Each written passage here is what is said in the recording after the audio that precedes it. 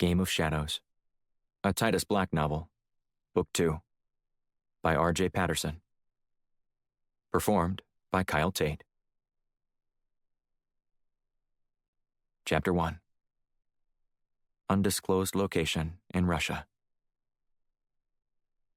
Titus Black scanned the snow-dusted terrain below him through a pair of infrared binoculars. In the small farmhouse about a quarter-mile away, he identified a pair of heat signatures and plotted his next move. "What's it looking like out there?" Christina Shields asked over the comms. "Why don't you tell me?" Black said. "You're the one watching the entire operation unfold from that $8 billion satellite." $50 or $8 billion? Nothing matters when there's thick cloud cover like there is tonight. A flake lit on Black's nose, and he looked skyward. In an instant, he considered the new challenge facing him. "I didn't think it was supposed to snow," he said. "According to the forecast, it wasn't," she said. "The chance of precipitation was only 20%. "Well, they were 80% off," Black said, "because it's 100% snowing right now." "If you run out of ammo, at least you'll have something to hurl at the Russians." "Cute," Black said. "Would you like for me to make a snow angel and take a picture for you?" "I'd rather you retrieve the asset and get back to Washington, so I can show you up at the range again." Black grunted. "You know if I'd had my gun last time, you wouldn't have won." Shields clucked her tongue. "Excuses, excuses." The precipitation shifted from flurries to heavy snow during their conversation. The wind chilled Black's face, resulting in him tugging his bandeau scarf up around his mouth. While Black made a practice of being prepared for anything, the change in weather still surprised him. He decided he couldn't wait any longer before engaging the hostiles guarding Dr. Aaron Matthews, the American scientist who vanished without a trace 2 years ago. "We'll finish this conversation after I grab Doc," Black said. "Fair enough. But don't even think about trying to convince me to go to your range," she said. Black huffed a soft laugh through his nose. "I know you're scared of losing, but I promise I won't let you win every time. Just don't miss out there today." "Roger that." Black eased to his feet before crouching low and then hustling down an embankment.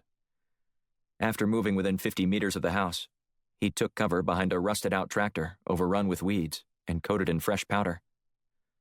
As the storm grew in strength, Black recognized the window to retrieve Dr. Matthews was rapidly shrinking.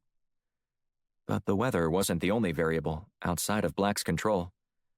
The biggest one was Dr. Matthews himself. When J.D. Blunt first briefed the Firestorm team about the assignment, a mystery remained regarding Dr. Matthews' disappearance. The FBI never definitively determined if he left on his own accord or if he was forced against his will. And while all indications pointed to abduction, Black wasn't convinced. All of Dr. Matthews' affairs were left in order, as he had finalized setting up a trust fund for his college-age daughter Melissa only 2 weeks prior to him going missing. Investigators dismissed that fact as coincidence, instead pointing to the way he left the kitchen a disaster, with dishes still strewn across the stove. Not to mention, he had a turkey roasting in the oven. The burning smell had wafted down the hall, alerting other neighbors to the smell. When they called the building superintendent, he broke into Dr. Matthews' apartment and found the turkey charred to a crisp. Melissa had been scheduled to return home from college that weekend for Thanksgiving, but she went back earlier once authorities called her regarding her father's mysterious absence. The FBI underwent an intensive search for a year, as hundreds of people called in the hotline with tips and information regarding Dr. Matthews. But all proved to be dead ends. After the agency deprioritized finding him, Melissa was left to dip into her trust fund to hire a private investigator to track down her father. 3 days earlier, Blunt had been approached by Melissa. The PI had delivered the information, but told her that he wasn't skilled enough to extract her father and needed to get someone else to finish the job. Melissa had remembered her father mentioning Blunt, mostly as a college fraternity brother, but also as a Washington insider who could get things done. So, not knowing where else to turn, she started with him. Blunt eagerly obliged. Black peered through his binoculars one more time to check for the number of people in the building. A fire blazed inside, making it difficult to tell just how many people were in the front room. After a final assessment, he determined that there were 3 men inside, which meant Dr. Matthews' abduction was a certainty. Black hated being wrong, especially after he described nefarious motives to Dr. Matthews' disappearance. But Black couldn't help himself. General distrust for others was something he struggled to change. However, that perspective served him well as an operative, helping him avoid getting killed on several occasions. Yet, this wasn't one of them. "I'm going to engage," Black said. "Roger that," Shields replied. Black pulled out his rifle and steadied it on the tripod beneath the dilapidated tractor. The snow continued to increase in intensity, but it only emphasized the body heat through his scope. A minute passed before one of the men sauntered out onto the porch to smoke. With a gun draped over his shoulder, he flicked his lighter and ignited his cigarette. With guards on the premises, Black knew they wouldn't let Dr. Matthews outside alone. They were clearly protecting the scientist from someone. Questions flooded Black's mind as he wondered who exactly Dr. Matthews needed protection from. The Americans? Or someone else? Perhaps there was some other group, because the U.S. intelligence community hadn't prioritized Dr. Matthews' disappearance in over a year. After a deep breath, Black put the man in the center of the crosshairs and squeezed the trigger. He stumbled toward the railing before falling over it. Seconds later, the other men sprang into action, setting up a bunker near the 2 windows flanking the front door and opening fire. Black rolled behind the tractor's back tires and waited out the barrage of bullets. For nearly a half minute, the guards inside the house peppered the area around him, the nearby snow exploding in white puffs. When the shooting paused, Black eased his gun around one of the back wheels to survey the scene. The man who had been shot was still lying on the ground, while 2 other men were preparing to shoot. However, Black began to wonder where Dr. Matthews was. The likelihood that he was fending off an attacker with the weaponry expertise the 2 men inside showed seemed low. Dr. Matthews didn't even own a registered weapon when he was in the U.S. The wind continued howling, creating another misty layer of blown snow Black needed to contend with as he plotted his next move. "Are you still flying blind out there?" Black asked over his comms. "Pretty much," Shields said. "But I'm glad to hear your voice." "From what I can tell, everyone in the house is firing on me. I'm not sure where the asset is." "There might be a cellar beneath the house," she said. "If he's even here." "Are you starting to think this was a setup?" "I'm not making any definitive statements at this point," Black said, "but it's certainly not out of the realm of possibility." The firing recommenced, sending Black scurrying for cover behind the tractor again.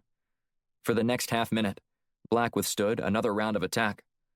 When the men started to reload, he darted to another position, reducing the angle from which he had to shoot by taking refuge behind a pile of chopped wood. The degree of difficulty required to shoot and kill the guards increased, but he would have more time to zero in on one of the hostiles while moving out of the line of fire. Black took his time, steadied his breathing, and squeezed the trigger. He didn't wait to see if the hostile fell, instead quickly sighting in the other guard. Black fired, and watched the man drop. Black switched to an assault-style weapon, opting for his Colt M4A1 over his MK11. As he moved toward the house to inspect his work, he looked at the man who'd stepped outside to smoke, the cigarette smoldering next to his hand on the blood-stained snow. The first stair creaked as Black put pressure on it to ease onto the porch, shattered glass from the windows crunching beneath his feet. The first guard that he shot was lying on his back, a bullet wound gaping in the man's head. Then Black spun toward the other side, where he'd seen the third guard, but saw nothing. Did I miss? The room was dark, making it difficult to see if there was any blood spattered on the floor. Black crouched to inspect, his head on a swivel. He swiped his index finger on the ground near the area where the man had fired from. Nothing but dirt. Black shined his light on the surrounding area and didn't see any apparent signs that he'd hit the man. With him gone, Black crept from window to window around the inside of the house, peering outside with his infrared binoculars. The third man was gone. Black muttered a long string of expletives before turning on his comms. "Shields, has your visibility improved any?" he asked. "It's gotten worse." Black cursed again. "What happened?" she asked. "One of the hostiles is gone. I thought for sure I nailed him, but I can't find any blood." "I know it's not the same as the range, but—" "Save the wisecracks for later," he said. "Is there any way you can help me?" "Unless this thick cloud cover lifts. You're on your own now." "Roger that," Black said. He exited through the back of the house and surveyed the area just below the steps. He knelt and studied a few imprints left behind as the snow continued to fall. After comparing one of the markings to others nearby, he determined the ones leading away from the home were much fresher. "I've got his trail," Black said. "I'm going after him. And I'm going dark." Chapter 2. Bethesda, Maryland. J.D. Blunt watched his first shot on the second hole at the Burning Tree Club skip off the fairway and over a bunker before coming to rest in the rough. He gnawed on his unlit cigar and uttered a few choice words before snatching his tee out of the ground.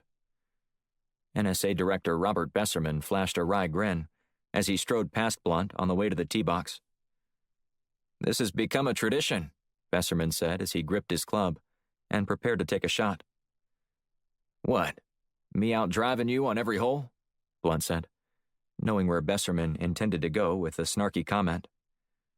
Besserman chuckled and didn't respond until after his strike put the ball in the center of the fairway, only about 10 yards shorter than where Blunt's shot landed.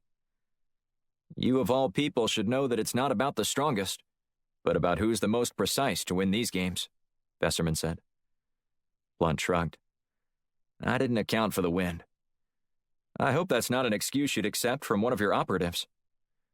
I thought you said we weren't going to talk about work today. Only golf," Blunt said, a hint of sarcasm in his voice. Besserman sighed. "Yeah, about that. You'd make a terrible spy, Bobby. I knew good and well something was on your mind. It's the only reason to come to this archaic club. No women and no listening devices. It's the only place I ever feel comfortable playing a round of golf." Blunt chuckled. "You do understand that your agency is why everyone is so paranoid in the first place. The irony isn't lost on me, but never mind that. I couldn't risk anyone overhearing our conversation, even as unlikely as it might have been." They both put their clubs away and climbed into the golf cart. Blunt waited until Besserman was seated, before stepping on the accelerator and then navigating along the path toward their balls. "You're starting to worry me, Bobby. You're not exactly the alarming type. Just consider this a warning, a friendly heads-up, if you will," Besserman said. "What is it this time?" "Are you aware of the newly elected freshman congressman from California, Alan Elliott?" "Yeah, he's always on the news for the outlandish things that he says." Besserman nodded. "That's the one. He's probably feeding everyone that line about how he's only doing what his constituents elected him to do." Besserman shook his head. "Yes, publicly, that's what he's saying. But the reality is, he's simply doing the bidding of Senator Wilson Wellington." "Wellington? I should have known. Every time there's a stench on Capitol Hill, it leads right back to him." "According to Wellington, he's a new man, and now he's out to bring about transparency to Washington." Blunt roared with laughter. "The irony can't be lost on anyone here. He got away with murder and now he wants to make everyone else pay? It's just absurd. Believe me when I say that the entire intelligence community would prefer to see him vanish from office right now. He's making things challenging for us. Wellington knows as well as anyone that Washington thrives in the shadows, at least when it comes to matters of national security. Of course he does. But all I can figure is that he wants to score political points with the younger voters in preparation for his presidential bid, even if that means pulling the covers back on even our most covert programs." "And Firestorm is in his crosshairs?" Not exactly. You're safe for now. Only a couple of people on the defense committee even know if it exists. And other than a few agency heads in the know, our own intelligence community is generally unaware of what you were doing. But Wellington is using Elliot to stop this kind of work? How can he, if he doesn't know about it? Besserman pointed toward his ball and gestured for Blunt to slow down. Once he stopped, the NSA director eased out and selected his club, a 6-iron. He smashed the ball out of the front of the green, landing about 50 feet from the pin. Once Besserman returned to the cart, he sat down and continued. Elliot just found out about it from Wellington. Some hacker got access to some of the committee's more specific budget approval. Don't ask me how, but there's a document floating around that lists your name on there as a consultant, along with several other names and projects. And there's a hefty budget approved for that. Why hasn't someone stopped them? Blunt asked.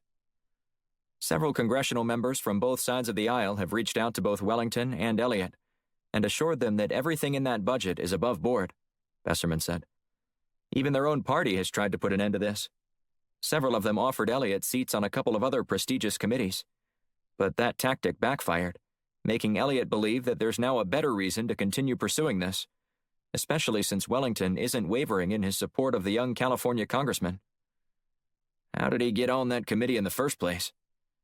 Besserman shook his head. While he's trying to portray himself as some crusader against corruption and wasteful government spending, the report I got was that he blackmailed the committee chairman, Arnold West, and now Wellington is capitalizing on Elliot's aggressive behavior. Blunt grunted as he applied the brakes on his cart near his ball. Their crusade is more of a danger to our country's intelligence than anything they're going to uncover in one of those ridiculous hearings, not to mention the enormous waste of time and resources that will ultimately lead nowhere.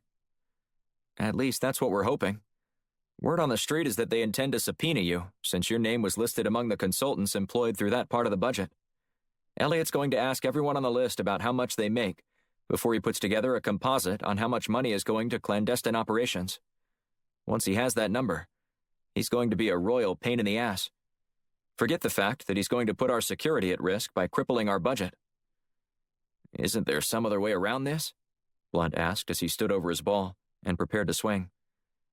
At the moment, I'm afraid there isn't, Besserman said. Blunt hit his shot true, using a 4-iron to drive the ball onto the center of the green, less than 6 feet away from the pin.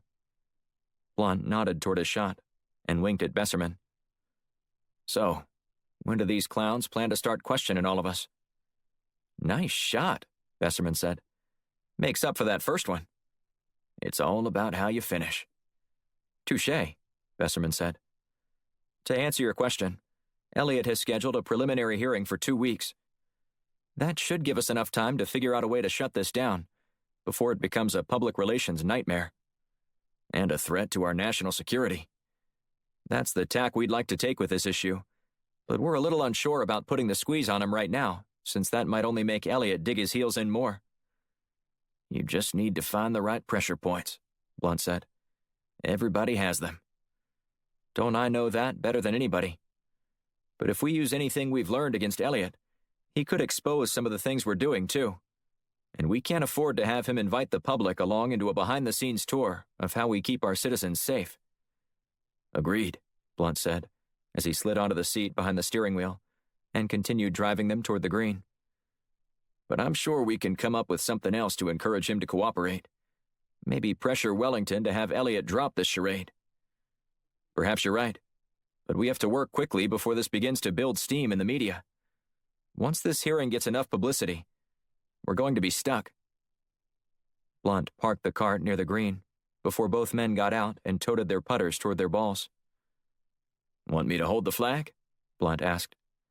Go ahead and pull it, Besserman said as he positioned himself over the ball. With a smooth stroke, the ball rolled gently downhill toward the cup, banking right before taking a sharp left turn and dropping into the hole. Blunt's eyebrows shot upward as he prepared to make his shot. His shot circled the edge of the cup before rimming out. With an exasperated sigh, he leaned over the ball and tapped it in from 6 inches away. Besserman smiled. Like you said, J.D., it's all about how you finish. Double or nothing on the next hole? Blunt asked. This is how you get in trouble. No, this is how I get out of trouble and come out a winner. Keep fighting until you emerge on top. There might be madness to my method, but there's no mystery to it. Besserman sank into the passenger side of the cart and recorded the score for the hole. Speaking of mysteries, there is something else I wanted to tell you about before we'll abandon all business talk for the round. I'm all ears, Blunt said as he climbed inside and then stomped on the gas pedal. It's about your operative, Titus Black. Blunt eyed Besserman closely. What about him? It's really about his father's death. And? There's something very strange about it, and I don't think Black got the whole truth. What makes you think that? Blunt asked. All the records surrounding his father's final mission have been sealed. It's most curious. That's all you know? Besserman took a sip from his water bottle before continuing. I'm just passing this along so you can look into it, because I thought it might be something you'd be interested in. And how exactly do I do that? I'd start with talking to the military judge who sealed the records, the Honorable Horace Mullen. Chapter 3. Undisclosed location in Russia. Black crept along the path, marked by the fleeing hostiles' footprints in the snow. The driving wind wasn't helpful, but Black looked on both sides of an ever-growing bank outlining a trail into the thick woods. While the close inspection of the markings slowed his speed, he couldn't afford to lose the one man still alive, who might be the lead to Dr. Matthews. According to the dossier Black received, Dr. Matthews earned a Ph.D. from Stanford University in mechanical engineering, focusing on ultrasonic research. He later became a tenured professor at MIT, before he began consulting with the U.S. military. However, his top-secret work was in its infancy, when he vanished 2 years ago. And while there was no proof that the Russians had nabbed Dr. Matthews, all signs pointed to them as the ones responsible for the doctor's abduction. Yet, after a year of searching, the intelligence community failed to find even the slightest suggestion that Dr. Matthews was in the Russians' custody. As the night wore on, Black was beyond convinced that he had been wrong to assume Dr. Matthews disappeared on purpose, and the FBI was wrong to ever stop looking for him. If he wasn't such a prized commodity, the Russians wouldn't have 3 agents protecting him. But where was Dr. Matthews? The one man who might know was still lurking in the thick brush somewhere nearby, and Black needed to find the Russian agent before he disappeared too. Black stopped as he noticed the tracks veered off the path and ventured farther into the woods. He knelt down to inspect them more closely. After removing his pack, he dug inside and fished out his night vision goggles. Once he situated them and turned them on, he entered the surrounding forest. Branches hung low, straining to sustain the burden of the thickening snow. The wind continued to whip through the trees, sending occasional parcels of snow and ice crashing to the ground. After maneuvering toward a fallen pine, he crouched down and scanned the area. The exercise seemed futile as he slowly peered through the vegetation, unable to identify anything out of place. But after his third sweeping look at the area, he saw a glimmer of heat. At first, Black wondered if he'd just seen a rabbit bounding along in search of a late-night snack. Black glued his gaze to the spot and waited. After about a minute, he saw slight movement again, but not the kind an animal would make.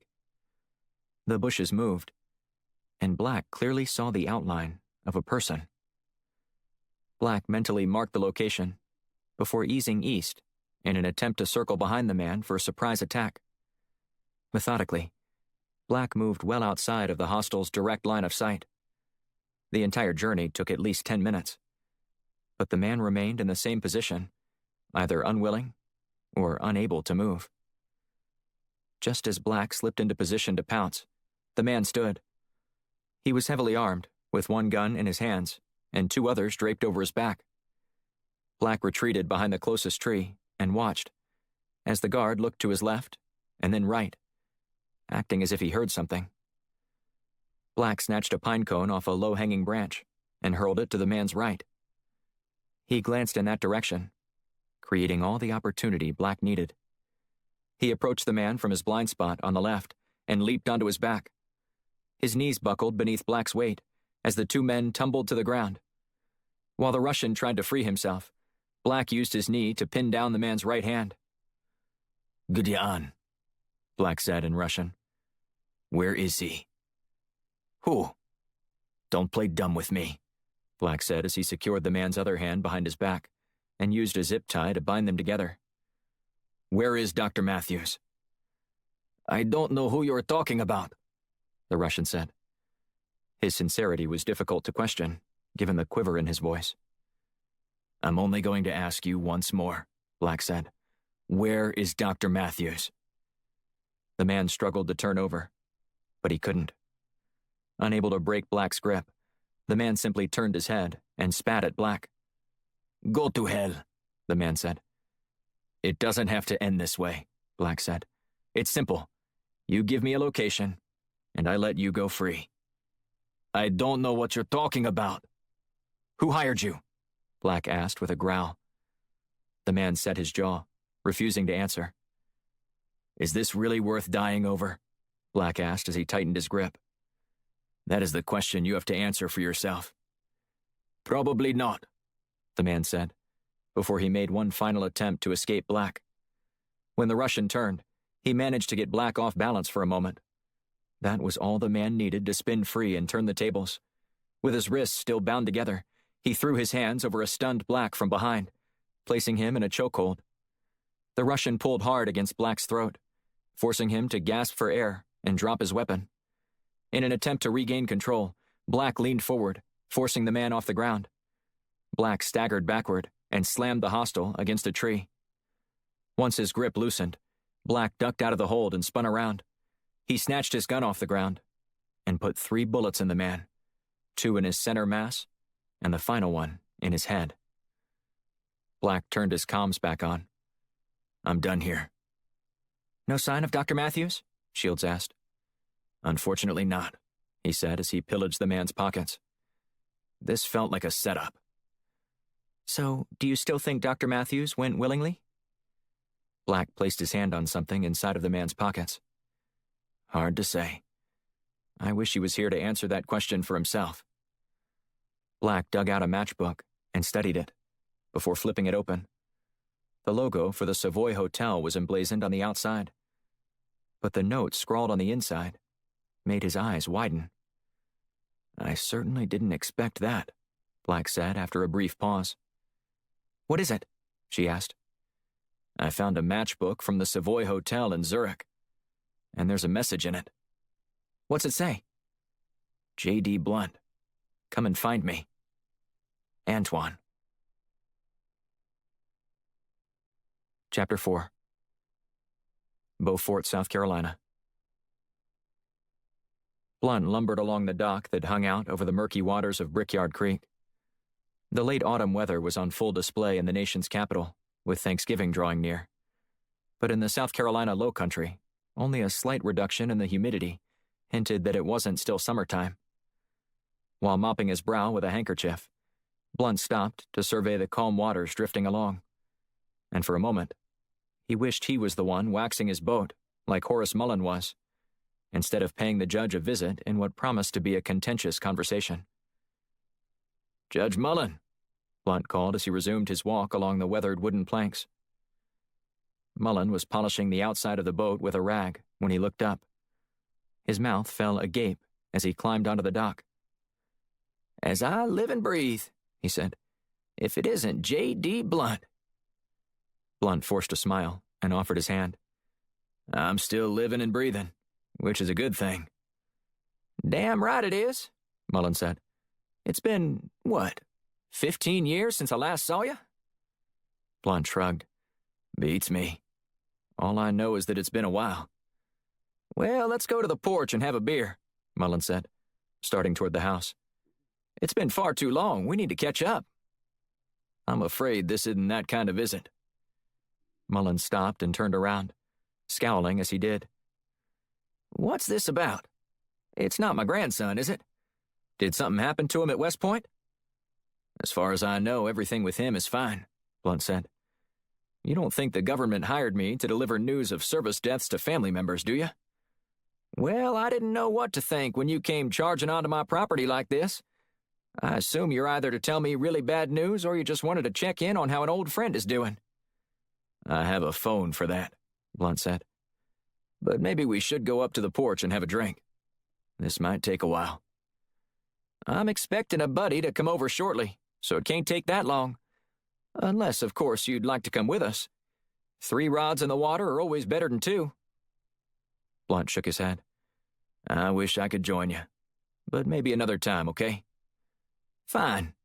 But now you're starting to make me nervous, Mullen said. One of those killers I locked up isn't on the loose, is he? Blunt pointed toward the house. Let's just go have a seat, and I'll tell you all about it.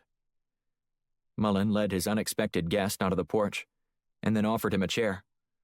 Blunt took a deep breath, and then drank in the view. Disappearing to a place like Mullen's wouldn't be so bad. Fishing most days, reclining in a hammock and reading a good Tom Clancy novel on others. That was a rhythm Blunt could appreciate. But that dream was still far off. He cared too much about his country to do nothing while either terrorists or corrupt political leaders destroyed it. And the latter was exactly why he was paying Mullen a visit. You still drink bourbon? Mullen asked as he sauntered over to his small bar on the edge of his porch. Blunt sighed. That question never needs to be asked. Mullen laughed and poured a pair of drinks. He handed one of them to Blunt as they settled into their chairs. So what's this all about, J.D.? You're acting a little cagier than normal. We've known each other for a long time, right? Mullen nodded. At least 40 years. And you wouldn't lie to me, would you? Of course not. That's absurd. I know I can shoot you straight about everything. Blunt eyed Mullen closely. Everything? Just say it, J.D. I don't have time for games. Blunt took a long pull on his drink before setting it down on the railing and then leaning forward in his seat. It's very important that you're completely honest with me, because I'm in the midst of trying to flush out some unsavory characters in Washington, and I don't want you to go down with them. What are you talking about? You know I've never been anything but above board with you, not to mention all my dealings from the bench. That's why I'm here, to verify that, because there's some shady stuff going on, and I need your help to find out what the truth is. Mullen held out his hands. Just ask the damn question. You don't need to preface anything with me. Blunt shrugged. Okay, here it goes. There was a Captain Black who was downed in action during the war in Afghanistan. His body was supposedly dragged through the streets by Taliban soldiers. However, you sealed his records, and I want to know why.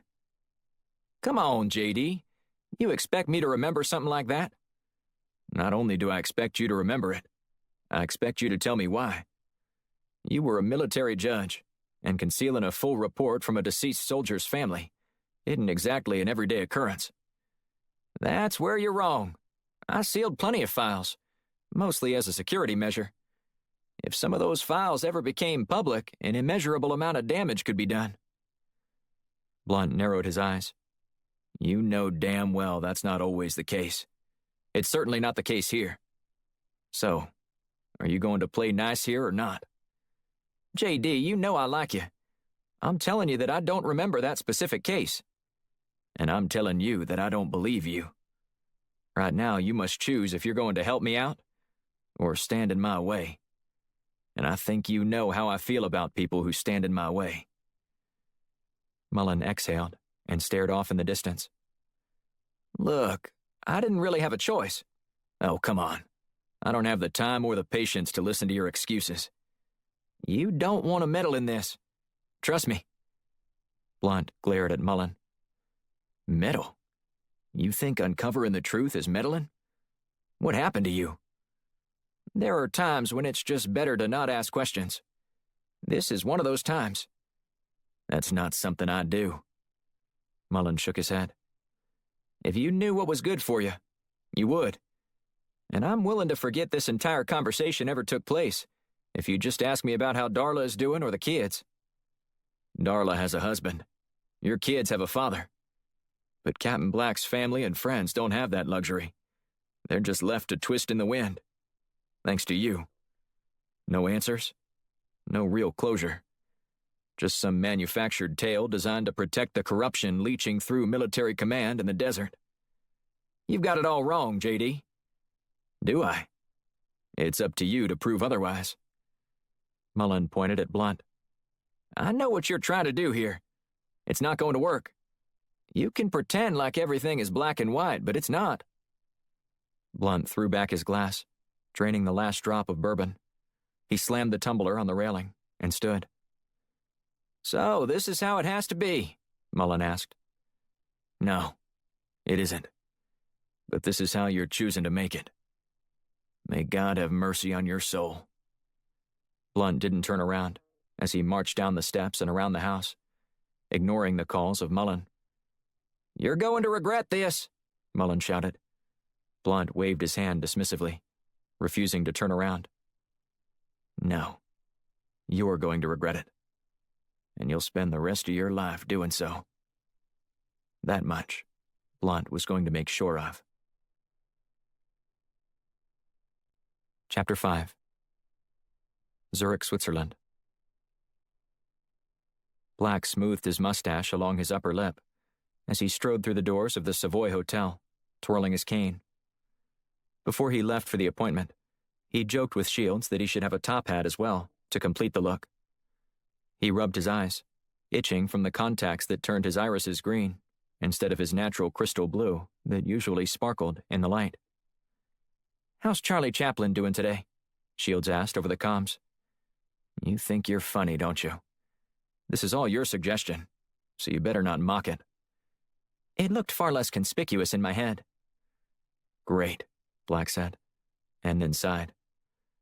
You think my cover is going to be blown within a few seconds of entering the room with Antoine? Only if you pull out your guns and shoot him, Shields said. This is sheerly for my pleasure. I gathered as much. Well, I hope you're getting your money's worth, because I'll never do this again. Now, where have I heard that before? Shields asked. Here's a little pro tip for you. Stop while you're ahead. Shields chuckled. Oh, I don't just intend to get ahead in this little gambit. I fully intend to win by crushing your soul. One day you're going to regret how heartless you are. Until that day comes, I'm going to enjoy every minute of your misery as a Charlie Chaplin double. I hate you. Black strode up to the concierge desk, hooking the nook of his cane on the edge of the counter. Ever since his showdown in Russia with the assassin, Shields launched into a furious investigation as to who Antoine was, and why he'd left a brazen note for J.D. Blunt on the dead assassin. And her findings on the dark web gave her the protocol for connecting with the mastermind behind the plot to capture Blunt's attention. According to Shields' discovery, Black needed to ask for Antoine at the concierge desk between 2:30 and 3 p.m., with a specific catchphrase. The young man sitting at the concierge station was swiping at his phone, but looked up quickly when Black spoke. Do you believe impossible things? Black asked the man. He paused for a moment before responding. I prefer the ones that are curiouser and curiouser. We're all mad here, aren't we? The concierge flashed a faint grin. Indeed, we are. Need directions to the rabbit hole? I thought you'd never ask. The man opened up the bottom desk drawer and dug out a small notepad. He scribbled down a number on a piece of paper and folded it up, before handing it to Black. Thank you, Black said. Be there at 3:30, not a minute before or after. I understand, Black said, before he snatched his cane and turned to walk away. You must be precise, the young man said again. Black nodded, without turning around. He hooked the crook of his cane over his forearm and continued across the lobby. Once he reached the street, he turned on his comms. You there? Black asked. That didn't take long, Shields said. Did you get the contact information? Of course. You never cease to amaze me. She chuckled. You're making me blush. I doubt that. Of course you aren't. But you know how much I love to hear you heap praise in my direction. Well, you deserve it, Black said. That was about as easy as it gets. And it was all thanks to you. Thank me later. After we catch this bastard, she said. We still have plenty of work to do before we figure out who Antoine is, and why he's trying to bait Blunt into meeting with him. We'll figure that out soon enough, Black said. Just be careful. Whoever this guy is, he's dangerous. And he's going to pay for his little stunt. Can you do me a favor this time? What's that? Just don't hurt him until you get some information out of him, she said. The guy in Russia was trying to kill me. I didn't have a choice. Sure, but this is different, she said. He'll be expecting you, and we have no idea what he's after. You still confident Blunt isn't going to go ballistic when he learns that we left him out of the loop? Shield sighed. Look, it's better that he didn't know until we understand what's going on and who it is we're up against. And at the end of the day, he's going to be more upset that we didn't come back with Dr. Matthews than anything else. Unless we can deliver on this. I don't care if Blunt's mad at me, Black said. He's been angry at me plenty of times before, and I doubt I'll forever avoid his wrath in the future. Getting the job done is what he cares about the most, and that's something we didn't do. Not yet, anyway. But there's still plenty of time to make up for that. If Dr. Matthews is even alive, Black said. And if he is, I'm sure we'll bring him home safely. Roger that. Black entered a coffee shop across the street and ordered a mocha, killing time until his appointment with the mysterious Antoine. At 5 minutes before the scheduled time, Black headed back to the hotel and to the designated room. He stood outside and waited until the long hand swept onto the 6. Forming a fist to knock, Black never made contact with the door before it swung open. Filling up the frame was a hulking man, casting a shadow that extended into the hallway. At 6'4", Black rarely found himself looking up at someone. 2 inches taller than Black, the man appeared as if he lived in a gym. The man's muscles bulged through his shirt, so tight that it looked like it was painted on. "Welcome to the Mad Hatter," the man said in a clipped Russian accent, before gesturing for Black to enter. Black stepped inside and examined the room. "I thought this was a hotel room." "It is," the man said as he patted Black down for weapons. "But I conduct my business out of here on occasion.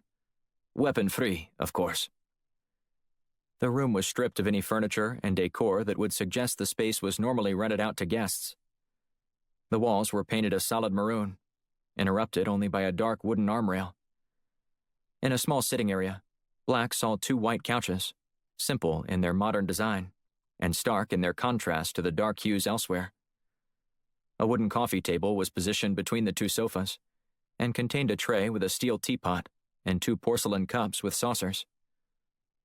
"Join me," the man said, nodding toward the couch. Black eased into the seat and eyed the man carefully. "Are you Antoine?" "Would you stay if I wasn't?" the man asked, before he clipped the end of a cigar and ignited it with a butane lighter.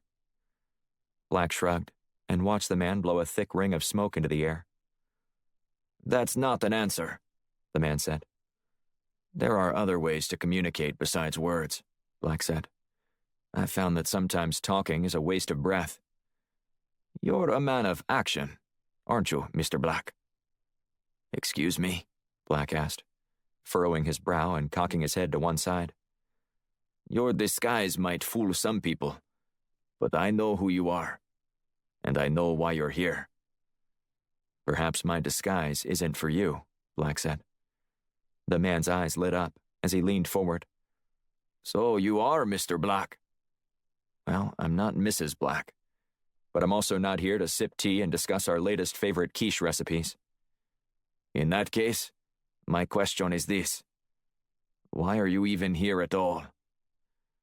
Black smoothed his mustache and glanced up at the ceiling before responding. "If you know so much about me, you tell me why I'm here." The man stood and cracked his knuckles. "I guess since you're about to die, I could give you the common courtesy of telling you who's going to kill you, and why. Let's hear it, Black said. My name is Antoine, the man said, and I used to do favors for your boss, J.D. Blunt. That's why I summoned him. And you knew he wouldn't come. Antoine shrugged.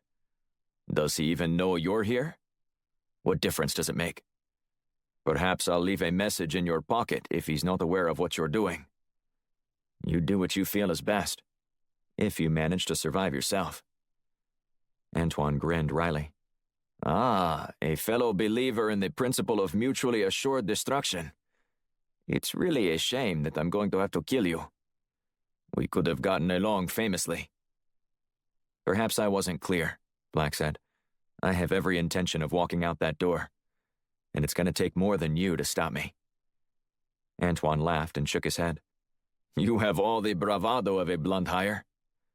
You're also going to find out just how much bravado in a moment, when I start wailing on your face. You're also very loyal, which, I must warn you, is a mistake, Antoine said. Blunt isn't who he says he is. He's got a dark side, one that nobody knows about. He acts as if he's the one who's been appointed to maintain the moral compass of humanity. But the truth is far from that. He's just like everyone else, manipulating the system for his personal gain. Now I know you're a liar. Have you ever stopped to ask yourself how many safe houses he really needs? Are those houses he purchased with a government budget? Or ones he took for himself by skimming something off the top? I would tell you to go look up the deeds, but you're not going to get the chance. So I'll tell you myself. He owns a company that serves as a shell for all his illegal business activities. Blue Moon Rising Enterprises, LLC. I've heard enough, Black said. I get it. You don't like him. But I'm done listening to your drivel. Without another word, Black lunged toward the man and drove him backward into the couch. Black tightened his grip as they tumbled across the floor. He delivered 2 close body punches before Antoine could strike back. But when he did, he smashed his fist into Black's jaw and then kicked him against the wall. Stunned by the blow and aching from the pain of the hit, Black grunted as he scrambled to his feet, just in time to brace for another blow from a charging attack. Antoine drove his shoulder into Black's stomach and pinned him against the wall. But Black pushed back and slammed his knee into Antoine's face. With Antoine reeling for the first time since the fight began, Black didn't waste the opportunity to seize the upper hand and pursued his retreating host. Antoine staggered backward, trying to recover from the flurry of blows. The wall stopped him, allowing him to regain his balance. As he did, he hiked up his pants leg and retrieved a knife. Black was about to barrel into Antoine when the blade came out, while Black wanted more answers, particularly who Antoine was and what was his real beef with Blunt. Surviving to fight again ruled his quick decision-making process. Black spun toward the exit, leaping over a couch and racing into the hallway. He hustled down the large open staircase that was encircled by all the rooms on each floor. Antoine ran after Black, but stopped at the landing. That's right. Run, you coward. Black passed a couple of slack-jawed guests on the steps, refusing to look back at Antoine. Shields, do you copy? Black asked. Loud and clear, she said. Do you need any assistance? Yeah, but not the kind you might think I'd want right now. Then tell me what you need. Black maneuvered around a bellhop guiding a luggage cart toward the elevator, before putting a shoulder into the front door to fling it open. He took a deep breath and surveyed his surroundings, before glancing back up at the third-floor balcony where Antoine stood, leaning with both hands on the railing. He nodded subtly at Black. I need you to find out what Antoine was talking about, he said. Regarding what, exactly? Regarding Blunt. Chapter 6. Washington, D.C. Blunt walked up to the security checkpoint outside the White House and handed his credentials to the guard. He winked at Blunt before scanning the access badge. 2 weeks after Michaels's election, the president set up a monthly meeting with Blunt in an advisory role on issues of national security. While Blunt didn't always have much to offer, he relished the opportunity to influence the nation's leader. Looks like everything is in order, Senator Blunt, the guard said as he handed the access badge back to Blunt. Please, just call me J.D., Clarence, Blunt said. We've been doing this long enough that we should both be on a first-name basis. You know I can't do that, Senator, Clarence said with a smile. But it's mighty nice of you to offer every month. Enjoy your visit at the White House. Blunt shrugged. You know I'm going to ask you to call me by my first name the next time I see you, don't you? Clarence smiled and nodded. Yes, sir. I'd be surprised if you didn't. Tell Louise hello for me, Blunt said. And Christmas is just around the corner. I'm still hoping for more of the frosted sugar cookies she always makes. Of course, sir. I'm sure she'll be baking up a batch soon enough. I'll save you one. Blunt smiled and waved before he draped the lanyard with the access badge around his neck. He continued to the staff entrance for the White House and was greeted solemnly by a pair of Secret Service agents who screened his briefcase and then walked him through a metal detector. Once they waved him through, Blunt went to his assigned location to connect with Michaels. Keeping their visits out of the whispers of the administration's gossip mill was important to the president. While their meetings were above board, Michaels expressed numerous times that he preferred to shield his policy influencers from any public outcry that might result if knowledge of their conversations became public. Blunt entered the passcode on the access pad, and the door unlocked with a click. He went inside and secured the door behind him before taking a seat on the couch against the far wall in the cramped, stark room. One small coffee table and a pair of sitting chairs were the only furnishings. While he waited for the president, he dug out a file folder and placed it in the center of the table. After 5 minutes, Michaels slipped inside the room. Sorry to keep you waiting, Michaels said. Blunt smiled as he stood, offering his hand. No worries. I just took the time to lay out some of the reports I wanted to show you regarding what we discovered in the aftermath of that attack last month at the Kennedy Center. Michaels waved off Blunt.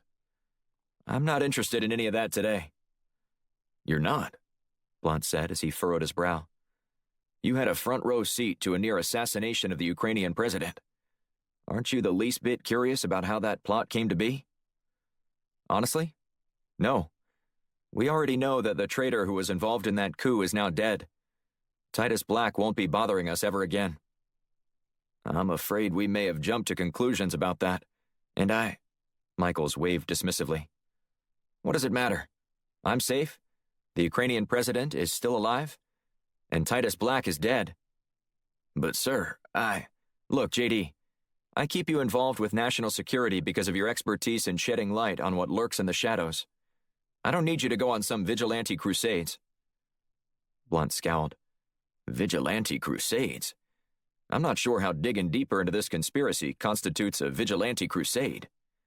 I'm not talking about this, Michael said, gesturing toward the papers on the coffee table. I'm referring to the little visit you recently paid Horace Mullen. How did you know about that?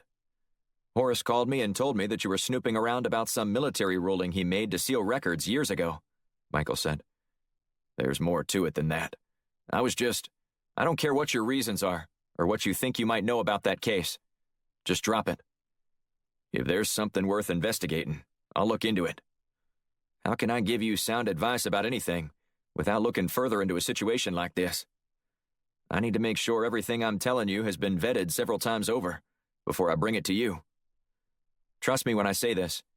You're better off leaving this one alone. Is there something you're not telling me, sir? JD, I forget more secrets in a day than I can count. That's just how it is when you reach the executive branch of the government. I'm here to govern, and do so off sound information from trusted sources like you. I can't have you running around trying to look into a 20-year-old case that literally has no bearing on national security. So you are familiar with what happened to Captain Black? Michaels nodded. And it doesn't matter. He's gone. What about justice for those he's left behind? Most of them are dead, including his son. Why don't you just let a sleeping dog lie? Blunt eased back in his seat. Look, I don't want to stick my nose where it doesn't belong, and... Good, Michael said. I'm glad that's settled. If you only knew what it was like for just a day to walk in my shoes, you'd know that there are plenty of stories that are best left buried for the sake of everyone involved. Just shoot me straight on this issue. Was Captain Black's mission sabotaged? Michaels bit his lip and slowly shook his head. Of course not. Now, let's move on, shall we? Blunt nodded and dug out another set of documents from his briefcase before sliding it toward Michaels. I thought you might want to have a look at these. Michaels' eyebrows shot upward as he perused the page. Have you verified all of this? Blunt nodded. I spoke with an agent last week who has demonstration footage of the weapon. I'd like to see that. And then get it to the Security Council. We need to make sure nobody else gets their hands on this. Blunt nodded. Of course, sir. He collected all the documents and stood before offering his hand. Michael shook it and then slapped Blunt on the back. I appreciate all you do, JD, Michael said. I'm not sure my administration could make the best decisions, if not for your wisdom.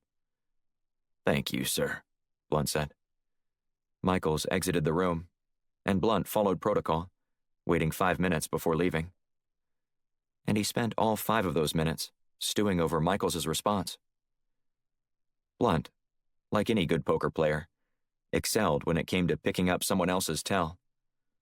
Michaels's was slight, barely noticeable to most people. But to Blunt, Michaels's tick might as well have been a flashing red light, accompanied by a siren. Whenever Michaels bit his lip, he was lying. Like hell, I'm gonna let a sleeping dog lie. Blunt left the White House more determined than ever to find out what exactly Judge Mullen and Michaels were intent on hiding. Even though Blunt had to leave in the morning for a short trip to Geneva, he wasn't about to delay his hunt for the truth about what really happened to Captain Black in Afghanistan. Chapter 7. Tangier, Morocco. Black and Shield awaited Blunt at the Firestorm safe house overlooking the Mediterranean. A cool breeze wafted across the veranda, chilling Black as he scanned the water below. While he longed to simply drink in the serene vista, where sailboats dotted the seascape, he couldn't help himself. He studied each vessel, attempting to determine if any one of them could be spying on the Firestorm team's conversation. Shield sauntered up next to him, and then rested on her elbows atop the waist-high stone wall. Are you thinking what I'm thinking? Only if you have a hunch that the blue sailboat down there is being manned by a pair of Russian SVR agents, Black said, his eyes still fixed on the horizon. And this is why you belong in the field permanently. Black shrugged. Maybe it'd do me some good to sit still in a chair for a few weeks. It might tamp down all this paranoia I have. That's what makes you a great agent, Blunt said, his voice arresting their attention. Black and Shields turned around to find their director wearing a gray suit and a wide grin. Come, let's go inside where we can have a conversation free of any prying ears, Blunt said, gesturing them toward the door. The blue sailboat is definitely 2 operatives trying to eavesdrop on us. I knew it, Black said, as he followed Shields and Blunt inside. Blunt shook his head. If you couldn't pick them out, I would seriously consider reassigning you to some position more suitable for your poor observational skills. We could stay out on the porch and give them some bad information, Shields suggested. Not today, Blunt said. We don't need to misdirect them, especially since we don't even know if they're here for us. Who else could they be here for? She asked. Take your pick. MI6 has a safe house 2 doors down, as do the Chinese. It's a neighborhood of spies. And you know this? How? She asked. Because one intelligence group I consulted with built this entire enclave of houses and targeted foreign agencies as buyers, Blunt said. And let's just say that it's turned into a goldmine of information for us. Slick, Shield said. I wouldn't have thought of that. Don't worry, Blunt said. I have some friends who have vetted every seller and builder of the homes where you both live. You can never be too sure. They all sat down in the living room in front of the cozy fire Black had started earlier. I think we'd both agree with that sentiment after what just happened in Zurich, Black said. Blunt fished a cigar out of his pocket and clipped the end. He commenced to chewing on the stogie, staring off with a pensive look, before turning his gaze toward his 2 agents. You said it was urgent that we speak, Blunt said. That's why I delayed my trip to Geneva for a day. And we appreciate that, Shield said. We didn't really feel like this was the sort of thing that could wait. That bad, huh? Blunt asked. Bad would be an understatement, Black said. There's someone actively hunting you. And this someone doesn't just want to chat. He's hostile? I bet he'd disembowel you if given the opportunity, Black said. He has a serious vendetta against you. To be quite frank, I'm not sure it's safe for you to be in Switzerland right now. If he knew you were there and walking around in the open, he might come after you. I'm not even leaving the airport, Blunt said. It's just a quick exchange there, and I'll be back in Washington by tomorrow afternoon. What kind of exchange? Shields asked. That information is need to know, Blunt said.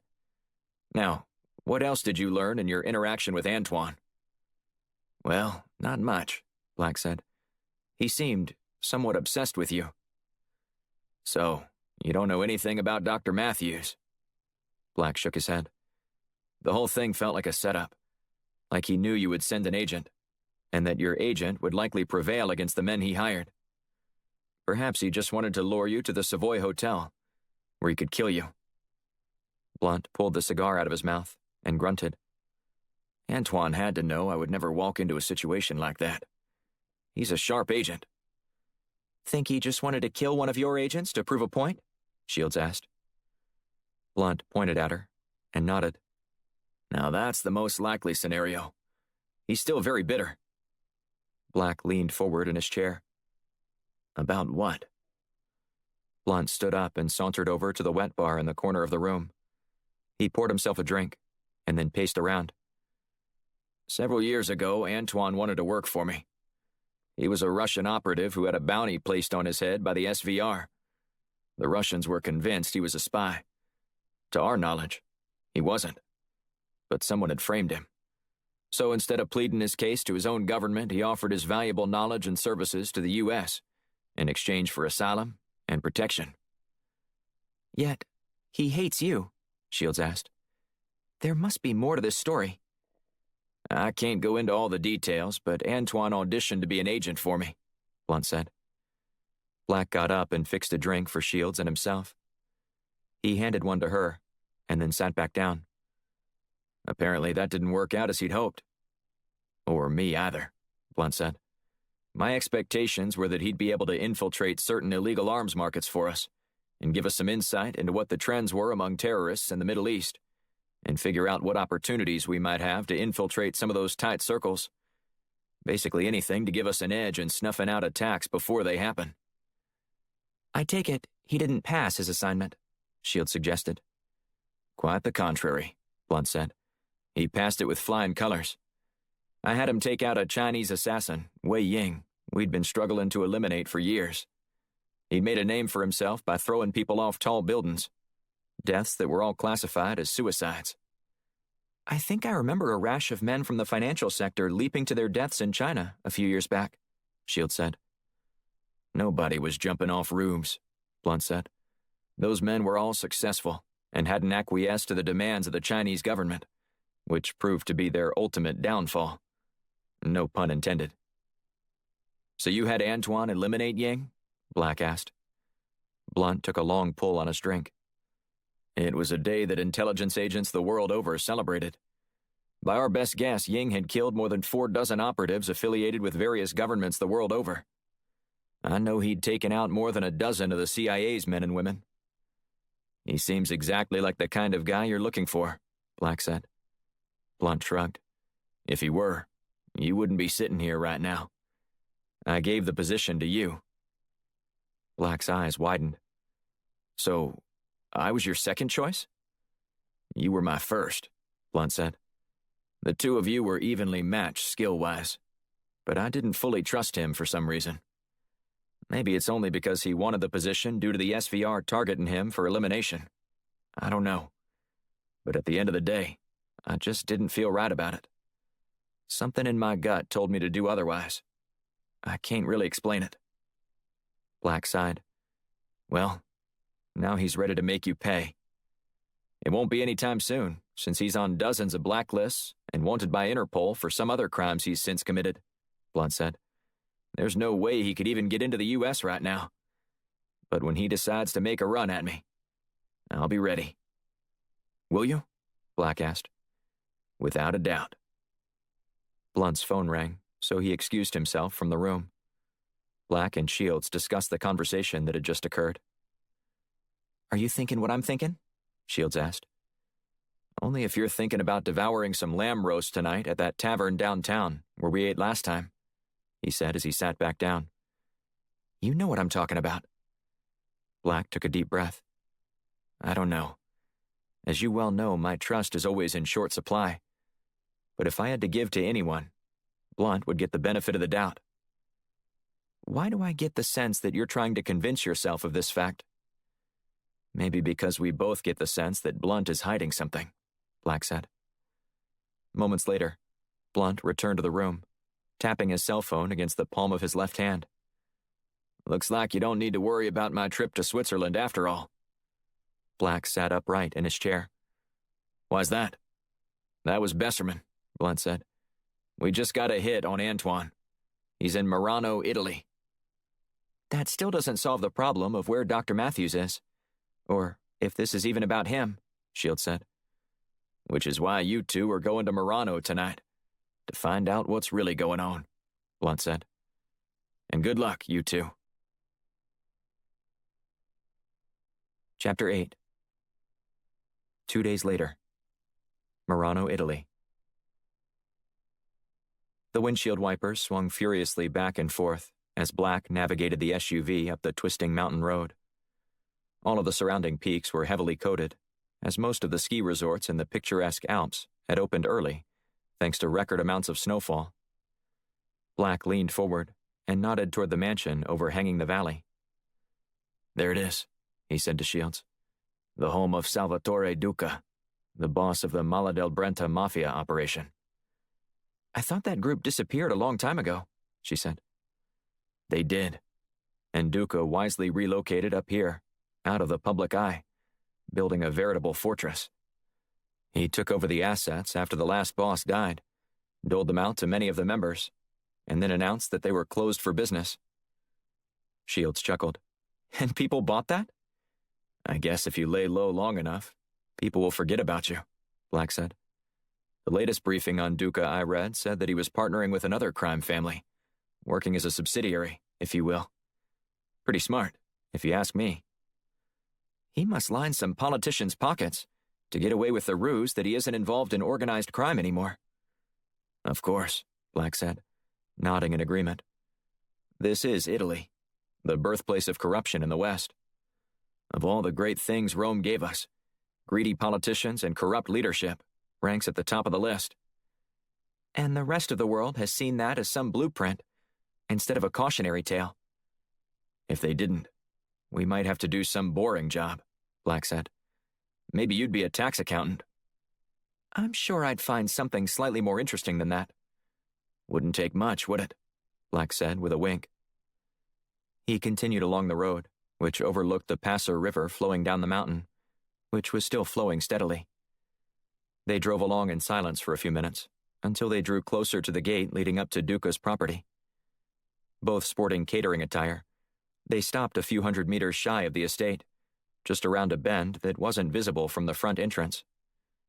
Black popped the hood and got out. He put a white flare on the engine block and waited for the next guest to approach. I really hope this works, Shields said. I'm not too keen on getting buried at the bottom of this valley. Black chuckled. You think these guys are going to bury us if they catch us? We'll be chopped up into tiny little pieces and fed to their dogs. You have such a way with imagery, she said. I think I'm going to throw up now. Not yet. You have to save that as part of your fake pregnancy shtick, if we can't get anyone to buy that we're really part of the catering crew. We only have one shot, she said. If you're having doubts about which plan is going to work, we should switch now. Black pursed his lips as he stared down the road at a pair of headlights heading toward them. No. This is the ticket. Duca's daughter is turning 18 tonight. They will want every person on hand to help with the massive amount of guests. How many did you say were coming? Over 500, Black said. About a third of those were planning on skiing in from the chateau.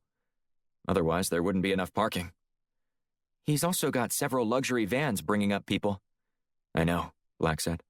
I considered posing as taxi drivers for the event, but I'm not sure I would have been able to stomach the drive back and forth all night. Plus, I'm sure we would have been more scrutinized at the gate.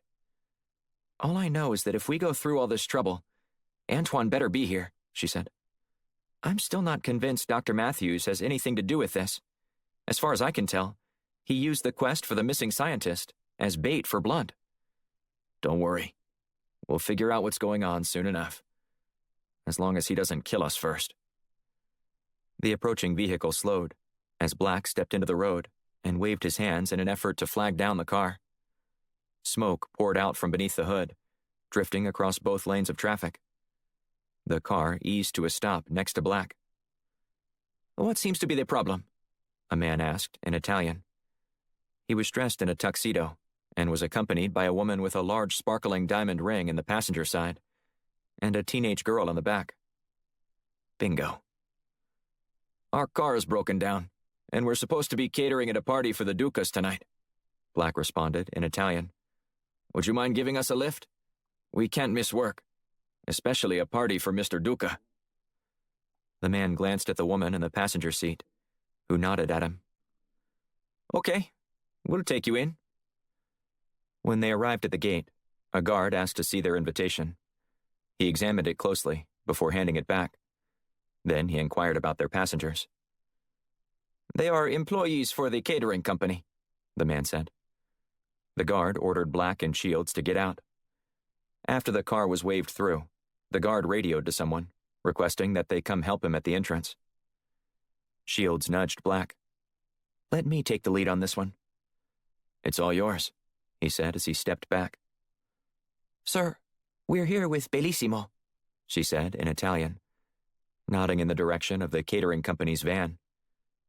I need to report this, he said. No one enters this property without being cleared on our list. Your names weren't on it. That's because Mr. Duca requested extra workers at the last minute, she said. I'm sure you'd hate to disappoint him. Hold on, he said. Let me check. The guard stepped back and engaged someone on the same radio frequency in a conversation about how to handle the two Bellissimo employees. Black eyed Shields closely and spoke in a hushed tone. Are you sure this is going to work? If it doesn't, I'll resort to tears, she whispered. I hope it doesn't come to that. Me too, she said. If you had any idea how much I hate having to conjure up tears. As the man returned, he shook his head.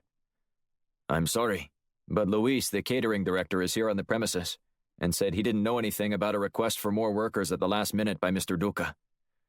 This is outrageous, Black said as he started to walk around, flailing his arms and speaking in a loud voice. We drove all the way up here, and then my car broke down, and now you're telling me there's no work? You tell Luis he needs to tell me to my face that I came all the way up here for no reason. The man huffed and shook his head. Then Shields sprang into action, sobbing softly at first, and then loudly. I need to pay rent, and if I don't work tonight, my daughter and I are going to be evicted from our apartment, she said. The guard grinned wryly. There are other ways to make some quick money. Black shoved the man. Would you say that to Mr. Duca's daughter? Call Luis now. The guard radioed for Luis to come outside. While they waited, the man watched both of them, checking for any illegal objects. Shields set off the alarm as it whooped in wild fashion. He scowled, and she lifted her pants leg, revealing her prosthetic. Sorry, ma'am, he said. I didn't know. She shrugged. Happens all the time. Moments later, a bald man wearing a furrowed brow twaddled toward the gate. What's this all about? Shouted Luis as he wiped his hands on a towel. He was flanked by a pair of servers. I don't have time for this. I don't know these people, and Mr. Duca never requested any more workers. Upon reaching Black and Shields, Luis set his jaw and shook his head. I'm sorry, sir, but Giorgio sent us, Black said, referencing Bellissimo's owner. Here's the letter he handed us this morning. Black handed the fake document over to Luis for inspection. Researching the best way to get onto Duca's estate in time for his daughter's grand party, Shields had managed to get a copy of the owner's signature on his letterhead through some publicly available documents. She forged the letter and used her hacking skills to reroute all his calls and texts to a burner phone. After perusing the letter, he pulled out his cell. "Let me check with my boss." Half a minute later, he returned with a shrug. "This is from my boss. I would know that signature anywhere." "And?" the guard asked. "And he's not responding," Luis said. "What do you want to do?" "Would you go against your boss's wishes?" Luis asked the guard. He shook his head. "Absolutely not." "Neither do I. I'll assign them to stay with me just to be sure. I know how careful you are with security." The guard nodded and gestured for them to follow Luis. As Black and Shields fell in line behind Luis, he explained how the evening was supposed to go and what they would be doing. But Black was hardly listening. He was scanning the area for signs of Antoine. After half an hour of chopping vegetables, Black excused himself to use the restroom. Night had fallen, and more guests had poured into Duca's mansion. They were still enjoying the hors d'oeuvres in anticipation of the evening's meal. As Black was walking around, he noticed Antoine at the back of the room. When Black returned to the kitchen, he told Shields they needed to go. She walked out onto the floor and over to Antoine. "Excuse me, sir, but Mr. Duca would like to speak with you in the back." Antoine pointed at his chest and furrowed his brow. "Me?" Shields nodded. "Right this way, please." She led him down a long corridor before ushering him toward a hallway on the right. He glanced down it, and then darted straight ahead. Black, who'd been waiting in the shadows, let out a string of expletives and then raced after Antoine. The assassin was leaping over a balcony when Black exited the house. In an effort to keep eyes on the target, Black followed suit, jumping blindly over the edge and trusting that Antoine knew what he was doing. Black sank into the fresh snow and could see Antoine a few meters ahead, slogging through the powder. Seconds later, Antoine picked up speed before he sprinted toward a nearby shed that was covered with skiing and snowboarding gear. Antoine secured some straps around his shoes and took off on a board. As the ground hardened beneath Black's feet, he picked up steam and continued pursuit. By the time he reached the shed, Antoine already had a 20-meter head start and was gaining more ground every second. "Come on, Black," Shields said over their comms. "I'll meet you at the bottom." She raced toward the gate and disappeared into the night. Black tightened the bindings and shoved off, zooming down the hill in search of Antoine. The path twisted around the mountain and reconnected with the nearby Celeste ski resort. Lighted paths made it easier to navigate, but Black struggled to locate Antoine. Moments later, Black heard some young people shouting and shaking their fists as a man in a dark jacket zoomed past them. "Gotcha!" Black zeroed in on Antoine, who started to wobble. While Black was certain Antoine had been on a snowboard before, he hadn't been on one in a while. Black found the fastest line behind Antoine and closed in on him. Antoine looked over his shoulder and made eye contact with Black. Instead of staying the course, Antoine dashed toward a clump of trees and disappeared. Seconds later, Black sped into the trees and was summarily knocked to the ground. He looked up to find Antoine towering overhead. "What took you so long to find me?" he asked with a sly grin. Chapter 9. National Personnel Records Center, St. Louis, Missouri. Blunt strode into the front doors of the National Personnel Records Center, emptied his pockets, and placed everything in his hands on the X-ray machine's conveyor belt. The guard on duty nodded at Blunt's shoes, but instead of removing them, he held up his security badge. The guard shrugged. "I don't care who you work for. Everybody has to take off their shoes to get past me," he said. "That's not a wise idea," Blunt said. "Dr. Scholes can't even help me. You're going to regret this in about 10 seconds. The guard rolled his eyes as he pulled up on his holster, the leather creaking as he did. "Don't say you weren't warned," Blunt said. Blunt adhered to strict hygienic guidelines, even for his feet. But removing his shoes in public was a pet peeve. Modern technology had long since eliminated the need to take them off and have them x-rayed, but it was a practice still common at most airports. He begrudgingly complied. The guard smirked as he watched Blunt. When Blunt finished, he collected his visitor's pass and trudged down the hall. A few minutes later, he was speaking with one of the archivists in the Special Collections section, inquiring about where he might be able to find some war records from Vietnam. She helped Blunt find all the corresponding numbers to locate the files he was after. Once he turned in his request slip, he went to the cafeteria and bought a cup of coffee while he waited for the first set of returns. "How are we looking?" Blunt asked in his comms after a half hour. "So far so good," answered Alex Duncan, another Firestorm handler. Alex primarily worked with Agent Brady Hawk, but on occasion she helped Blunt with some of his side projects. "Let me know when you think I should head back upstairs," he said. "Any time now is great," she said. "I'm sending the schematics to your phone, along with directions on how to reach the section with all the sealed files." "I'm on my way," Blunt said, as he lumbered toward the elevators. "You know, you've got to be about the most unassuming operative ever," Alex said. "That's right. I'm just an old fart gathering some research." "Okay, the archivists will be delivering all the requested documents in 10 minutes. Once that happens, they'll gather all the new requests made in the last hour and go get those.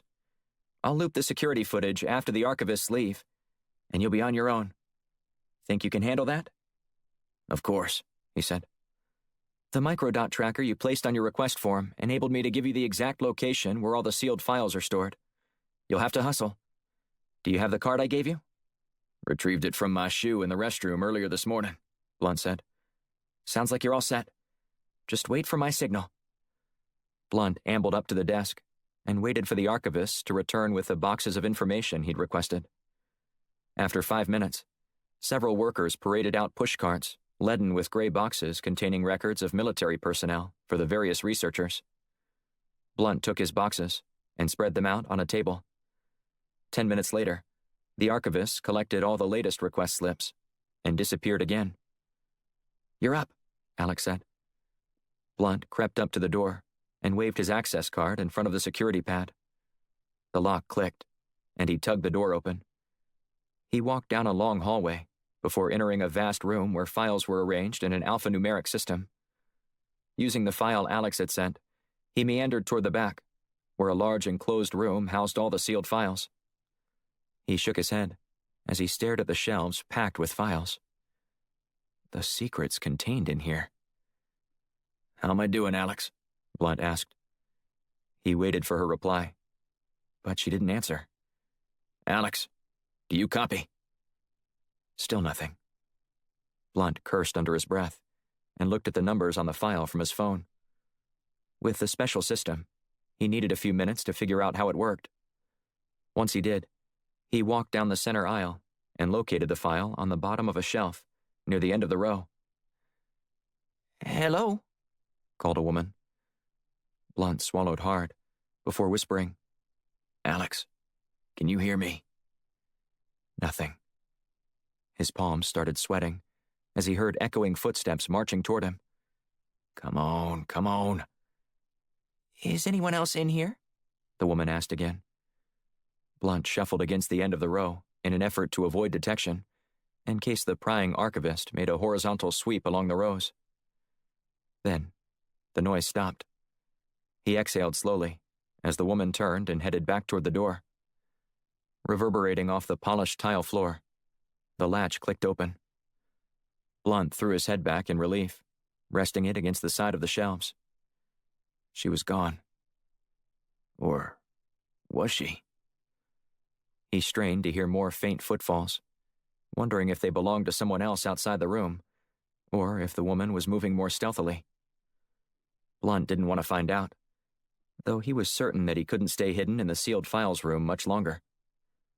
"Stop playing around, Chris," the woman said. "I know you're back here." She edged closer. Blunt's heart pounded. Chapter 10. Murano, Italy. Black winced and grabbed his chest while lying on his back in the snow. The ice around him quickly chilled his body, while the blow he suffered left him in throbbing pain. Instead of celebrating Antoine's capture, Black had become a prisoner, staring up at the barrel of Antoine's pistol. Now I can send your boss the message I've been dying to give him, Antoine said. I can assure you that he isn't interested in talking with you, Black said as he grimaced, while easing to his feet. Is that what he said? Antoine asked. My boss is a man of few words, Black said. Just like I thought, Antoine said with a laugh. What a coward. However, since you're so good at understanding what people are saying without actually saying it, I don't think you fully understand the kind of thing I want to communicate. Black shrugged. How difficult can it be? You want to kill me? Antoine wagged his finger. No, I want to sit down and talk with him. I need some answers. What kind of answers? You want to know why Blunt chose another operative over you? I know why. I just want to hear him say it for myself. And then kill him. Now that I've captured one of his precious top assets, perhaps he'll be interested in listening. Their conversation was interrupted when shouts and screams came from the distance. Antoine cursed as he turned to survey the scene. Trouble? Black asked. For you and me both, Antoine said as he eyed his captive carefully. Those are Duca's men out there, and if they catch us, they'll kill us both. I'm not so sure about that. This is one theory you don't want to try and disprove. Black smirked. So what do you want to do? Stay here and freeze to death? I'm not sure that's a good option for you either. Just keep your mouth shut, Antoine said, keeping his weapon trained on Black. You are the one who created this mess by making such a scene at Bella's party. And Mr. Duca isn't the kind of man to allow such interruptions to go unpunished. They both sat quietly for the next half hour, until the men moved on to search higher up the mountain. Satisfied that it was safe to venture back onto the slopes again, Antoine explained how they would get to safety. There's a service trail we can get to easily from here, he said. And then what? Black asked. Are we going to walk back to Murano? We'll walk down to the parking lot and borrow a car. When we get to the valley, we'll give your boss a call. This isn't going to end well for you, Black said. Says the man who's only a heartbeat away from his last breath. If I were you, I would take this moment to reflect on your good fortune and be thankful that you're still alive. Point the way, Black said. Black and Antoine snowboarded to the service trail and then tossed their gear in the woods. As they trudged through the snow in silence, a voice pierced the air, causing both men to freeze. Drop the weapon, a woman said. Black recognized Shields right away. He turned around and watched Antoine kneel and place his weapon on top of the snow. That's right, Shields said. Now, hands in the air. You're coming with us. Not if I start shouting for help, Antoine said. Duca's men will be crawling all over this place in a matter of seconds. She shook her head. Now, why would you suggest doing a thing like that? I don't think Duca is your friend right now. Otherwise, you wouldn't have been hiding out for the last half hour waiting for them to leave the area. Antoine cursed as he followed Shields' commands. The trio continued on along the trail until they neared the parking lot. Black scanned the area and signaled that it was clear. Black, have I told you how much I hate the cold? Shields asked. This is insane. My leg is frozen now. Don't you mean legs? Antoine asked with a furrowed brow. She looked at Black. Can I? Just this once. Just this once, Black said with a stiff laugh, followed by a shrug. Why not? She didn't hesitate, spinning around and smashing the side of Antoine's head with her prosthetic, and knocking him out.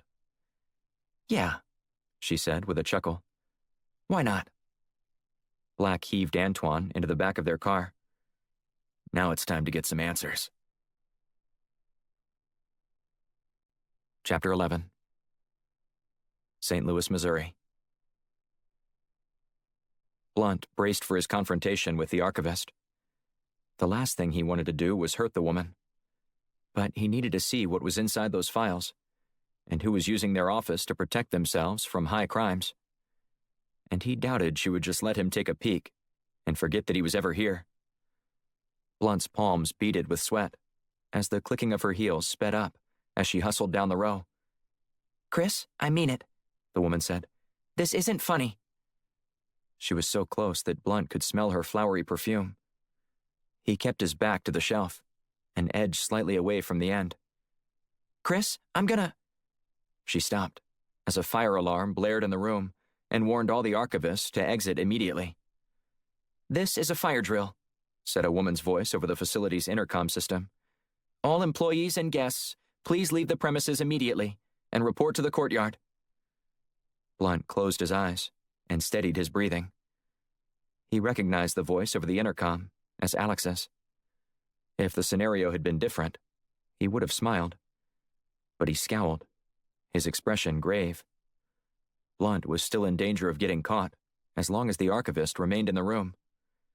The woman growled in frustration and hustled toward the entrance of the sealed records room. Chris, I'm waiting for you, she said. Blunt didn't hear any more sounds for a few seconds before she spoke again. You're gonna pay for this, she said, and exited the room, the door latching shut behind her. Blunt exhaled and slumped against the end of the shelf. Alex. He waited a few seconds before carefully opening the folder. Without much time before everyone would return to the building, Blunt didn't even read the documents. Instead, he quickly flipped through the pages, stopping briefly to take a picture of each one. There were more than 36 pages, all of which he was able to capture. He returned the papers into the file and resealed it. Scrambling to his feet, Blunt hustled toward the exit. He kept his head down as he noticed all of the archivists had exited the floor. When he reached the security checkpoint, one worker remained, scanning all of the items going in and out of the room. Sir, do you hear that fire alarm going off? The guard asked. Blunt nodded. You need to hustle more quickly next time. If that was a real fire, your life would be in danger. Sorry, I heard it was a drill, and I was in the can, Blunt said. When nature calls. The guard rolled his eyes and waved Blunt through the turnstile. Once he reached the courtyard, all of the researchers were mingling with the archivists, all complaining about having to stand outside in the cold without having time to retrieve their jackets from the locker rooms. Blunt didn't stop, maintaining his steady stride toward the parking lot. He had just cleared the plaza where everyone had congregated when someone called after him. Where are you going, sir? Asked a woman. Blunt turned to see the archivist who'd helped him with his first pull of the morning. Oh, I think I've got everything I needed. She smiled. Oh, okay. You need to check your cart back in if you're finished. Would you be a dear and do it for me? Blunt asked as he glanced at his watch. I've got to press an appointment, and I have no idea how much longer it'll take before we're allowed back inside. I'm sure I can handle that for you. Have a nice day, and thanks for visiting. Blunt nodded and resumed his march toward his car. Nice work, sir, Alex said over the comms. Blunt looked over his shoulder to make sure no one could hear him. What on earth happened? He asked in a hushed tone. I don't know. The comms went dead for a while. I'm guessing that maybe you were in a section of the building where we couldn't get reception. I was starting to panic.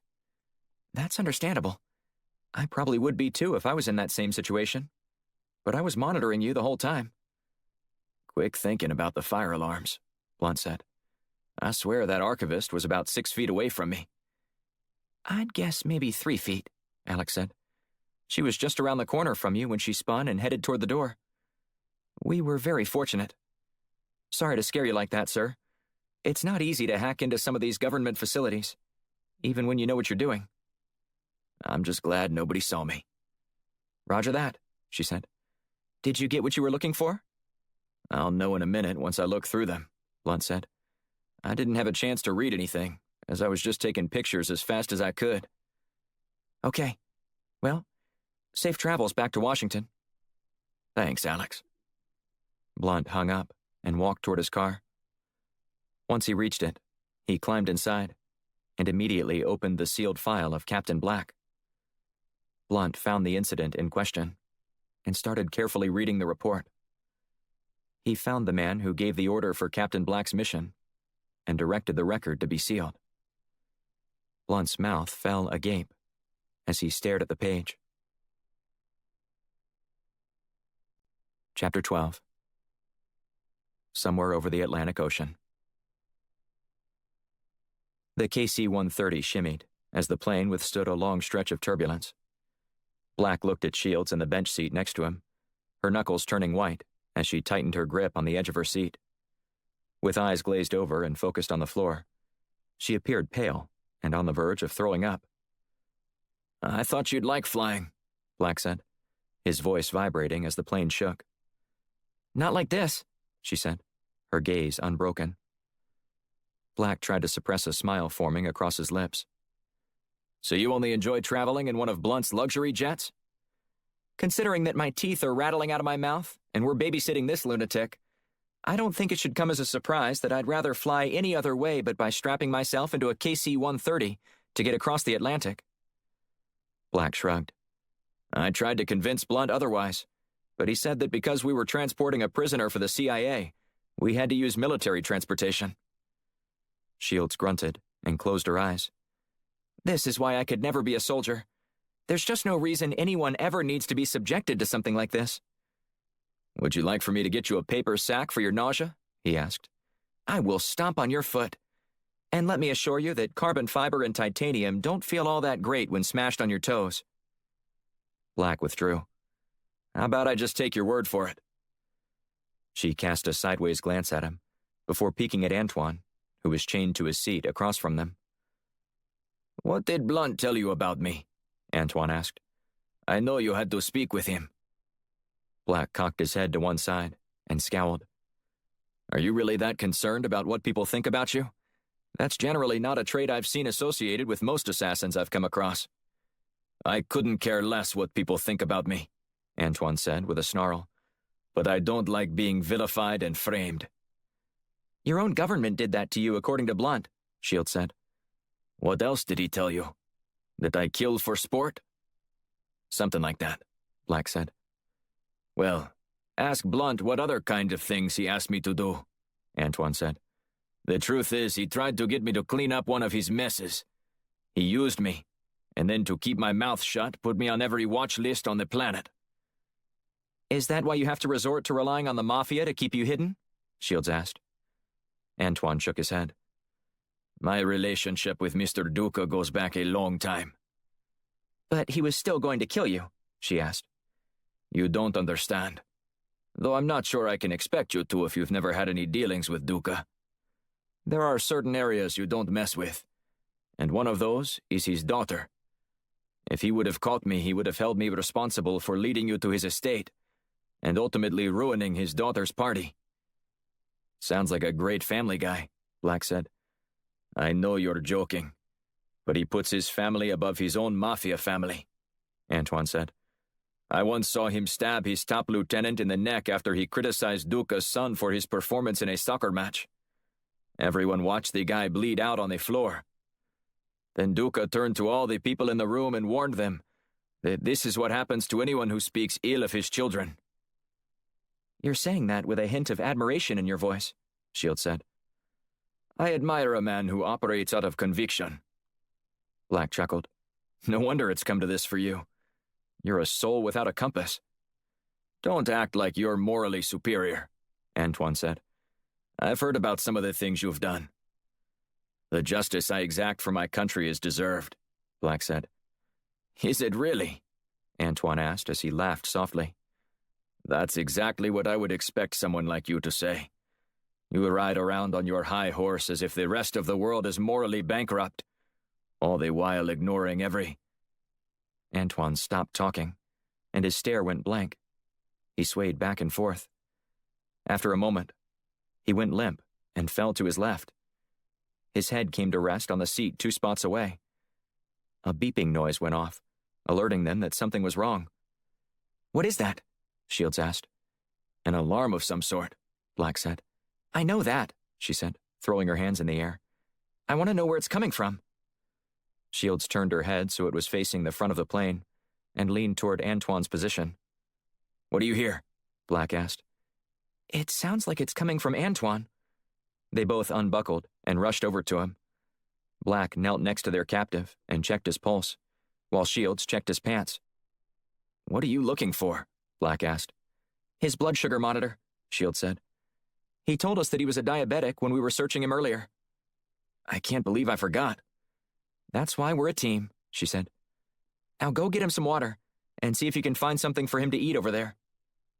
Black went over to Shields' pack, found a water bottle and a granola bar, and then hustled back to her. This ought to do the trick, she said as she snatched the snack from him and peeled it open. Black splashed some water in Antoine's face. Are you all right? Antoine slowly rose.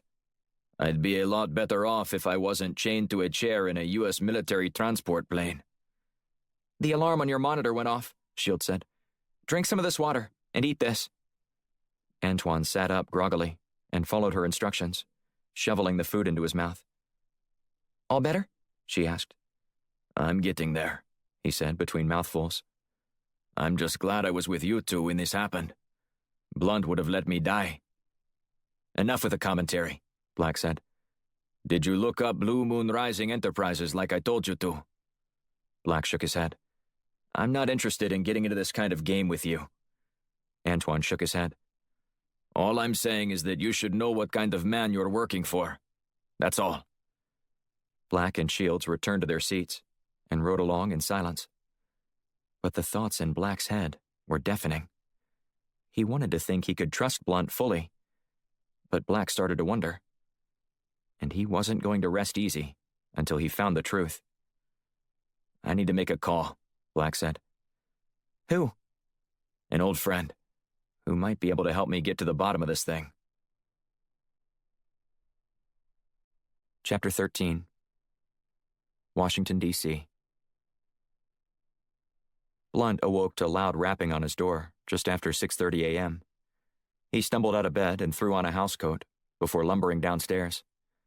Muttering a few choice words, he shuffled down the hallway and checked his security monitor before answering. Don't you think it's a little early to be making house calls? Blunt said after opening the door. Robert Besserman, dressed in a dark suit, held out a cup of coffee. A peace offering? Get inside, Blunt said, waving Besserman into the house, and then taking the drink. Besserman followed Blunt into the kitchen, where the two men sat at the bar. What's this all about? Blunt said. I can't imagine it's good news. Besserman sighed and shook his head. This couldn't wait. You're starting to worry me, Bobby. Just spit it out. Elliot is about to go public with the hearing, Besserman said. According to one of my sources at the Capitol building, he's gathering sworn affidavits and is putting you at the center of his crosshairs. He's planning on springing a few surprise questions when you take the stand. Blunt took a long sip of his coffee. There's no way I'm taking the stand. That'd be lunacy. I know that's not ideal, but if you don't, it's only going to make you look guilty of the exact thing Elliot claims is going on. Wilson Wellington, Blunt muttered. That guy has a closet full of skeletons. More like a garage full, but he's been airing his dirty laundry for a while now and is on some crusade to expose his past deeds to show how he's reformed. He's just trying to keep his seat. That guy's more slippery than a pocket full of pudding. Apparently, there are people who are buying it, mainly the voters in his district. You'll have to dig deep to unearth something he hasn't been honest about. Most of what he's revealed about his past is just low-level corruption that almost every member of Congress is guilty of at some point. Blunt huffed a laugh through his nose. That shouldn't be too hard to do. Well, if you're going to leverage that into stopping the hearing, you better do it quick, before these details about what Elliot plans to do are leaked to the media. From what I understand, he also has a surprise witness that's going to bring down everything. A surprise witness? Blunt asked as he narrowed his eyes. That's not how hearings are supposed to work. Of course not. But when Wilson Wellington is orchestrating things behind the scenes, all bets are off. Who could he possibly trot out there? A disgruntled operative? I've ticked some people off in my day, but not by doing anything nefarious. They'd be opening up a can of worms if they want to put the intelligence community on trial. Which is why everyone has been working tirelessly to put an end to this charade, Besserman said. But all that pressure has made Elliot dig his heels in deeper. And now we're at a point where some operations are going to be very disrupted, if not exposed, if we don't figure out a way to end this. Unfortunately, you're at ground zero on all of this. So you're telling me I need to stop this? Besserman nodded. We've done just about all we can do, applying as much pressure as possible to Elliot. Maybe that's your problem, Blunt said. You're going after the wrong guy. Wellington is the one who can end it. We've tried, but he seems impervious at the moment to any accusations levied against him. Don't worry, Blunt said. I've got something that'll make him stop in his tracks. And if he doesn't, then we're all screwed. Chapter 14. Undisclosed location, outside Washington, D.C.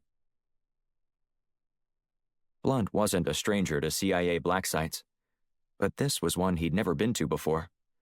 Or, at least if he had, he didn't remember it.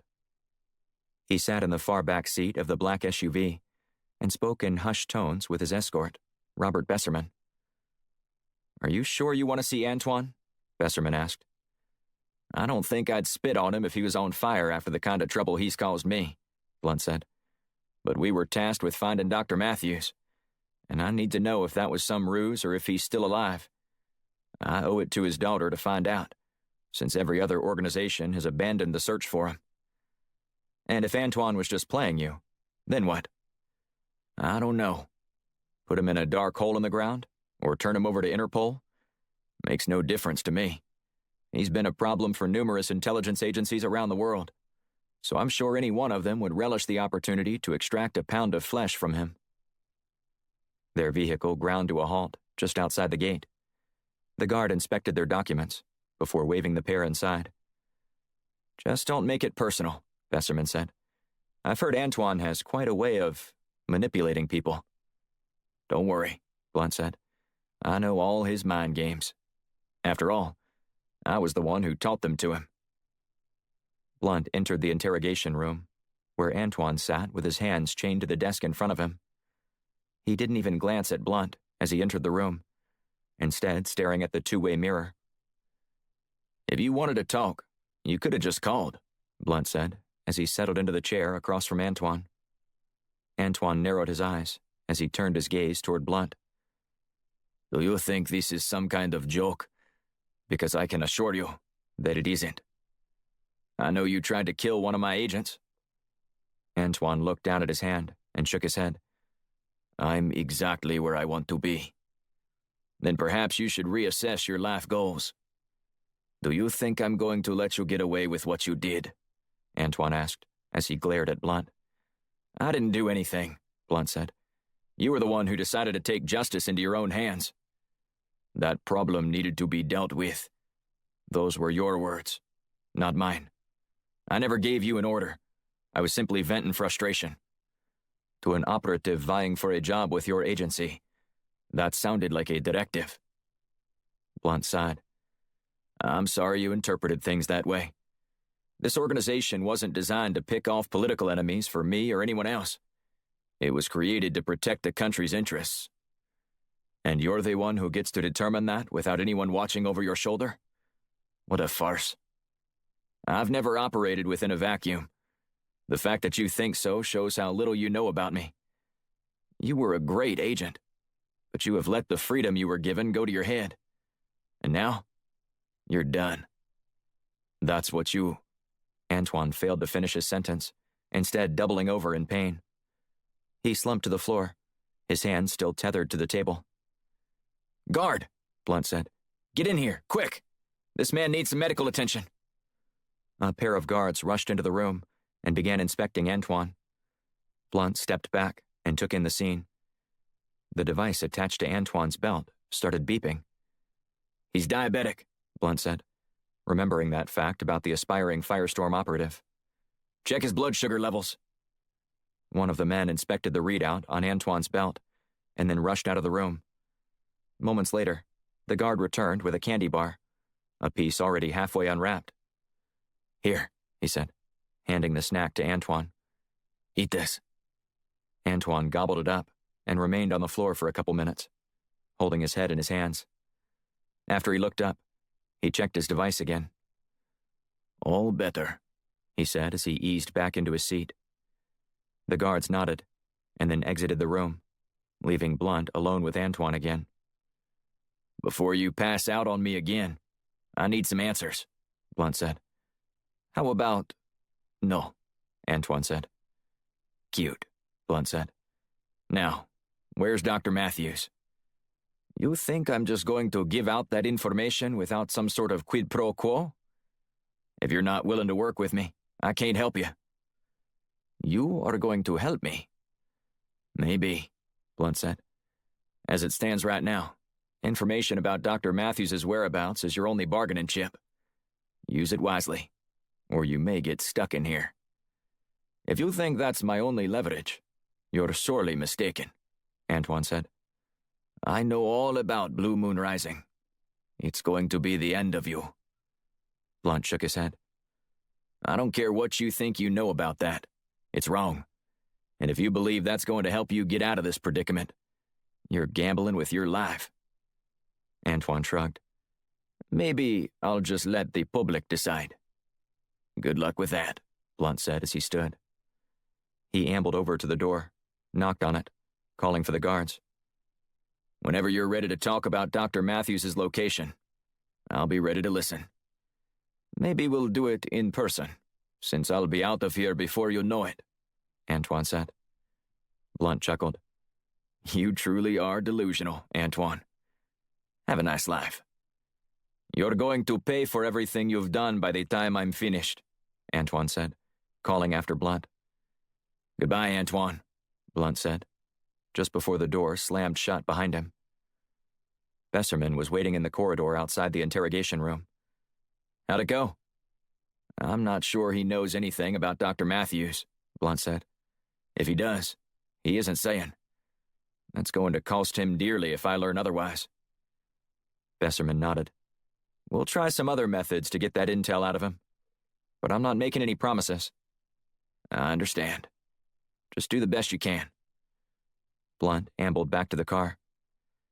He had work to do, especially regarding Blue Moon Rising. How did Antoine even know about that? Chapter 15. Washington, D.C. Blunt yanked open the door to the restaurant 1789 and strode up to the host stand. He didn't have a reservation, nor did he want one. While Blunt was hungry, he wasn't here to eat. One of Senator Wilson Wellington's new assistants had been far more forthcoming with her boss's schedule than she should have been when Blunt inquired. Wellington is going to hate this. The thought made Blunt smile as he asked about Wellington's whereabouts from the young man at the lectern doling out seating assignments for each dining party. The senator and his guest are in the corner, the man said, nodding toward the back. But he didn't say anything about anyone else joining them. Blunt shrugged and patted the host on the shoulder. Maybe it slipped his mind. Wellington was seated in a booth with a shapely blonde woman some 30 years his junior. He swilled his wine, smelled it, and then crinkled up his nose before handing the glass back to the waiter. It's chilled too much for my liking, Wellington said. Take it back. Bring me back one of your French Merlots, not a degree cooler than 63. Is that understood? Yes, sir, the waiter said, before hustling away with the bottle. Blunt marched up to the table, wearing a faint smile. While he wanted to punch Wellington in the face, Blunt hadn't become successful in Washington without learning to be diplomatic. Well, if it isn't my favorite cowboy, Wellington said, offering his hand to Blunt.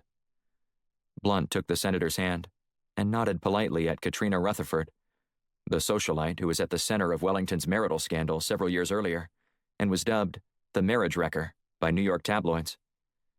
Including Wellington, she had broken up 4 D.C. power couples and was unapologetic about it.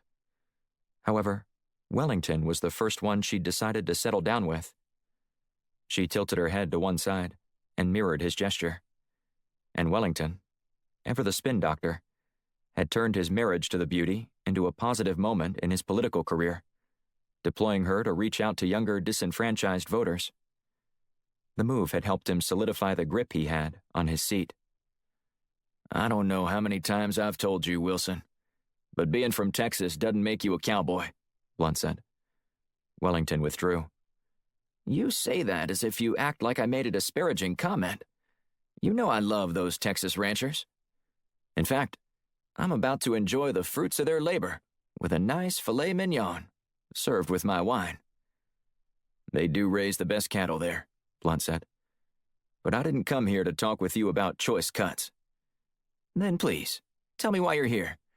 Because my lovely bride and I have a lot to catch up on after her recent trip to Naples, Wellington said. Are you sure you want her to stick around for this? Of course, Wellington said. Anything you have to say to me, you can say in front of her. Blunt shifted his weight from one foot to the other, tapping the file folder in his hands against his leg. I just wanted to ask you to rein in Alan Elliott and have him stop this ridiculous hearing. Wellington cautiously eyed Blunt and waited a moment before responding. Do you have something to hide, J.D.? I haven't done anything I'm ashamed of, if that's what you mean, Blunt said. I've only done what my country has asked me to do. Then why are you so worried? Some valuable assets will have their covers blown if this circus is allowed to take place. And you have the power to shut down Elliott's witch hunt before it gets started. The waiter returned to the table, pushing a cart with a wine bottle nestled in an iced pitcher. I'm sorry. Am I interrupting anything? Nah, Wellington said as he scribbled something on a napkin and handed it to Blunt. Just signing an autograph for a big fan. Blunt stepped back to allow the waiter access to the table. He poured a glass of Merlot for Wellington, who immediately screwed up his face and puckered his lips after tasting the drink. He placed the wine stem on the table and dismissed the glass with a wave of the back of his hand. I thought I said 63 degrees, Wellington said. That was at least 50 degrees. Far too cold for any proper wine serving. The waiter maintained a straight face before rolling away the cart.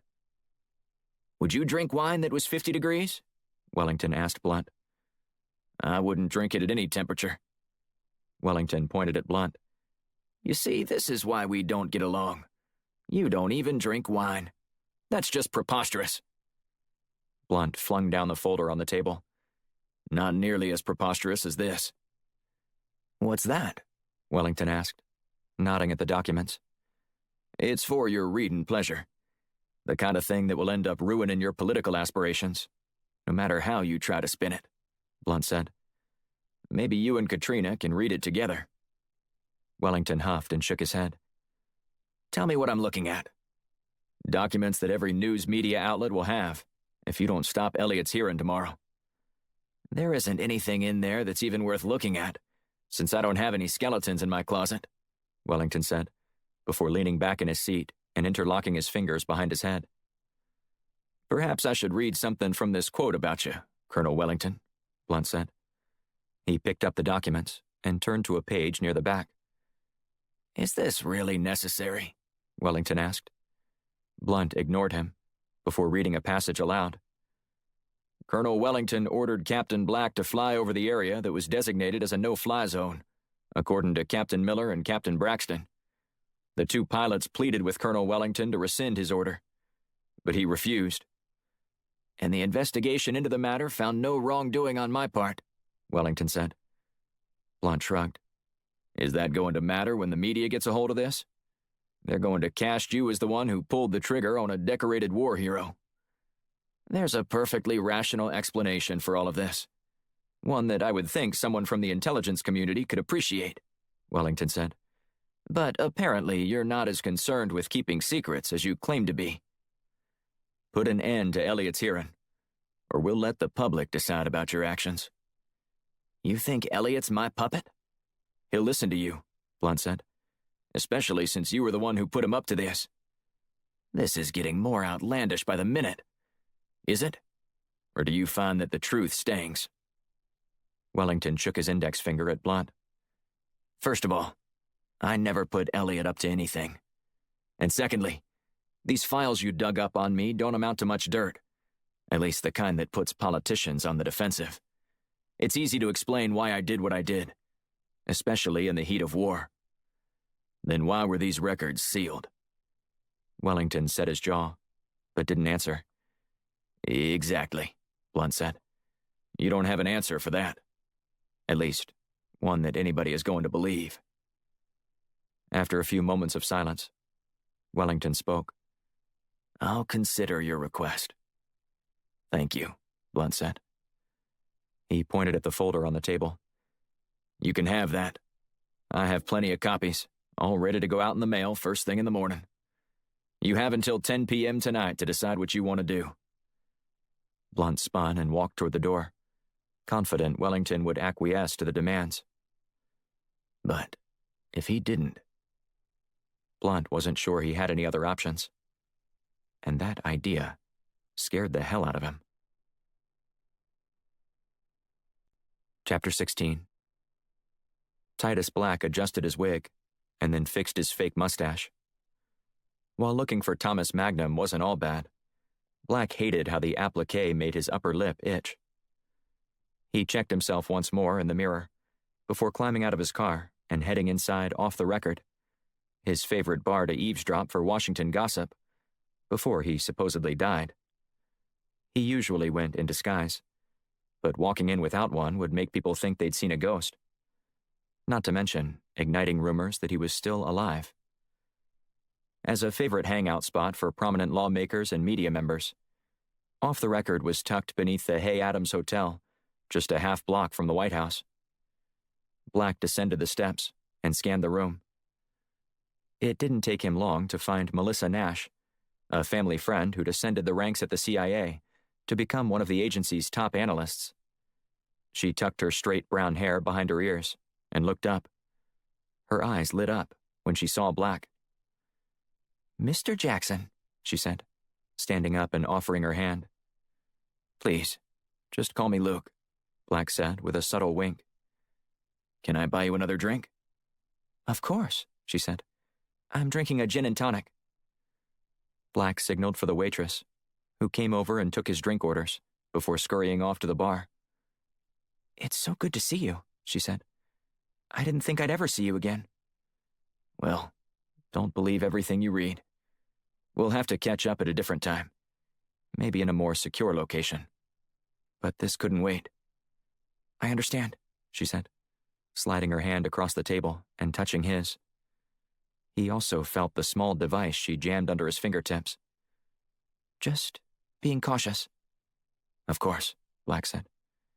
"Anything else I should know about the information contained down here?" She shook her head. "I don't make judgments. That's your job. I just find what I find and let you put the pieces together. That's what you're best at. But everything should be in there for you to figure out what's what." Black nodded and eased the flash drive into his pocket. "For what it's worth, Melissa, I'm sorry I couldn't tell you the truth about what happened. I know that." She held up her hand. "No need to apologize. We're in the same line of work.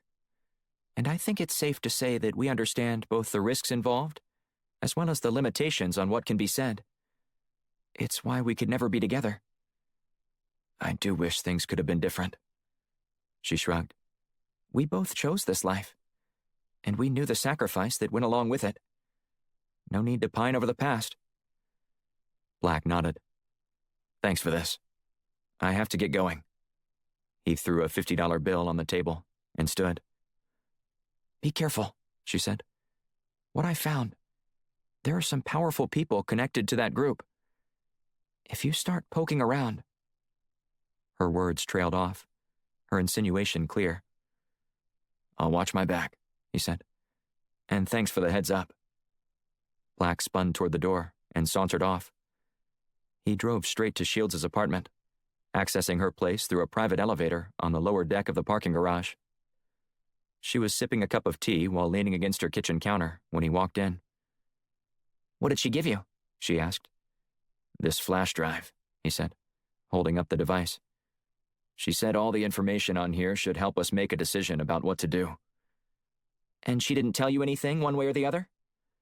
Black shook his head. "Melissa's an analyst. She looks at the data. According to her, that's all she does." "I know that's a lie," Shields said. "Well, that's what she said. But she also issued a warning that the people connected with Blue Moon Rising were powerful people, and to be careful." Shields held her hand out, Enough talk. Let's see what's on there. Black placed the flash drive in her hand, and then she jammed the device into the side port on her laptop. Then she clicked on a folder and scanned a list of files. One by one, Shields clicked on them. After perusing the data on the first few spreadsheets, she whistled.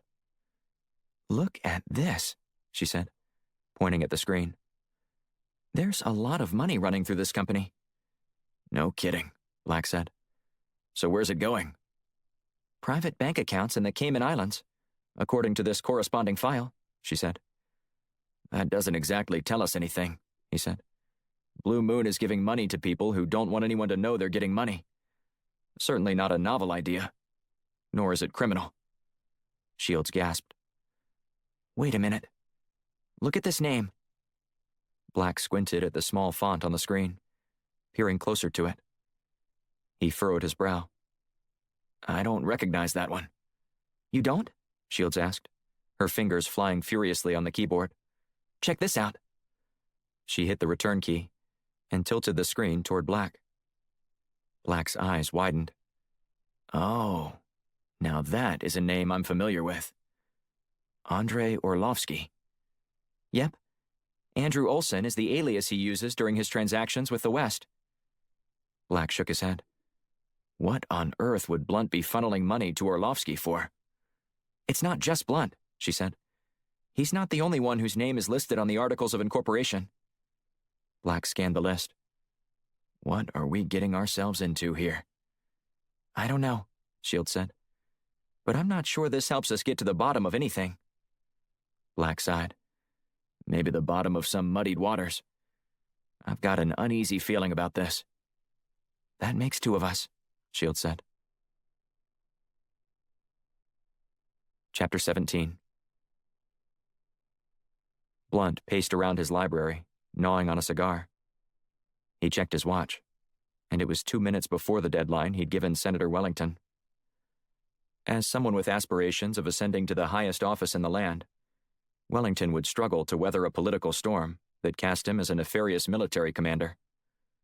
The public sentiment toward the military was a mixed bag. The overwhelming majority of the American people were proud of their soldiers. But there was a vocal minority who felt the military was full of corrupt leaders after a rash of scandals. And the loudest of those people all seemed to occupy seats behind news desks on just about every cable television network. Risking such a story breaking as Capitol Hill swirled with rumors that Wellington had formed an exploratory committee regarding the upcoming election could torpedo his run before it ever got off the ground. Blunt received a text from Besserman asking if there was any news to report. "None yet," Blunt wrote back. He resumed strolling around his office, checking his phone every few seconds. It was set to vibrate, but he couldn't help himself. Blunt's next move wasn't certain. He couldn't afford to put the intelligence community under such an intense microscope. But that seemed like a foregone conclusion if Wellington didn't acquiesce to Blunt's threat. Elliott's hearing was scheduled to start in less than 36 hours, with no procedural way to shut it down. And if Blunt opted to move forward and expose Wellington, the fallout could be twice as bad. However, Blunt clung to the hope that the media and the public outcry over Wellington's abhorrent actions while serving in the military would attract the most headlines. A quarter of an hour went by before Blunt's phone finally rang. The caller ID showed up as unknown. This had better be Wellington. "The deadline was 15 minutes ago," Blunt said as he answered the phone. "I had to do my due diligence," Wellington said. "But based on my conclusion, I wasn't too worried about missing the deadline. I thought you wanted to be president. I still will be. And I'll make my first campaign promise right now. I promise to make your life a living hell." Blunt grunted and then huffed a laugh through his nose. "That'll look great on t-shirts and bumper stickers. Funny thing is, it's probably the truth. Not just for me, but for all Americans. You'll be in prison long before that," Wellington said. "There are a couple of problems with that claim, starting with the fact that I haven't done anything wrong. You're also forgetting that I know some pretty powerful people who have the ability to squash any trumped-up accusations you try to throw at me. You should know by now that not everything has to be true to inflict the necessary damage. Blunt examined his cigar before setting it down on the edge of his desk. I shouldn't have to remind you that I know how the game is played. I did it for quite a while on Capitol Hill. So if you want to come after me, I suggest you come with more than just empty threats. JD, I wasn't born yesterday. I know how you got those personnel records. Oh, really? All I had to do was put 2 and 2 together, Wellington said. An unexpected fire drill at the Military Personnel Records Center, just days before you waved those documents in my face. That was kind of sloppy work, though that's what happens when guilty people start to get anxious about a reckoning.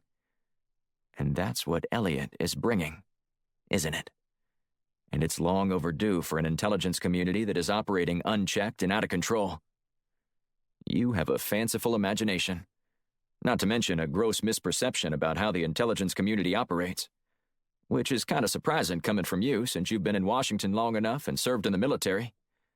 You should know that what we do is always in the best interest of our country. Wellington chuckled. Sometimes. There are other occasions where you're engaging in a pet project for one of our own power-hungry leaders. And it's all recognized as legal. That's something I intend to change. The irony of that statement isn't lost on me. I don't care what you think about it, Wellington said. It's the truth. And I'm going to make sure everybody knows about what you and your ilk does. And what exactly am I doing? Blunt asked. He needed to make sure that word hadn't leaked about his involvement with Firestorm. You're thriving in the shadows, and I'm going to drag you into the light. He doesn't know a thing. Blunt picked up his cigar and popped it back into his mouth. It's your career, Senator. Hope you've enjoyed it while it lasted. Blunt hung up the phone and scrolled through his contacts. He needed to make a call. Wellington had left no other options. Chapter 18. Allison Carter's nightly TV show ranked among the highest rated in the cable news network world. On the Carter Connection, she interviewed policymakers, movers, and shakers according to the tagline used to promote her program. The former New York beauty queen didn't mind mixing it up with Washington's elite on air, using her platform to challenge lawmakers to bring about reform in areas seemingly ignored by Congress. She had just finished wrapping up her program for the evening and was removing her jewelry when her cell phone vibrated across the dressing room counter. The number wasn't one she recognized, which was the norm. Tired and ready to go home, she almost sent the call straight to voicemail, but decided against it and answered. How are you, Allison? This is J.D. Blunt, said the caller. Senator Blunt. Former senator now, he corrected. Well, you'll always be my favorite Texas senator. Now, what can I do for you? I need your help. My help? She asked. Weren't you recently tabbed by Washington Whispers as the most powerful man behind the scenes in the city? That was 5 years ago, and I'm hardly behind the scenes. If you're doing anything, I sure haven't heard about it, she said, as she stood and then exited the room. I'm certainly not an invalid, but I don't have quite the sway I used to have. She rolled her eyes.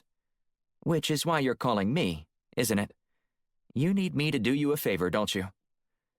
You might call it a favor. I might call it sourcing you on a story that is sure to rock the city and forever change the political landscape in this country. Allison stopped.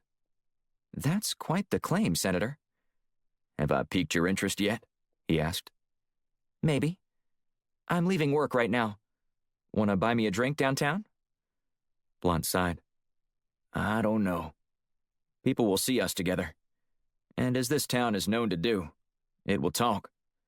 I'd rather not be linked to you on this one. That makes me think this is either really good, or I don't want to touch this story with a 10-foot pole. I know you've got more Emmys and Peabody Awards than you can shake a stick at, but this one might put you in the Pulitzer category. Allison's eyes widened. Consider my interest officially piqued. I'm leaving a package on your doorstep that has all the details. It'll give you more than enough to tell a great story and start investigating yourself. Just so we're clear, I'm not going to commit to anything, she said. I understand. Good. I wouldn't want to give you the impression that I'm just going to do whatever you suggest, especially without plenty of fact-checking and sourcing. I'd expect nothing less. Now, are you going to tell me who the politician in question is? Or do I have to guess? It's Wilson Wellington. Wellington? I didn't expect that, she said. He's squeaky clean as far as politicians go. I mean, he did have that affair, but who hasn't had a good one in this town? That seems terribly mild compared to what you're about to learn regarding Wellington's past. Perhaps you don't recall, but that story chewed up hours and hours of multiple news cycles when the truth came to light. I promise you that scandal will be a footnote on his Wikipedia page by the time you expose the world to who that man really is. Allison hustled down the steps and then walked toward her car in the parking garage as they continued their conversation. I appreciate the call and the opportunity to break this story, but why now? I'm sure this isn't some recent revelation. It's probably not new to the people who covered it up, but it is to me. Don't be coy with me, Senator. You didn't just finish your glass of scotch. Bourbon, he corrected.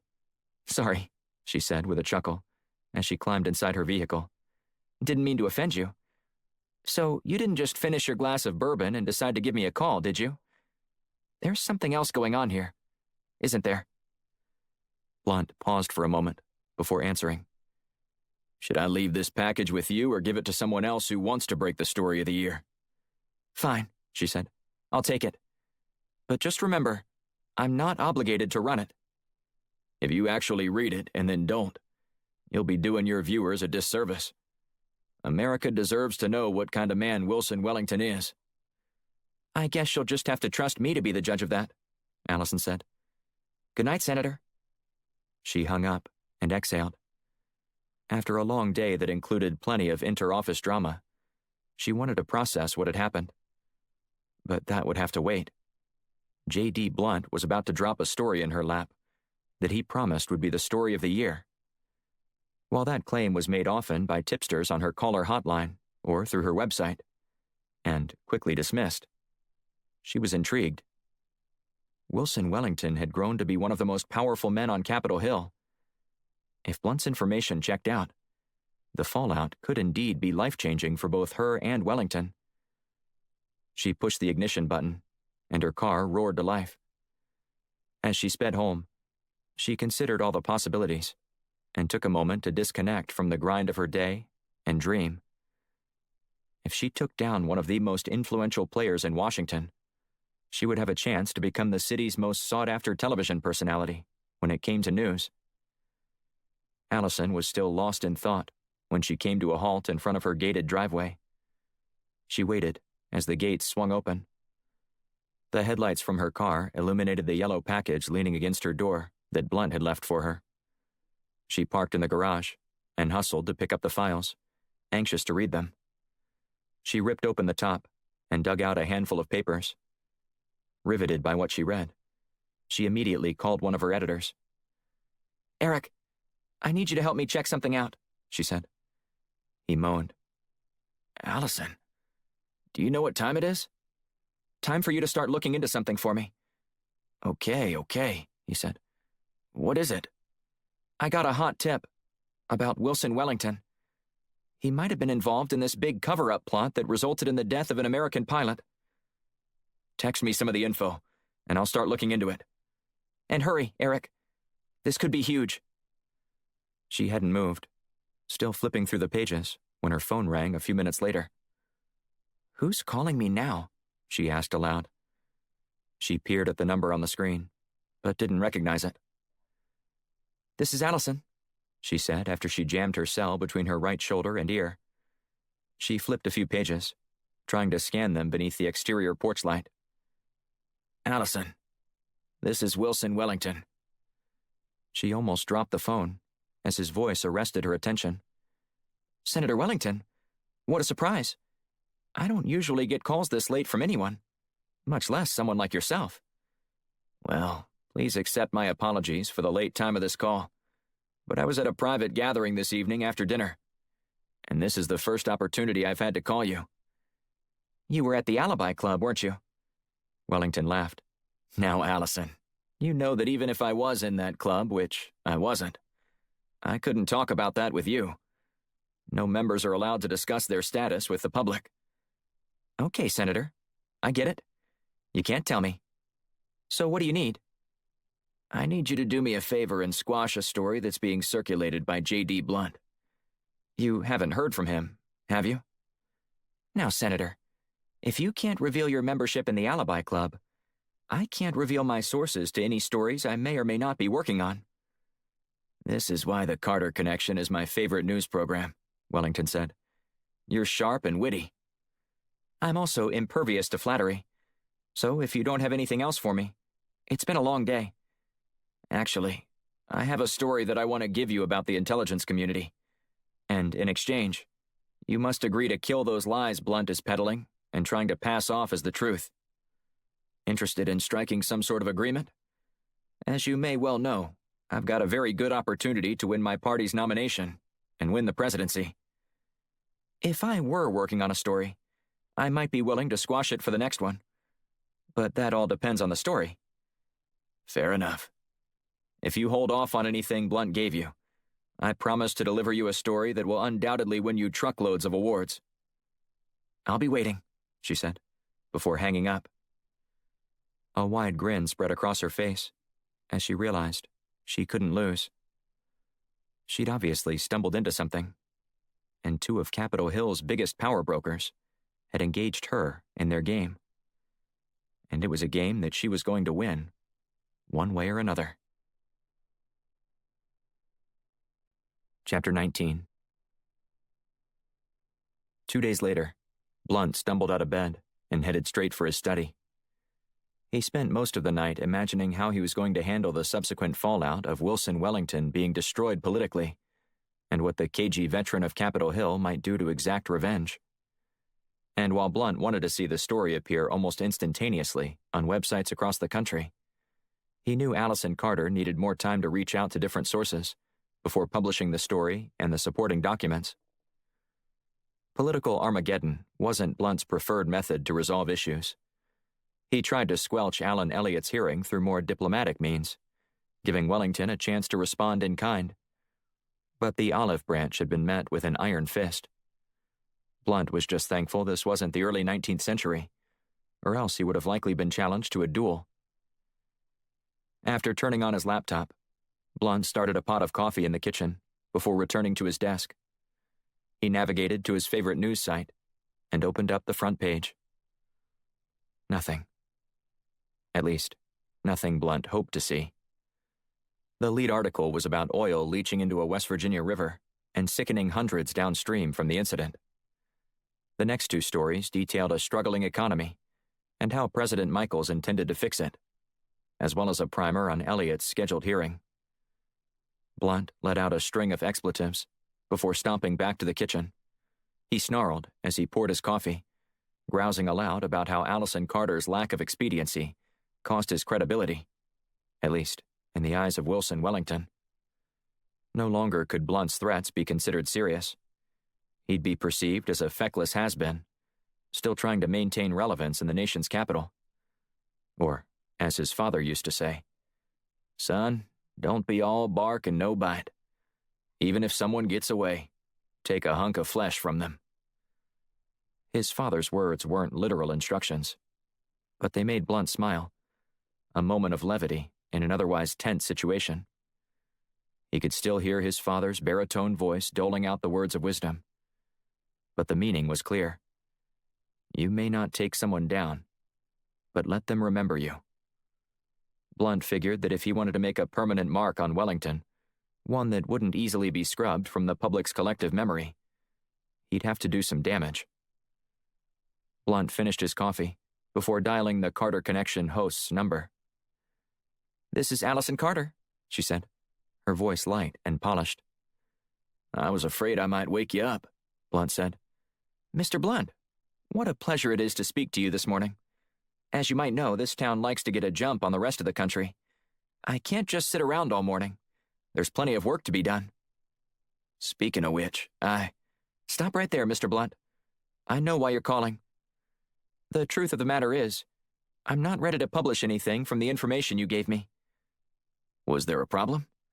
Well, I haven't finished all my research. Blunt stood and paced around the room.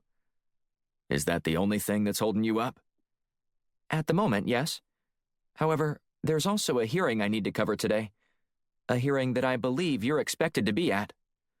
That's a farce, he said. Alan Elliott is barely old enough to be serving in Congress, let alone taking up a crusade to deconstruct our intelligence community through some damn witch hunt. I know it. You know it. The American people know it. This whole thing just reeks of political grandstanding. Everybody makes a name for themselves on Capitol Hill in different ways. It's certainly not the most prudent. Have you ever considered that perhaps Elliott isn't intent on becoming a career politician? He might have his eye on something else. And if he gets a reputation for dragging Washington's shadowy organizations into the light, he's liable to find plenty of opportunities. They might not be the kind of opportunities he wants. Maybe not to you, but the shrewdest people in this city are the ones who can pick their way through the minefield of partisan politics and reach the other side to find open arms. You're one of those people. My background dictated that I do what I do. Consultants for the Department of Defense are in short supply, especially ones with my background. Is that what you consider yourself? A consultant? You're more like a puppet master. Blunt huffed a laugh through his nose. I don't know who's telling you those lies, but that's what they are. Lies. I give advice, which isn't always taken. Like with you, I give you everything you need to win a Pulitzer, and then you just walk away. I haven't said I'm not going to do anything with what you gave me. I just need more time. Burn me now, and you'll be playing with fire, Miss Carter. Well, this escalated quickly, she said. I need to be going. I've got a hearing to get to. I'll see you there, Blunt said with a growl. Blunt hung up, and then called Besserman. What happened? He asked as he answered. I kept looking for a big report about Wellington's past sins in the military. Apparently, it's still being researched and fact-checked. But I'm not buying it, Blunt said. There was just something about Allison when I spoke with her this morning. She just seemed off. What do you mean? It's like she was dodgy and trying to hide something. She gave me a lot of rehearsed answers just to try and satisfy my questions. But I only have more now. Chiefly among them, what's really holding her back? Think Wellington got to her? Besserman asked. How could he have known what we were doing? I would never discount his involvement in everything. He's one of the most well-connected people in all of Washington. All she had to do was make one phone call, and who knows who was listening. Geez, Bobby, you make Wellington sound like he has his own personal NSA. He might. There's no telling how many people at my agency might owe him favors, or could be involved in helping him on one level or another. That's scary. Exactly. Which is why we need to be careful when handling this issue. I don't think there's anything wrong with what you did, but you shouldn't be surprised if Wellington is the one who somehow managed to dissuade Allison Carter from pursuing that story. Then I'll go to someone else, Blunt said. Besserman sighed.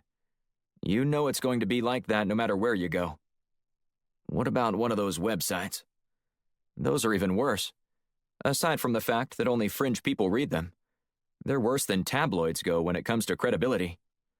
If you want this story to gain traction, it needs to be someone like Allison Carter, who looks directly into the camera and stakes her reputation on a report that Wilson Wellington is guilty of war crimes and tried to cover it up. Blunt stared at the chair in front of him, mulling over if he wanted to kick it over. After a split second, he realized he did want to smash his foot into it and send the chair flying across the room, but he also didn't want the accompanying pain. So he relented. I need to get going, Blunt said. I have to testify at that damn hearing. Don't worry, J.D., Besserman said. We'll think of something.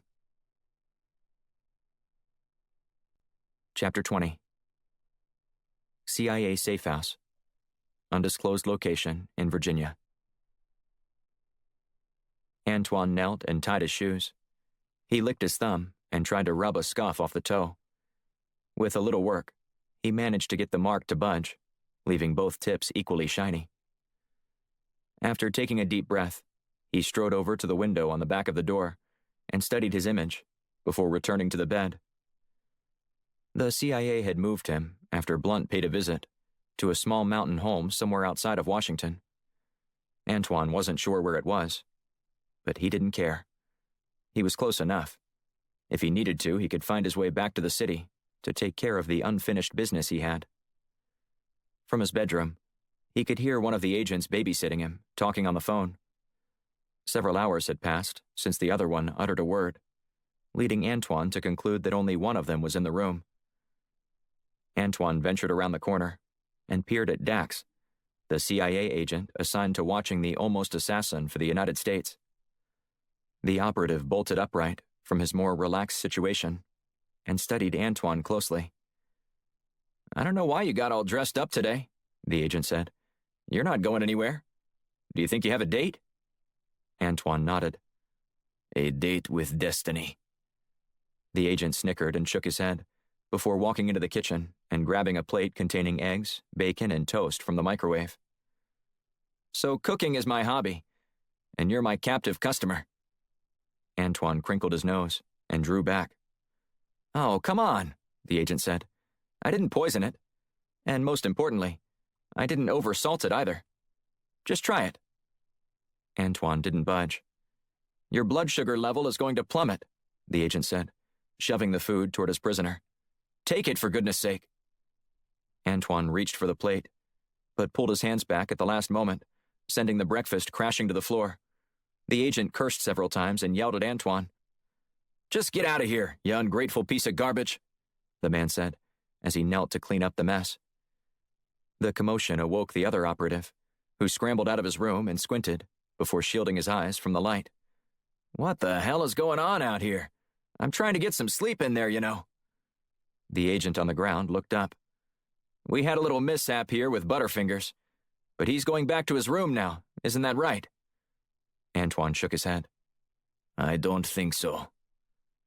Both operatives froze, eyeing Antoine carefully. The guard on the floor stood and neared his captive. "Perhaps I need to rephrase that.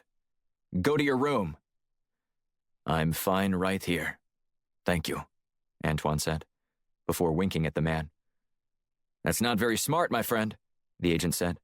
"I have orders to keep you safe and not to harm you, but maybe those orders got misplaced somewhere. Now, where were they?" The agent looked around for a few seconds before scooping up a group of documents. He crammed them into a blender on the kitchen counter. With the flip of a switch, the appliance sputtered before whirring smoothly and shredding the paper. "Oops," the agent said. "Looks like they're gone." Antoine glared at the man. "Do you think that's supposed to scare me?" "Maybe this will," he said, removing his pistol from its holster. Antoine smirked before collapsing to the floor. "Damn it," the other agent said. "Didn't you read that bit about him being a diabetic in his file? I bet you didn't even feed him. Why do you think this food was everywhere? This idiot dropped the plate I was trying to give him." Antoine kept his eyes closed as he eased his finger over his blood sugar monitor. He pressed a button, resulting in the emission of an ultrasonic sound. Thanks to the plugs he'd secured in his ears before exiting his room, the noise had no effect on him. The same couldn't be said for the two agents. After waiting for a pair of thuds, Antoine climbed to his feet and then smiled as he surveyed the aftermath of his stunt. He removed one of the agent's blazers and tried it on. Satisfied with the fit, Antoine proceeded to tie both men up. He fished the keys to the SUV out of their pants and pocketed both their phones. The next order of business involved moving both of his former captors into the back of the vehicle. Utilizing a wheelbarrow found in the back, Antoine hoisted each agent inside and steered them to the tailgate, where he schlepped the men inside. He gagged them and secured their hands to hooks so they couldn't get free. Antoine drove a mile down the road before he chucked the cells out the window and into the woods encroaching the road. He ran his fingers through his hair before leaning his head back and laughing. while he hadn't been captive that long, freedom felt great. He couldn't wait to get to the next phase of his plan. Chapter 21. Black awoke early, unable to get a restful night of sleep. Until about 2:30 a.m., he stared at the ceiling in the dark, contemplating every type of accusation that Antoine had leveled against J.D. Blunt. And after mulling over all the different scenarios as to why Blunt might be directing an LLC with ties to the Russian arms dealer Andrei Orlovsky, Black decided to go straight to the source. When Antoine initially made those claims about Blunt, Black wanted to dismiss them as bluster from a jilted operative. But Black's search led him back to Antoine, who acted as if he had intimate knowledge of Blunt's business dealings with Blue Moon Rising. Black called in a favor with Mallory Kaufman to see if she could locate the exact safe house where the CIA was holding Antoine. She groused about being woken up so early, but she owed Black several favors, especially after he handled one of her stalker ex-boyfriends. "You do realize it's not even 6 o'clock?" she asked, after he explained what he wanted. "I know," Black said. "This isn't something I plan to make a habit out of." "It better not be," she said. Mallory then went on to explain that moving Antoine from the Black site in such a short amount of time seemed somewhat odd. "How so?" Black asked. "Well, that's certainly not standard protocol," she said. "You don't end up at a Black site unless they have good reason to keep you there. But to transfer him so soon to a much lower-level facility? I mean, a safe house? That's like going from a prison to a detention hall." "What would make the agency move him?" She shrugged. "There are plenty of reasons why they might move him, though none of them make much sense in his case." "Such as?" "Antoine has diabetes, though that would get a transfer to a CIA-affiliated hospital," she said. "Or he could have a mental condition. Or maybe they had a higher priority prisoner transferring in. They like to keep those places occupied by only one mastermind fugitive at a time." "But you haven't heard anything that would fit the bill for that?" She shook her head. "Like I said, it's mind-boggling. No one else is at the site. And if he had some health issues, surely he would be at a hospital by now." "But he's not?" Black asked. "Nope. You'll find him near a little town called Sperryville, just outside one of Shenandoah National Park's entrances. It's about an hour and a half from Washington, maybe even sooner at this time in the morning." "Text me the directions," Black said. "I'm already heading out the door." "You got it," Mallory said. "I would tell you that you owe me one, but I think I still owe you." "I'm not keeping count," he said. "This is a huge help." "Good luck," she said, before ending their call.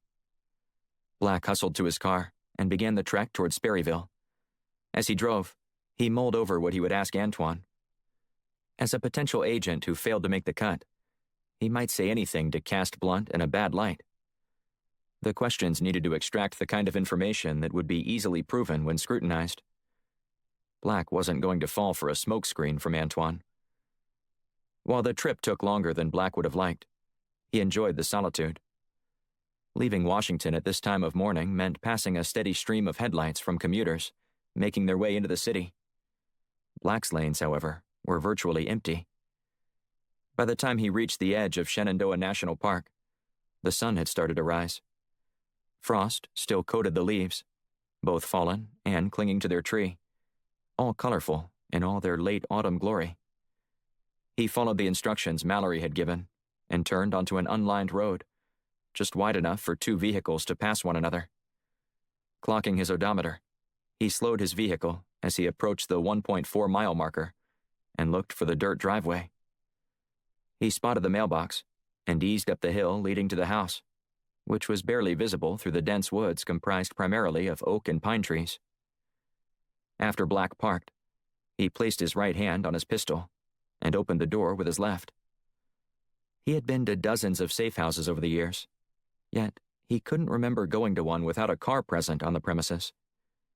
He knocked on the door and waited. When no one answered, he checked the doorknob and eased inside. "Hello? Is anyone here?" Black called. No reply. Methodically moving from one room to the next, Black cleared the house. He considered the possibility that maybe there was a basement, but couldn't find any access. After sweeping the area, he went into the kitchen and tried to survey the situation. He glanced down and noticed some scrambled eggs on the floor, and the house in disarray. If agents suddenly moved Antoine, they did so in a hurry. Plates, silverware, and glasses were strewn across the counter, and all the beds remained unmade. Black dialed Mallory's number again, hoping she might be able to provide an explanation for the vacancy at the safe house. "No one's there?" she asked. "Not a soul. Was there a transfer?" "Hang on a second," she said, her keyboard clicking in the background. "There's nothing in the system about Antoine being switched to another location." "And the place is a wreck," Black said as he walked through the house again. "Wherever they went, it certainly appears like they left in a rush." "Let me look in one more place," she said. After a brief pause. "Nope, nothing there either. I've got no idea what happened, but it's alarming. Is there anything I can do?" "I would tell you to let someone at the agency know, but then you'd be outed for giving out the address to one of their safe houses." "Yeah, my hands are tied there." "I understand," he said. "I'll think of something." Black hung up and immediately called Blunt to let him know that Antoine might be on the loose. "Please answer," Black said after the fourth ring. Then the call went to voicemail. Black left a message warning Blunt of the possible situation with Antoine. Then Black rushed back to his car and returned to Washington. He called Shields to update her on the situation. "Have you seen Blunt this morning?" he asked. "Not yet. He should have been in by now. Why? What's wrong?" "I just drove out to the CIA safe house where the agency was keeping Antoine." "You did what?" "I'll explain later. But Antoine is gone." "Gone? What do you mean gone?" she asked.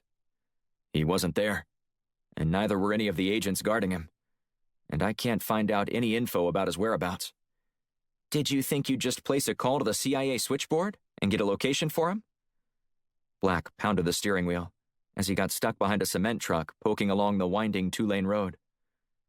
"I spoke with Mallory Kaufman, but she doesn't know anything more," he said.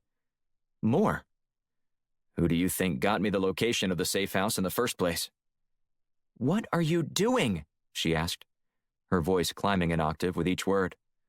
"People are going to learn that you're very much alive real soon if you keep this up." I know. But if Blunt is involved in something nefarious, I can't just turn a blind eye." "I get that, but do you realize everything that you're putting at risk by doing this?" Black cocked his head to the side in an attempt to peer around the truck holding him up. "I'm aware of the consequences if I get caught, just as I'm aware of what might happen if we later find out that we're working for a megalomaniac who's using us to further some personal agenda." "Or maybe it's not personal," she said. "Look, I get where you're coming from. Trust is in short supply in this shadowy world of ours. But we both know Blunt. Does he strike you as the kind of person who'd be running some devious scheme behind closed doors? He sure doesn't to me." "That's why the best agents never get caught without some stroke of luck," Black said as he roared around the truck and floored the accelerator. "He could have the wool pulled squarely over our eyes, and we'd never be the wiser." "Blunt just wants good to prevail, and he'd rather err on the side of exposing the truth for what the fallout would mean for the good of this country. He's going to tell the truth no matter what, which is why he isn't so well liked in Washington." "You're absolutely right," Black said. "That's why there's only one place Antoine could be." Black hung up and narrowed his eyes as he merged onto the interstate. Chapter 22. Washington, D.C. Antoine slung a bag over his shoulder as he trudged up the steps to the Capitol building. He nodded and smiled at the guard, directing everyone through the metal detectors.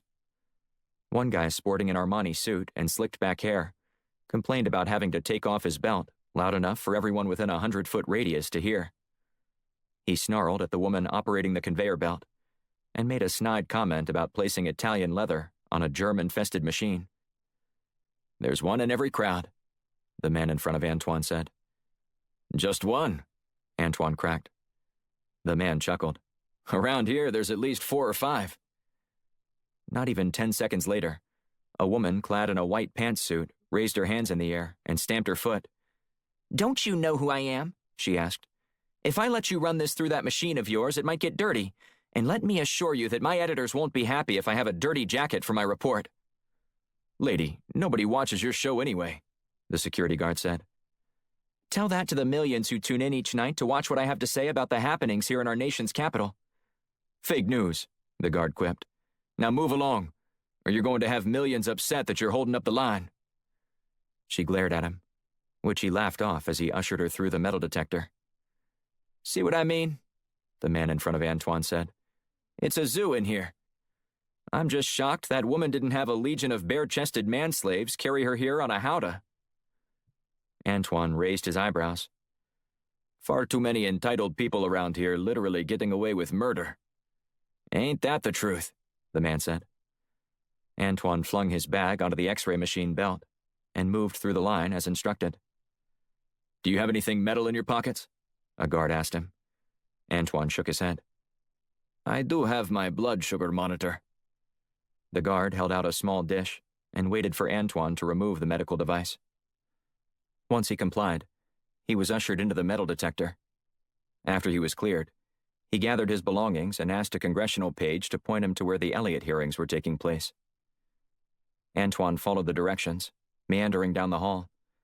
He walked slowly, eyeing the number of armed guards patrolling the main corridor.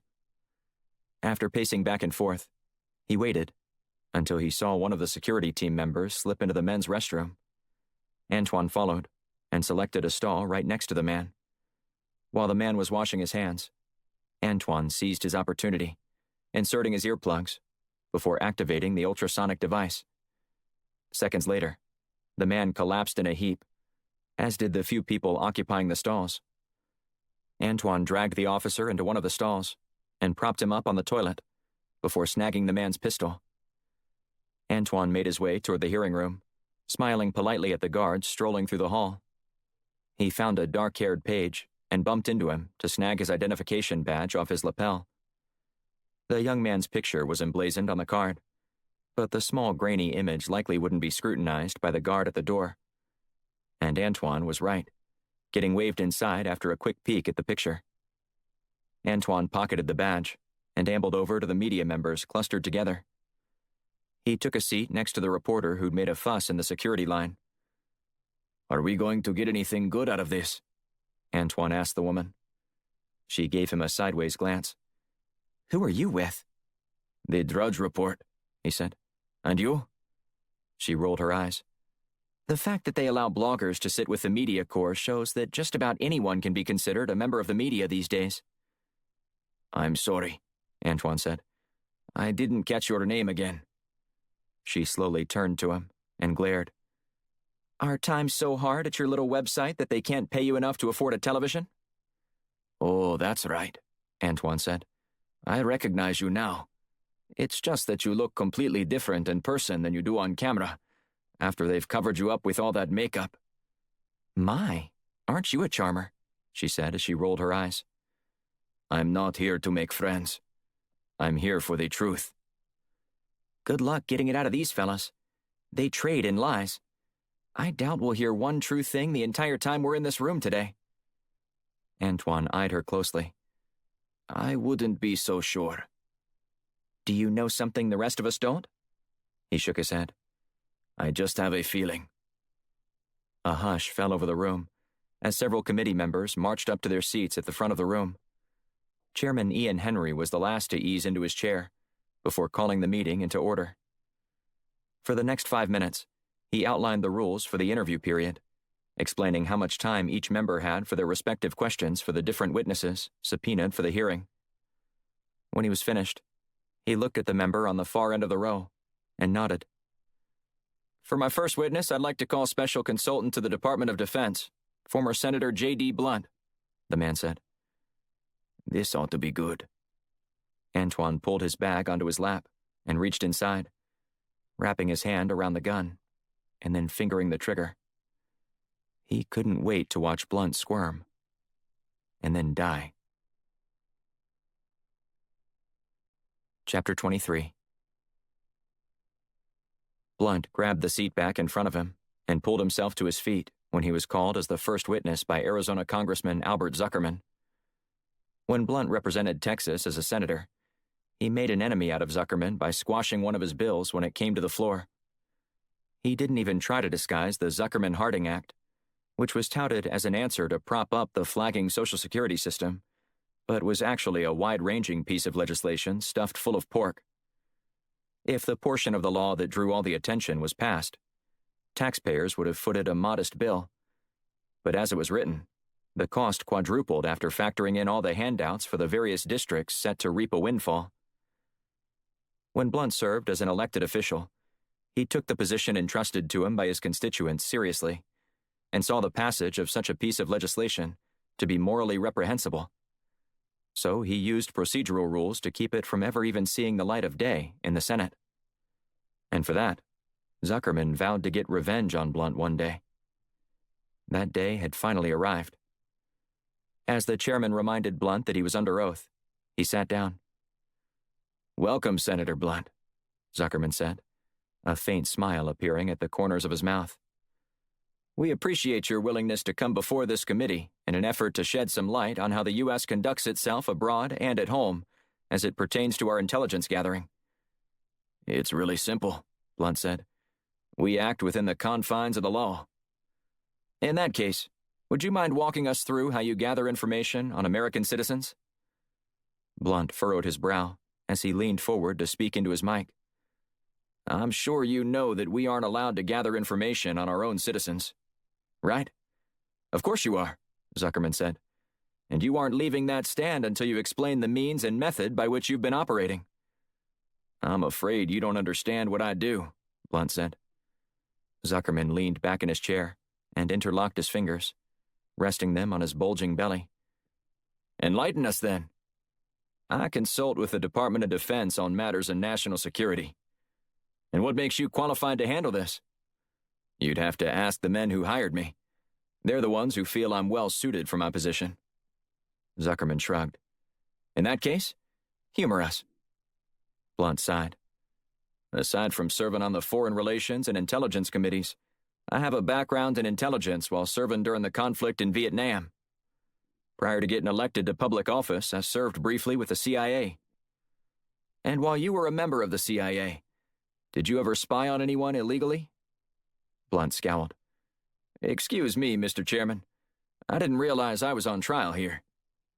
Henry glared at Zuckerman. "Can we please keep the line of questioning within the parameters that we established prior to holding this hearing?" "Of course, sir," Zuckerman said, before returning his gaze to Blunt.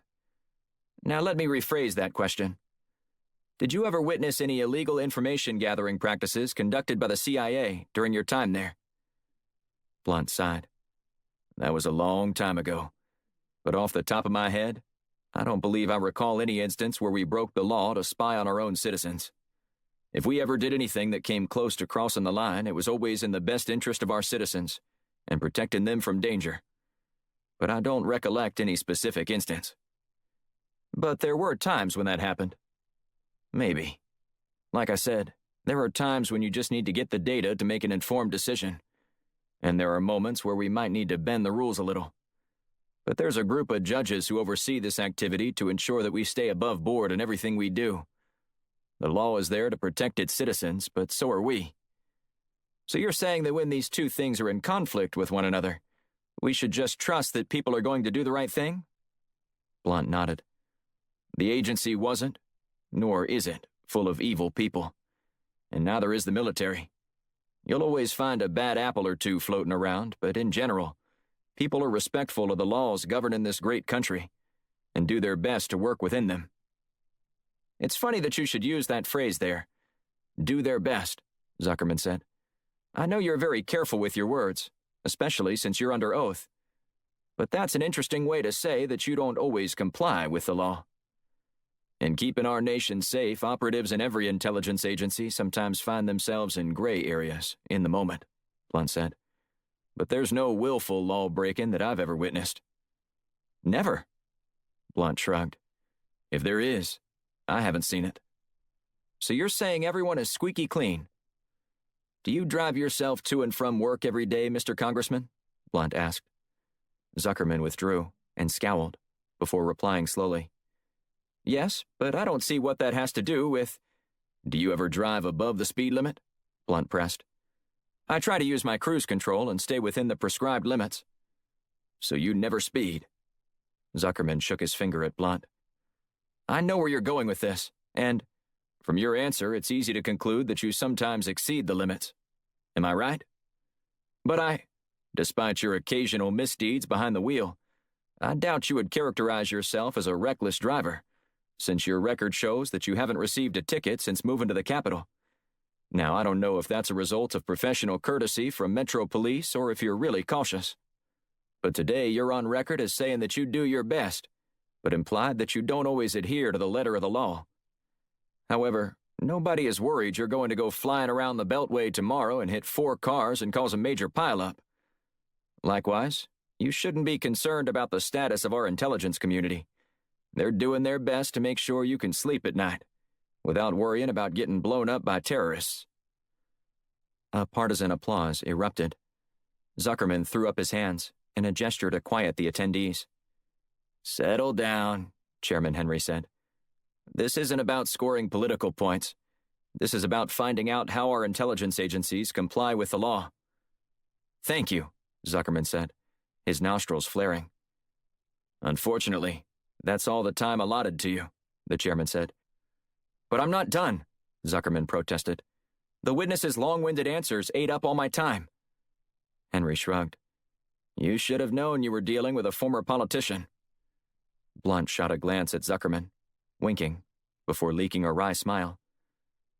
Congressman Elliott, your 5 minutes begins now, Henry said.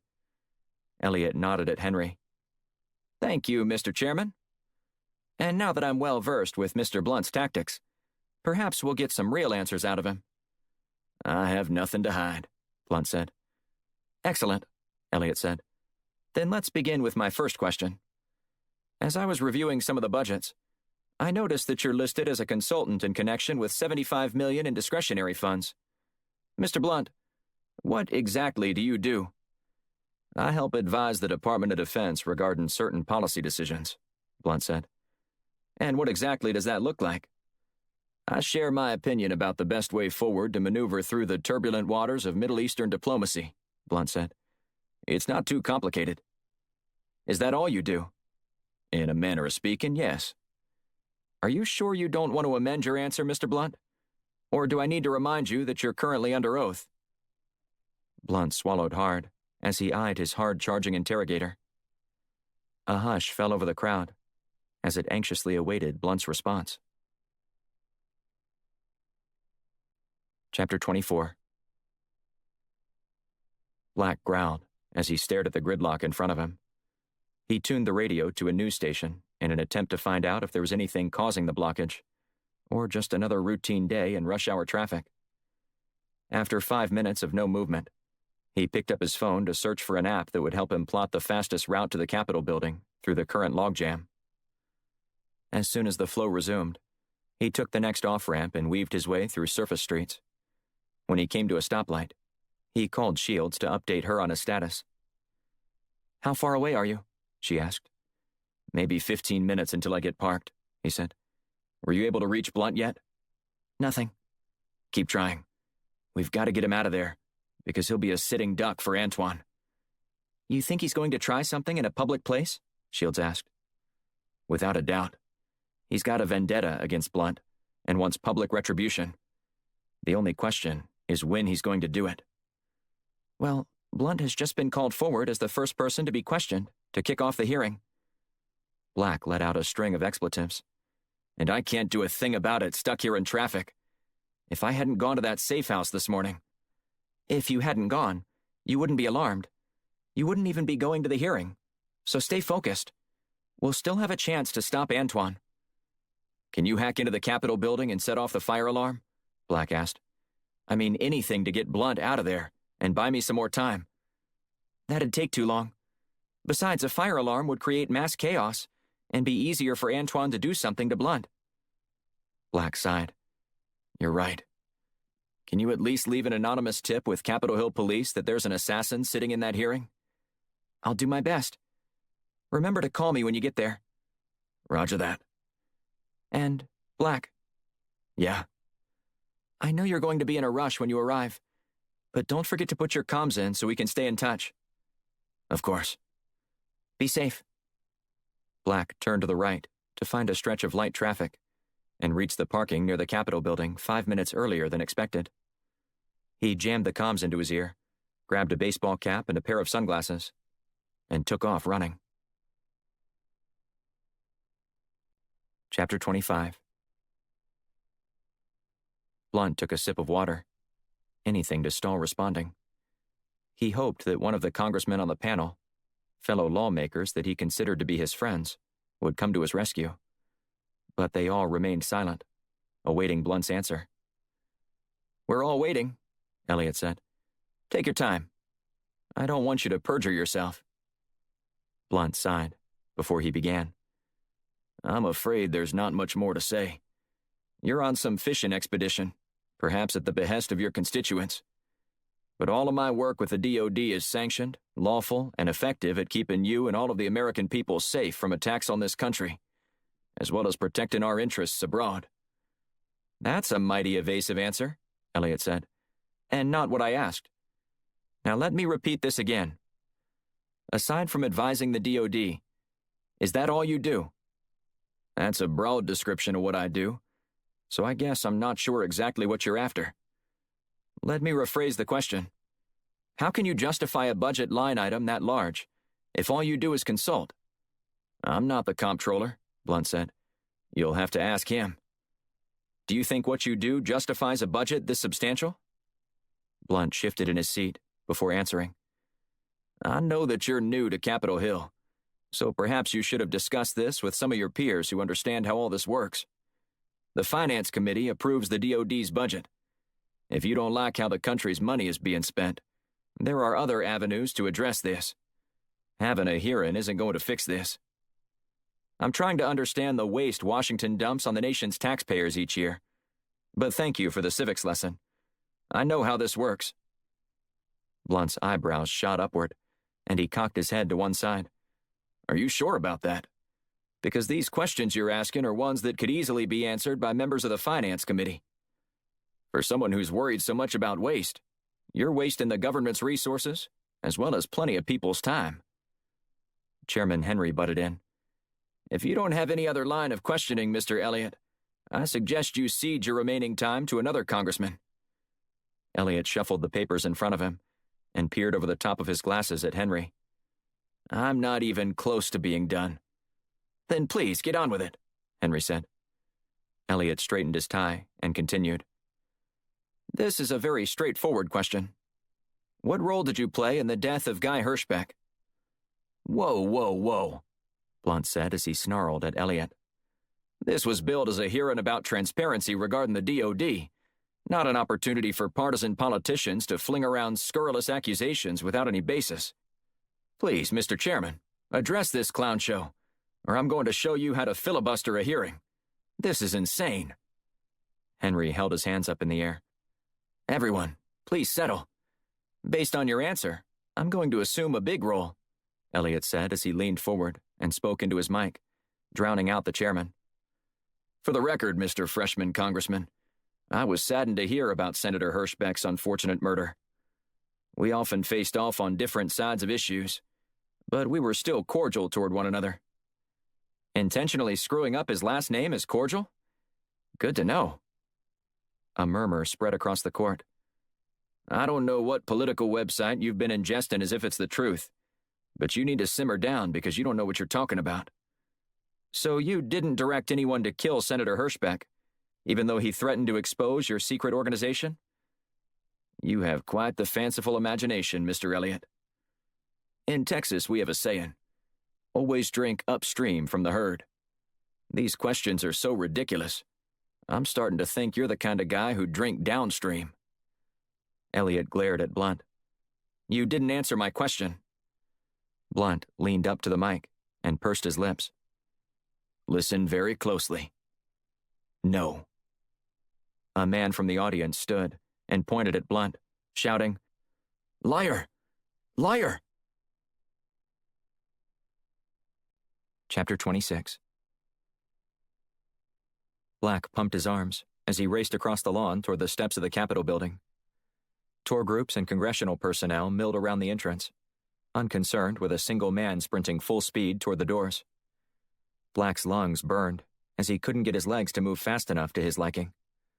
He flashed the CIA badge he'd been issued at the security guard before jumping ahead in line and scooting through the metal detector without setting off any alarms. "Are you still with me?" Black asked Shields over the comms. "I'm not going anywhere," she said. "Just tell me what you need." "What's happening with the proceedings?" "It's getting testy in there," she said. "Elliot is really going after Blunt and throwing all kinds of accusations at him. Better hurry." "Any sign of Antoine yet?" "Not yet, but I'm watching this on C-SPAN. It's one stationary camera on the witness stand, and the other is on the panel. There could be 1,000 or 2 people in the room, and I wouldn't be able to tell the difference." "Okay, I'm almost there." While Black didn't want to draw unwanted attention for racing through the hallowed halls of Congress, this wasn't the moment to be worried about decorum. He flew past a pair of policemen and motioned for them to join him. "What's the matter, sir?" one of the officers asked. "We've got a situation at the hearing," Black shouted over his shoulder. "Please hurry." The 2 men immediately followed Black and radioed in that there was a developing situation at the Elliot hearing. "Get moving," Shields said over the comms. "It just got tense in there. I can't see who, but somebody is shouting. And it sounds like Antoine." "I'm almost there," Black said. "And I've wrangled some Capitol Hill police, too." "I'll let you know if anything changes," she said. Black rounded the corner and charged toward the door. Shouting spilled into the hallway, and he recognized Antoine's voice right away. "Liar! Liar!" Antoine said. Black put his hands in the air. "I apologize, Mr. Chairman. This is my uncle, and I just found out that he was off his meds. Please, forgive us." Antoine turned his gaze toward Black and narrowed his eyes. "Another lie. This man isn't my nephew, and I'm not on any meds. But I am on a crusade to make sure people know the truth about who that man really is." Antoine pointed back at Blunt and approached the witness stand. At that moment, the 2 police officers rushed into the room. Black directed them toward Antoine, and they rushed toward him. Antoine noticed them and waved them off. "No, no. This is democracy in action. And justice, too." He plunged his hand into his bag, prompting screams as people dove to the floor. "He's got a gun!" one woman yelled.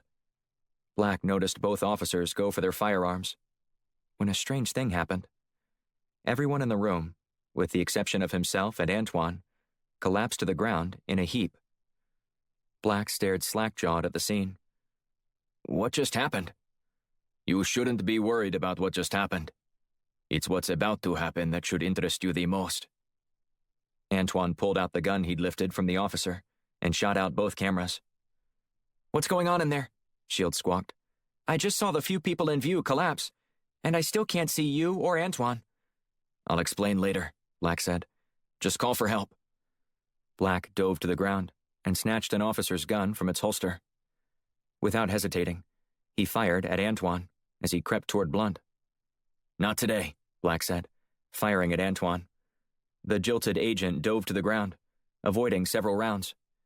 Both men took up positions behind tables. Black flipped one over and crouched low. "You're never going to get out of here alive," Black said.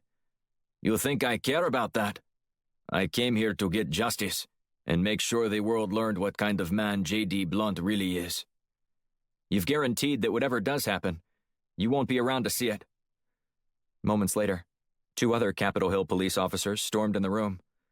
Black shouted at them to get down, fearing that Antoine would shoot them. But he didn't. Instead, the 2 officers suddenly crumpled to the ground. "What's going on in there?" Shields asked. "It's kind of hard to explain, but everyone just keeps passing out, and I have no idea how he's doing it," Black said. "How come you haven't collapsed?" she asked. "I have no idea about that either. But thankfully, he still has me to contend with, or Blunt might already be dead." Black peered around the edge of the overturned desk. "Where's Dr. Matthews? I know you didn't invent some device that could do this without him." "Go to hell," Antoine said, before he jumped to his feet and raced toward Blunt's limp body in the witness stand. Black stood and took aim, squeezing off a couple rounds at Antoine. The first one hit him in the shoulder before he ducked, causing the second shot to miss. Antoine remained equidistant to Blunt as Black. "Come on out," Black said, dragging the table with him as a shield while he moved toward his boss. "It's over." "I'll be back," Antoine said. He fired 2 shots at Black before darting out one of the side doors and into the hallway. Black heard shouting from a security guard, before silence. Hustling into the hallway, Black found everyone in the vicinity lying on the ground, motionless. But Antoine was gone. Chapter 27. Antoine activated the ultrasonic device once he hit the hallway to clear the way. He raced toward the nearest restroom and sized up a man washing his hands before turning on the machine again. When the man fell to the floor, Antoine quickly undressed the man who'd been wearing a fedora and glasses. Law enforcement rushed back and forth in an effort to find Antoine, but he was intent on walking out of the Capitol building like nothing ever happened. After the hallways were relatively clear, he strode out and feigned shock as he noticed all the people lying on the floor.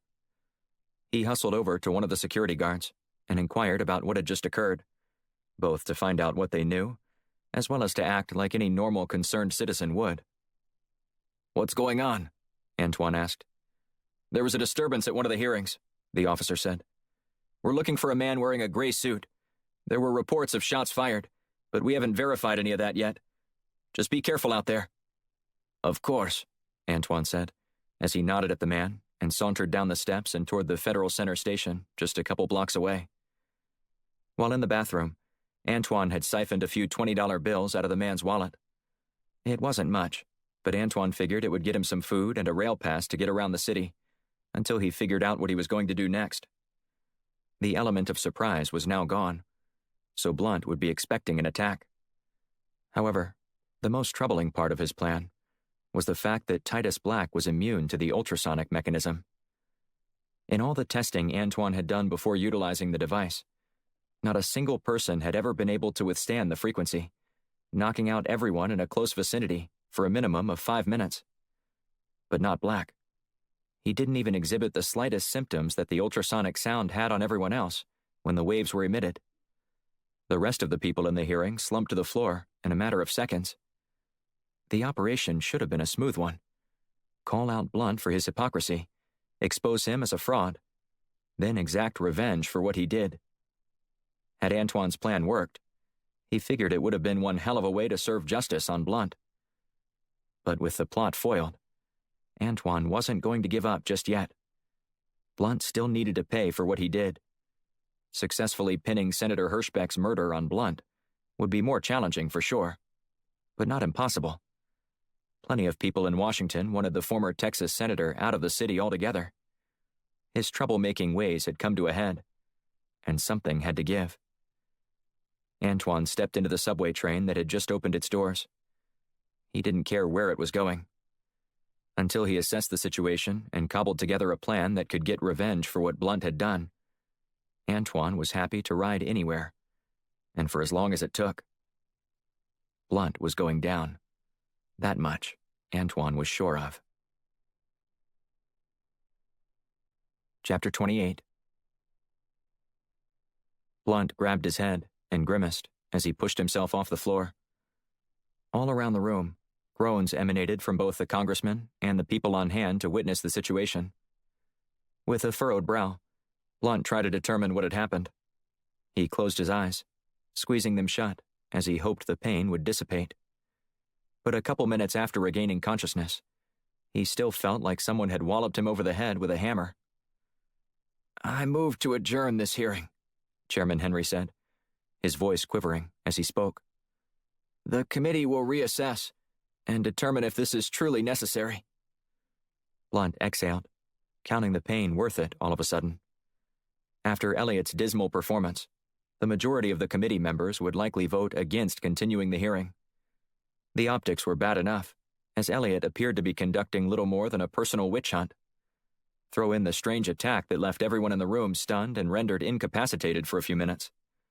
And this was one event most sane representatives wouldn't want returning to Capitol Hill anytime soon. Wait. The attack caused everyone in the room to lose consciousness. Everyone except for Antoine. And Black. Where's Titus Black? And how did he not get affected by all this? Aside from wondering what the device was that Antoine used, Blunt also questioned why he was still alive. It had to be something to do with Black. Black had burst into the hearing, just as Antoine was about to take the lectern and deliver a screed unveiling all the sins he believed Blunt committed, both past and present. But Antoine hadn't succeeded, and from what Blunt could tell, Antoine had escaped. But so had Black. Blunt fished his phone out of his pocket and prepared to dial Black's number when Chairman Henry approached. "JD, I'm really sorry about all this," he began. "What happened here today?" I don't need your apology, Blunt said. Just squash this hearing from happening again, okay? This has probably already done far more harm than good. This is not what Elliot pitched to us when he said he wanted to conduct this hearing. The scope was much more limited, restricted to questions about the budget. This was an ambush, Blunt said. It's not good for me. It's not good for the country. People don't want to know how the sausage is made. They just want to know that they won't ever have to witness planes flying into buildings and see iconic American structures on fire from flames stoked by terrorists, foreign or domestic. I know. It's just that we received a lot of pressure from Wilson Wellington, and that's a man you ought to distance yourself from right there, Blunt said, pointing at Henry's chest. Wellington has some skeletons that just might walk out of the closet real soon. He's difficult to avoid with all his pull around here. Trust me, you'll thank me later. Someone tapped Blunt on the shoulder. He turned around and had a microphone thrust into his face. "Mr. Blunt is the one you need to watch out for," Allison Carter said, nodding at Henry. "This is all just a deflection to keep you from finding out what he's up to." Blunt forced a smile. Miss Carter, what a pleasant surprise. I offered you the story of a lifetime, but you turned it down. When the full story about Wellington breaks and your channel is playing catch-up, I'm sure your editors will find it interesting that you declined to pursue the story of the year. She cocked her head to the side and smiled wryly. "No, you're going to be the story of the year. Americans everywhere are going to be demanding to know what your secret organization is doing and how you've been allowed to operate above the law for so long." Blunt glared at her. I don't know what you've been told, but I can assure you that it's all lies. I'm merely a consultant for the DOD. If you start trying to dig, you'll find a big fat dead end. Meanwhile, your competitor will be cleaning up in the ratings when they break the truth about Wellington. "Are you threatening me, JD? Right here in front of Chairman Henry?" she asked. He shook his head. I'm merely warning you about the professional disgrace that will befall you if you don't focus your energy on the real criminal on Capitol Hill. Allison kept her microphone near his mouth. "So you're not willing to comment on Mr. Elliott's accusations?" You have two other stories that will be far more important to the American people than some manufactured expose on how you think our national security should operate, Blunt said. We keep Americans like you safe and out of harm's way. But you think badgering me about this issue is going to result in more viewers? Good luck selling that story to the public. "Thank you for your time," she said. "I have more than enough for a riveting story." Blunt turned his focus back toward Henry. This right here is why Elliott's hearing was a disaster. Don't let this happen again. "What did happen here?" Henry asked. "One minute we were all watching some lunatic attack you. The next minute, we're waking up from what felt like a month-long slumber."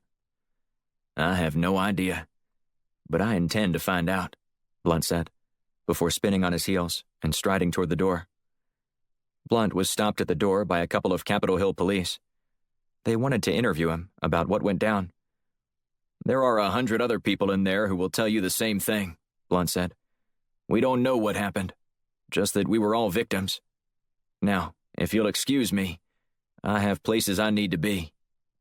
Blunt pushed his way past the officers, who didn't move.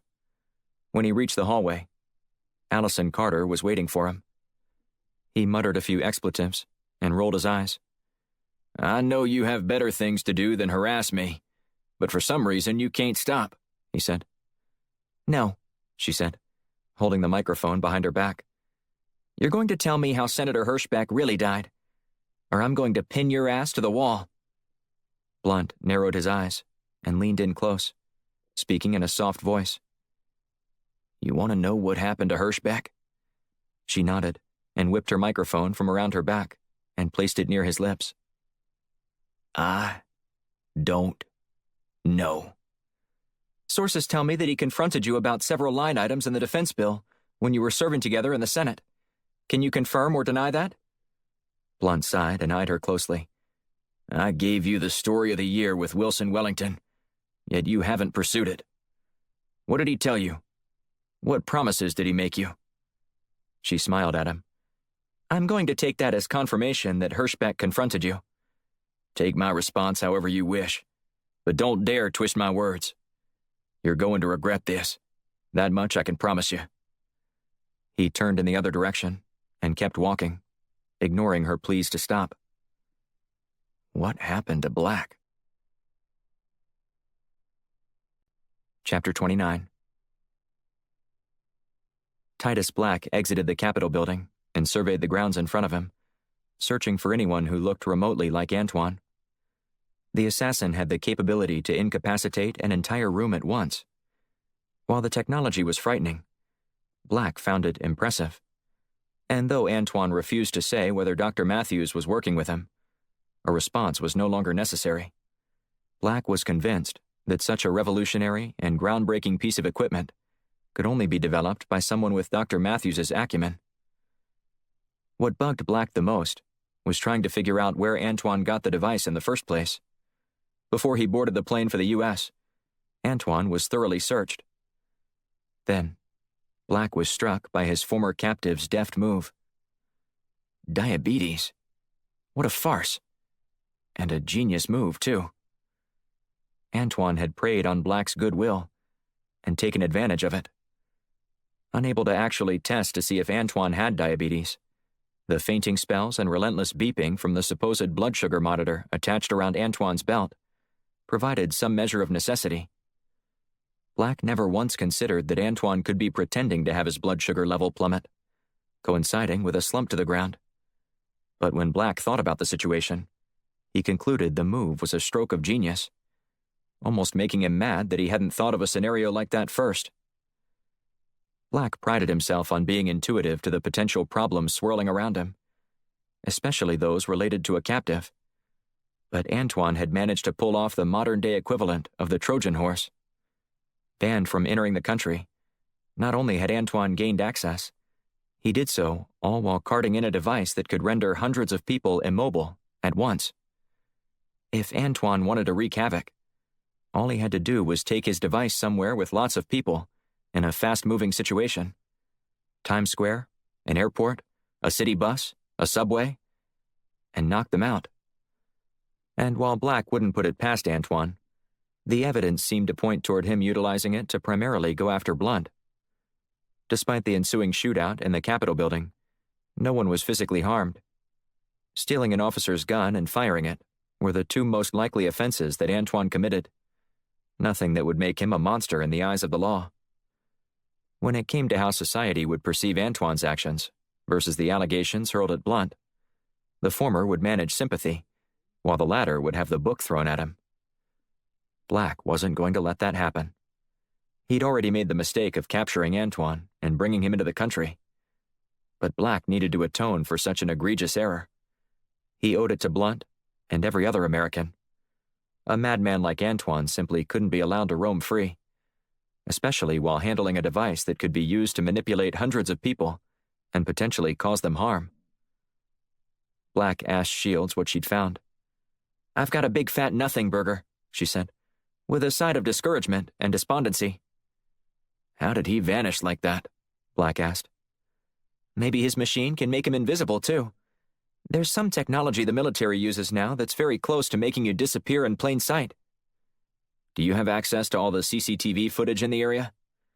"I'm reviewing it as we speak, but I haven't seen anything that looks like him." Black looked skyward and drew in a deep breath before exhaling. "Maybe he switched outfits or something. I don't know. Just go over it as closely as you can. Why don't you get the FBI involved? The more the merrier, in a case like this. Plus, the Bureau has access to tools that I can't get here. If we drag them into it, Antoine is just going to get a bigger audience and more name recognition. We need to take care of this ourselves. Have you spoken with Blunt about this yet? Black paced around the steps. He wasn't coherent when I left the room where the hearing was being held. We can talk with him later. Right now, we need to focus our efforts on finding that punk and seeing what we can do about capturing him again. I know you're diligently searching for Antoine and want to know his whereabouts. But I have a very serious question that needs to be answered. How come his device had no effect on you? I guess we need to know the origin of its power. In other words, how can that machine make so many people collapse? I've been thinking about this for a while, she said, and I have a theory. Don't hold out on me. I read about how ultrasonic warfare is the wave of the future, and everyone within earshot would be subjected to bursts of waves that render them unconscious for a short period of time. Some countries are already using this, though the results have been mixed and testing limited. That doesn't explain why I wouldn't have collapsed like everyone else. In a way, it does, she said. How are we communicating right now? Black gasped as he realized Shields' discovery. The comms. Exactly. You had something in your ears, which would make it difficult for the waves to penetrate your ear canal. So I guess you're saying don't ever take these things out of my ear. She laughed. Not if you intend to encounter Antoine again. I'd love to encounter him right now. But that's the real problem, isn't it? Shields sighed. I'm still not seeing anything remotely resembling him on all the footage I'm scanning. Well, don't worry about that, Black said. I think I know how we can get Antoine to come to us. And how do you intend to do that? We're going to tempt him with the thing he wants the most. Blunt? Exactly, Black said. We're going to use Blunt as bait. Chapter 30. With Antoine in the wind, Black headed to Firestorm headquarters to regroup with Shields and Blunt. During the drive to the office, Black couldn't shake the idea that Blunt was involved in something he shouldn't have been. Blue Moon Rising LLC appeared to have power players in major capital, two elements that set off alarms. If Firestorm had been authorized to eliminate global threats, was it possible Blunt was also helping eliminate political enemies through other means? That was a question Black wanted answered. He had grown fond of Blunt and his no-nonsense approach to dealing with enemies of the U.S. government, both abroad and within the country's borders. But Black didn't want to work for anyone who considered themselves immune from the nation's laws. When Black entered through the conference room door, Blunt and Shields were already seated at the table. She was drinking a cup of coffee, while Blunt was working over an unlit cigar. Just another day at the office for you two, I see, Black said, as he took a seat next to Shields. Blunt sighed and shook his head. What happened this morning? I've never seen anything like it. Christina has been filling me in on her theory about the technology Antoine used to knock out an entire room. It's truly frightening. Who has that kind of technology? Black asked. Has our military been developing something like that? I wouldn't be surprised if it was. But Antoine didn't steal this from us. At least, not the technology itself, Blunt said. No, Shields said. He stole one of the world's foremost experts on ultrasonic warfare, Dr. Aaron Matthews. That makes sense, Black said. At least that solves the mystery about whether or not Antoine had him.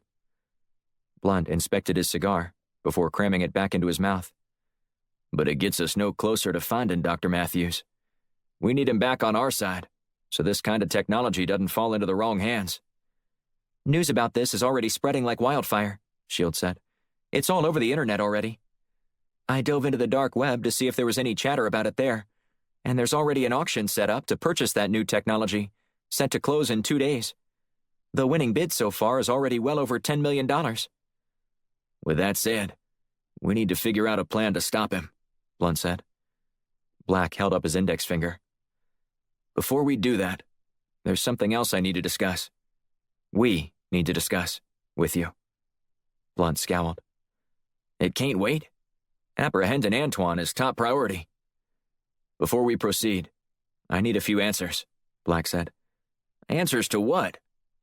Questions I have about Blue Moon Rising, Black said.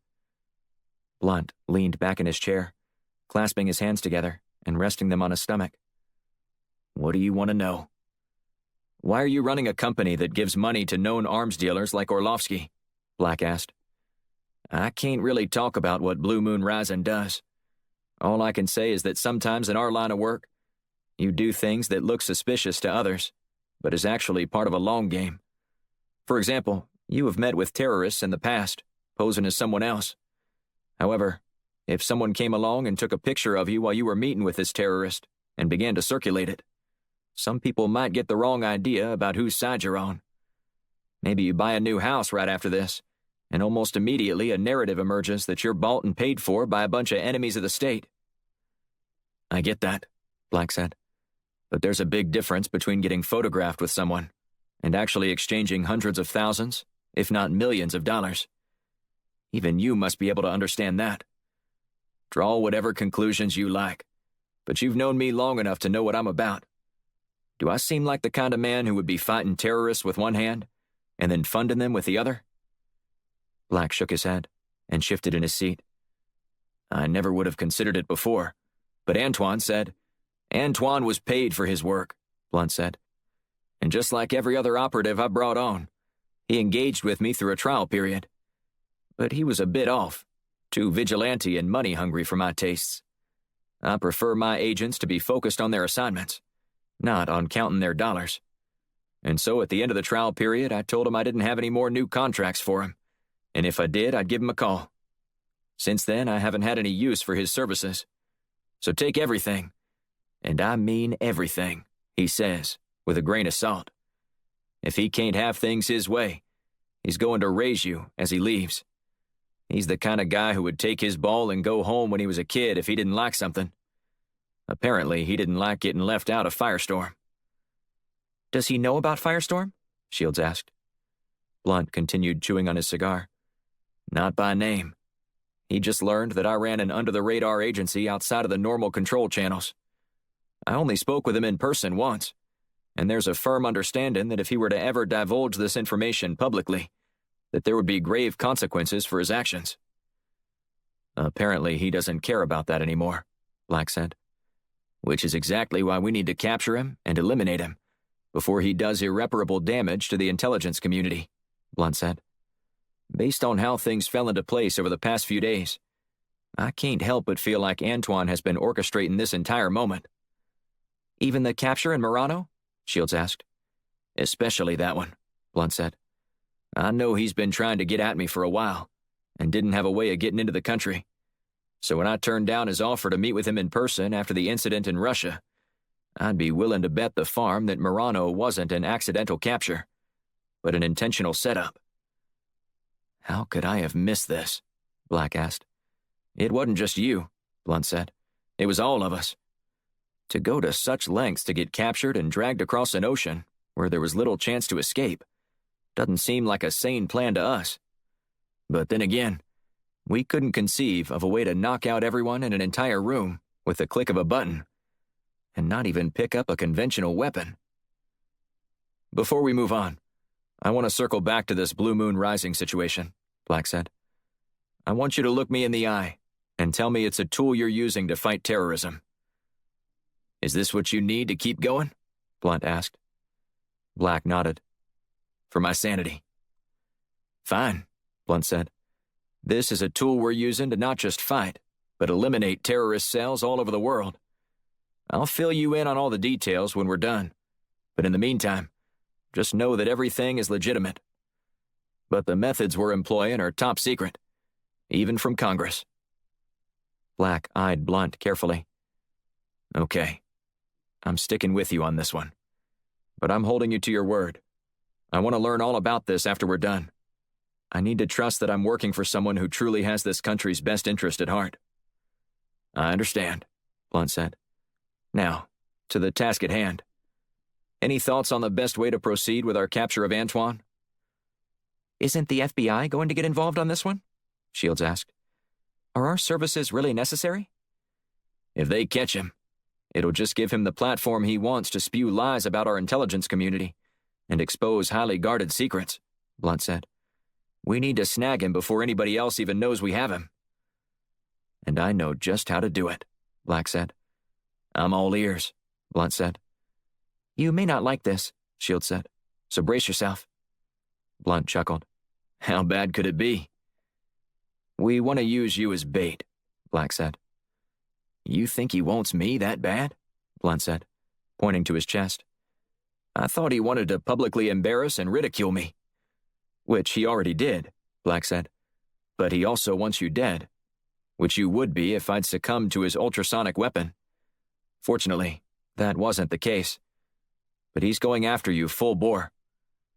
And you think we're just going to lure him in like a fly to honey? Blunt asked. Black nodded. Did you ever meet him anywhere? My mountain home near Fort Valley. It's technically a safe house I've utilized to host contract workers. We met there once. Think he would look for you there? Shields asked. If we got a message to him that I'd be there, Blunt said. Black chuckled. You have his cell phone number? I don't need it, Blunt said. I just need to tell the right person where I'm going to be. Shields scribbled down some notes. Look, you do realize that if you do this, it's likely going to mean that this place is burned for you. I'm fine with that, he said. We need to catch this bastard before he does anything else. Who's the right person to tell that you're going to be there? Black asked. Blunt stroked his chin as his gaze met Black's. I've been thinking about this. If Antoine planned all this, someone with intimate knowledge of the hearing had to be letting him know all the details, like where to be and what time to be there. Everything was hush-hush up until a few days ago. So if he was planning to ambush me publicly, how would he have been able to do it unless someone told him when and where I'd be? Someone who helped set all of this up. Black set his jaw and shook his head subtly. Wilson Wellington. Blunt nodded in agreement. That bastard has been orchestrating this from the very beginning. And you think he'll get a message to Antoine for you? Shields asked. Most assuredly, after the news about his involvement in a cover-up scheme from the war breaks tomorrow, Blunt said. He'll likely do whatever he can to strike back and strip me of my power. But it'll be too late for him to do anything meaningful to me. I thought Allison Carter wasn't helping you out, Shields asked. She's not. So I shared the information with another reporter, Blunt said. There's going to be a big expose published any moment now. At least, that's what I've been told. And if it is, then we can bank on Wellington finding a way to get that piece of information to Antoine. Black nodded. In that case, looks like you've got a call to make. And some bags to pack. Chapter 31. Michelle Morgan spent her entire morning on the phone, chasing down leads and trying to get people to comment on the story that fell into her lap before she even bought a cup of coffee. Her phone had rung just as she was getting out of bed, with a call from a number she didn't recognize. 5 minutes later, a former senator she'd once profiled, J.D. Blunt, was giving her the scoop of a lifetime. And as a recent hire for the Associated Press's Washington Bureau, the story was something she desperately needed to establish herself as a hard-hitting reporter. During his time in Congress, Wilson Wellington had developed such a reputation for his ability to survive scandals that he'd been given the nickname the Teflon Man by Morgan's fellow media members. No amount of extramarital affairs with staffers, or campaign finance charges, or censures from his fellow senators were enough to get the voters from his state to send him packing. He seemed so immune to damning behavior that most reporters around Washington barely even raised an eyebrow when a new indiscretion became public. But this one felt different. This was the cover-up of a setup, a plot to murder someone. All Morgan had to do was fill in the blanks, something even Blunt couldn't do.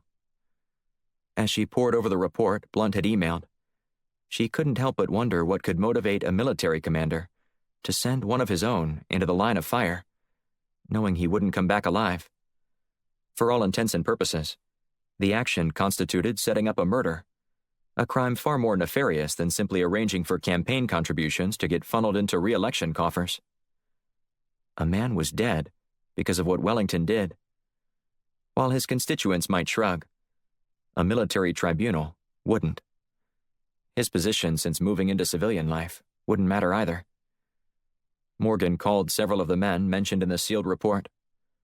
Her investigative skills proved Blunt gave the information to the right reporter, as she managed to wrangle 3 of the 4 officers mentioned in the official documents.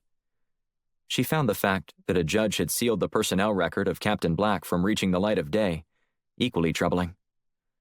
At least the truth had a chance to come out now. The detail that made the story extra scandalous was the one omitted from everything Morgan had received from Blunt. And it was the one element that everyone would want to know. The why. Why would a commander sabotage one of his most decorated pilots? Why would a leader entrenched in a war make such a selfish decision? And why would Wellington try to hide it? Morgan found one officer, Jarrett Gordon, willing to tell it all on the condition of anonymity. Apparently, there were several people who knew, but he told her that if they talked longer than a minute on his cell phone, people would find out. Gordon was working at the Pentagon, but called in sick, so he could meet Morgan for an early morning meeting over coffee. What he told her left her shocked and disheartened. "I hope you nail that bastard to the wall," Gordon said. "He was always condescending and arrogant toward nearly everyone. Everyone in the squadron had grown tired of him as the war came to an end." "I'm not interested in settling a personal vendetta," Morgan said. "I just want the truth." "You already have it. I just hope you do something with it. I've told this story to 3 other reporters. 2 of them ended up dead. The other one lives in a waterfront house in Hawaii. Draw your own conclusions from that." Morgan swallowed hard. "How did anyone know you spoke with him?" "I'm guessing someone with access to my phone records. That's why I wanted to talk in person. The other 3 times I conducted the interviews on the phone. If you called the other officers mentioned in the report, nobody will suspect a thing." "Except that you did speak with me briefly." Gordon shrugged. "Wellington cobbled together a life founded on lies and murder. What kind of journalist would you be if you just walked away from this story? The only way to protect yourself is to run it as soon as possible. The other reporters all sat on this information, hoping to get more confirmation. What they got was either a bullet to the head or a hefty gift that landed them on a tropical island in the Pacific. I'm sure you'd rather have a Pulitzer." "I'll settle for the truth," she said. "Well, you got it from me. Now what you do with it is up to you." Morgan nodded, and wasted no time returning to her office to pound out a story that she knew was going to lead every broadcast and garner headlines in every paper across the country. Once people learned that Wellington was a murderer, the country would go mad. Even if he was the odds-on favorite to oust Michaels from the White House. Somebody needed to do something. She figured it might as well be her. As Morgan pecked away on her keyboard, her fingers trembled. The words on the screen seemed surreal. An article that seemed perfectly at home in a country eroding with corruption. But not the United States. She struggled to believe what she wrote, even though she was merely relaying the facts that had been given to her. "Senator Wellington, battlefield murder, covered up," blared her headline. The editors would likely choose something different. That was their job. Hers was to piece together the kind of story that would serve the public's best interest. All the clicks and traffic on the website were simply a nice bonus. "Lead with the who and the what. Follow with the why," her favorite journalism teacher preached while she attended the Missouri School of Journalism at the University of Missouri. She exhaled when she sent the story to her editor. But she grinned when the story was posted to the website 3 hours later, just before everyone's afternoon commute. Her editors had become pros on knowing the right moment to garner the most attention for a bombshell story such as this one. As she read the headline and first paragraph, her heart pounded. Not out of anticipation for how the rest of Washington would react to the accusations, but out of fear that Wellington, or someone else, might actually try to kill her. "Senator Wellington under fire for wartime murder," blared the new headline, which was happily accompanied by a brief header to explain what was really happening. Wellington had hand in death of pilot, records show, read the short tagline. She took a deep breath and reread the first part of her story. Senator Wilson Wellington escaped punishment after sending a pilot into a no-fly zone over Afghanistan that resulted in his death more than 15 years ago, as shown in personnel records that recently came to light. Sources involved in the incident confirmed what has been hidden in sealed military files for years. A spokesperson with Wellington's office denied that the senator committed any wrongdoing during his stint as an officer in the U.S. Air Force during the conflict. The pilot, Captain Victor Black, reportedly learned of Wellington's affair with a subordinate and threatened to report it. However, court records show that Wellington's father, Rutherford Wellington, the former senator who at one time chaired the Armed Services Committee, pressured high-ranking officials to suppress the report and lighten the punishment for his son. Rutherford died in a hunting accident a year ago. Her eyes widened, almost in disbelief that the story was true, much less that she'd written it. But every word of it had been verified by multiple sources, and there was no doubt that not even the Teflon Man could survive such a story. In a matter of hours, if not minutes, Wilson Wellington was about to be done in Washington. Chapter 32. Blunt threw his bag into the trunk and then slammed it shut. While he was anxious to capture and eliminate Antoine, Blunt didn't like being dangled as bait. He trusted Black, or else he never would have agreed to the plan.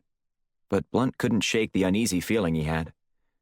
If one thing went wrong, the consequences could cost him his life. He'd already been granted one reprieve during the committee hearing, and he wasn't thrilled about the idea of charging back into harm's way. Yet, given how quickly they needed to contain the situation, both for his sake and the sake of the country, he didn't feel like he had much of a choice. "Are you ready for this?" Shields asked, as Blunt opened his car door. "Is anyone ever prepared to be used to draw out a trained assassin?" he asked, patting his chest, now protected by a bulletproof vest. "You don't have to wear that now," she said. "I know how hot those things are. You can just put it on when we get to the house." "I know it's silly, but it makes me feel a little safer. I know those guys are trained to shoot targets in the head. However, if he misses, I'd love to have a fighting chance." Shields took his hands, her gaze meeting his. "Nothing's going to happen to you. We got this. You're working with two professionals who are going to do everything in our power to make sure you get out of there without a scratch. Do you understand?" Blunt nodded. "It's still a risk."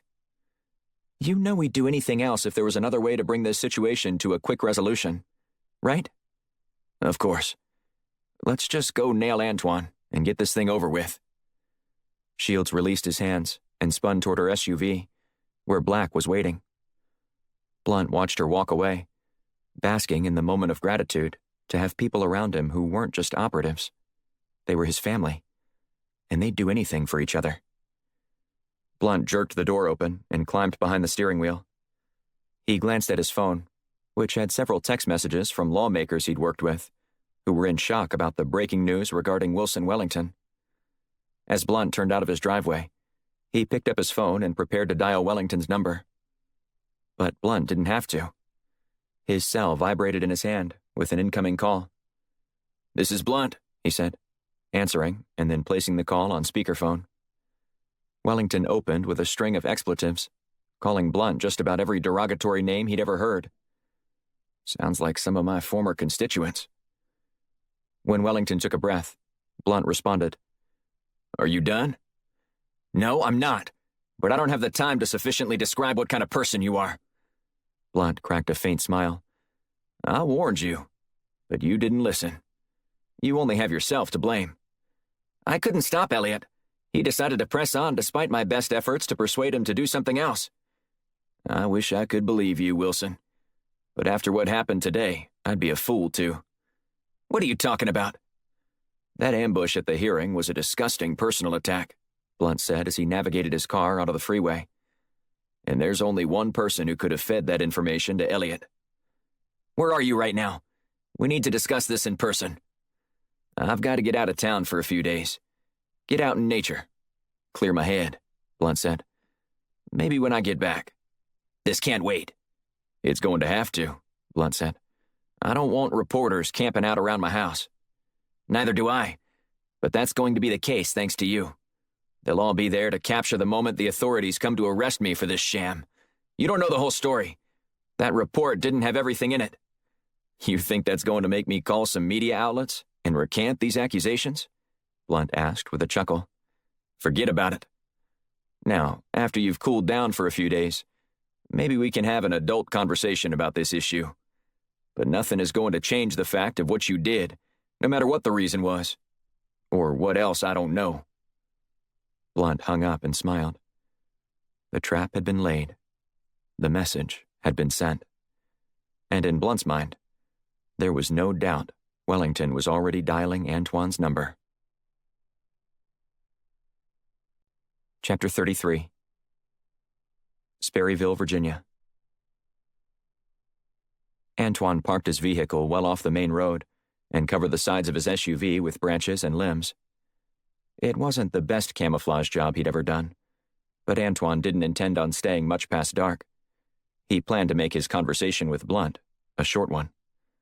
Plenty of begging and pleading, maybe even some genuine tears from the former Texas senator, before Antoine pulled the trigger. He already had the moment planned out. The shot was going to be perfectly placed, guaranteeing maximum pain from a slow bleed. Antoine wasn't usually so cruel, but his life had been ruined by Blunt, so he deserved every bit of it, even the humiliating finale.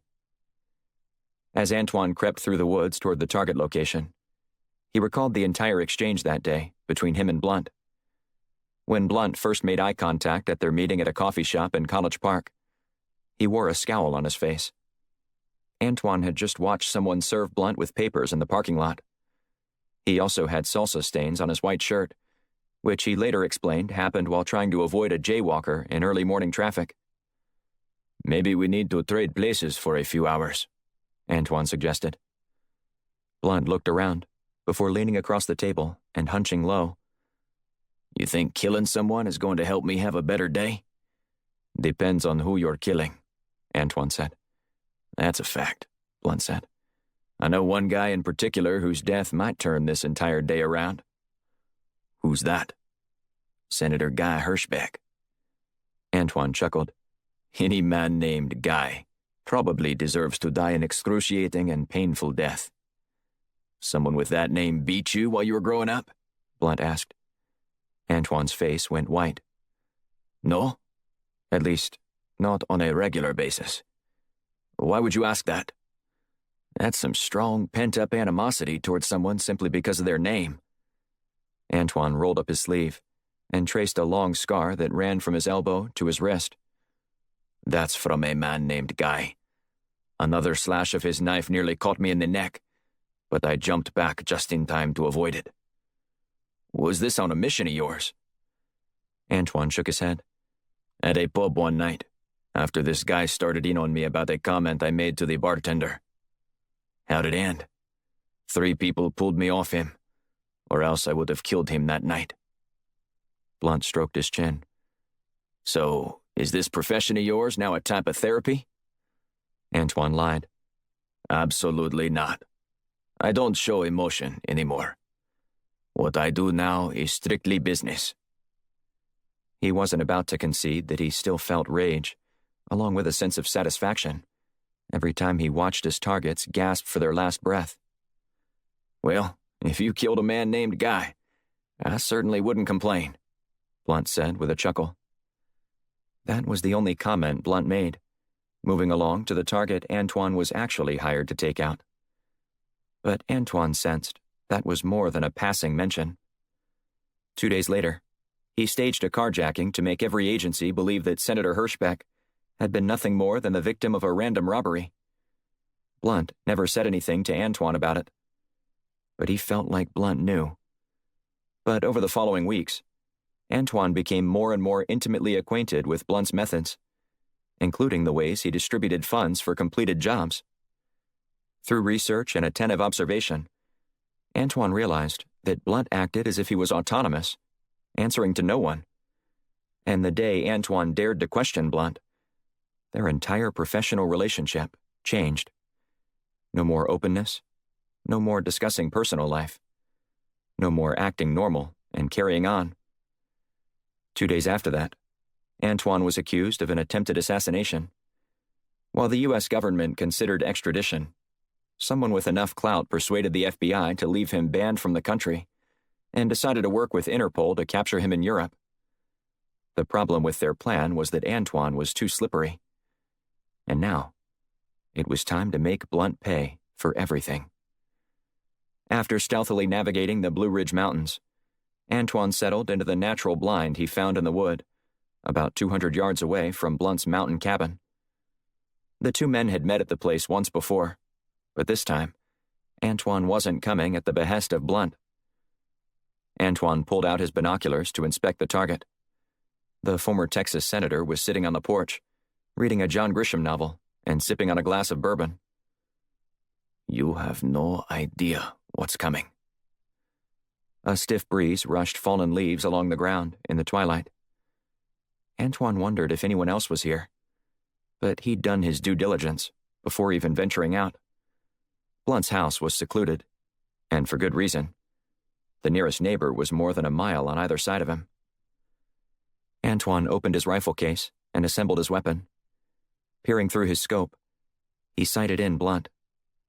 All Antoine had to do was slide a bullet into the chamber and pull the trigger. Everything would be over in an instant.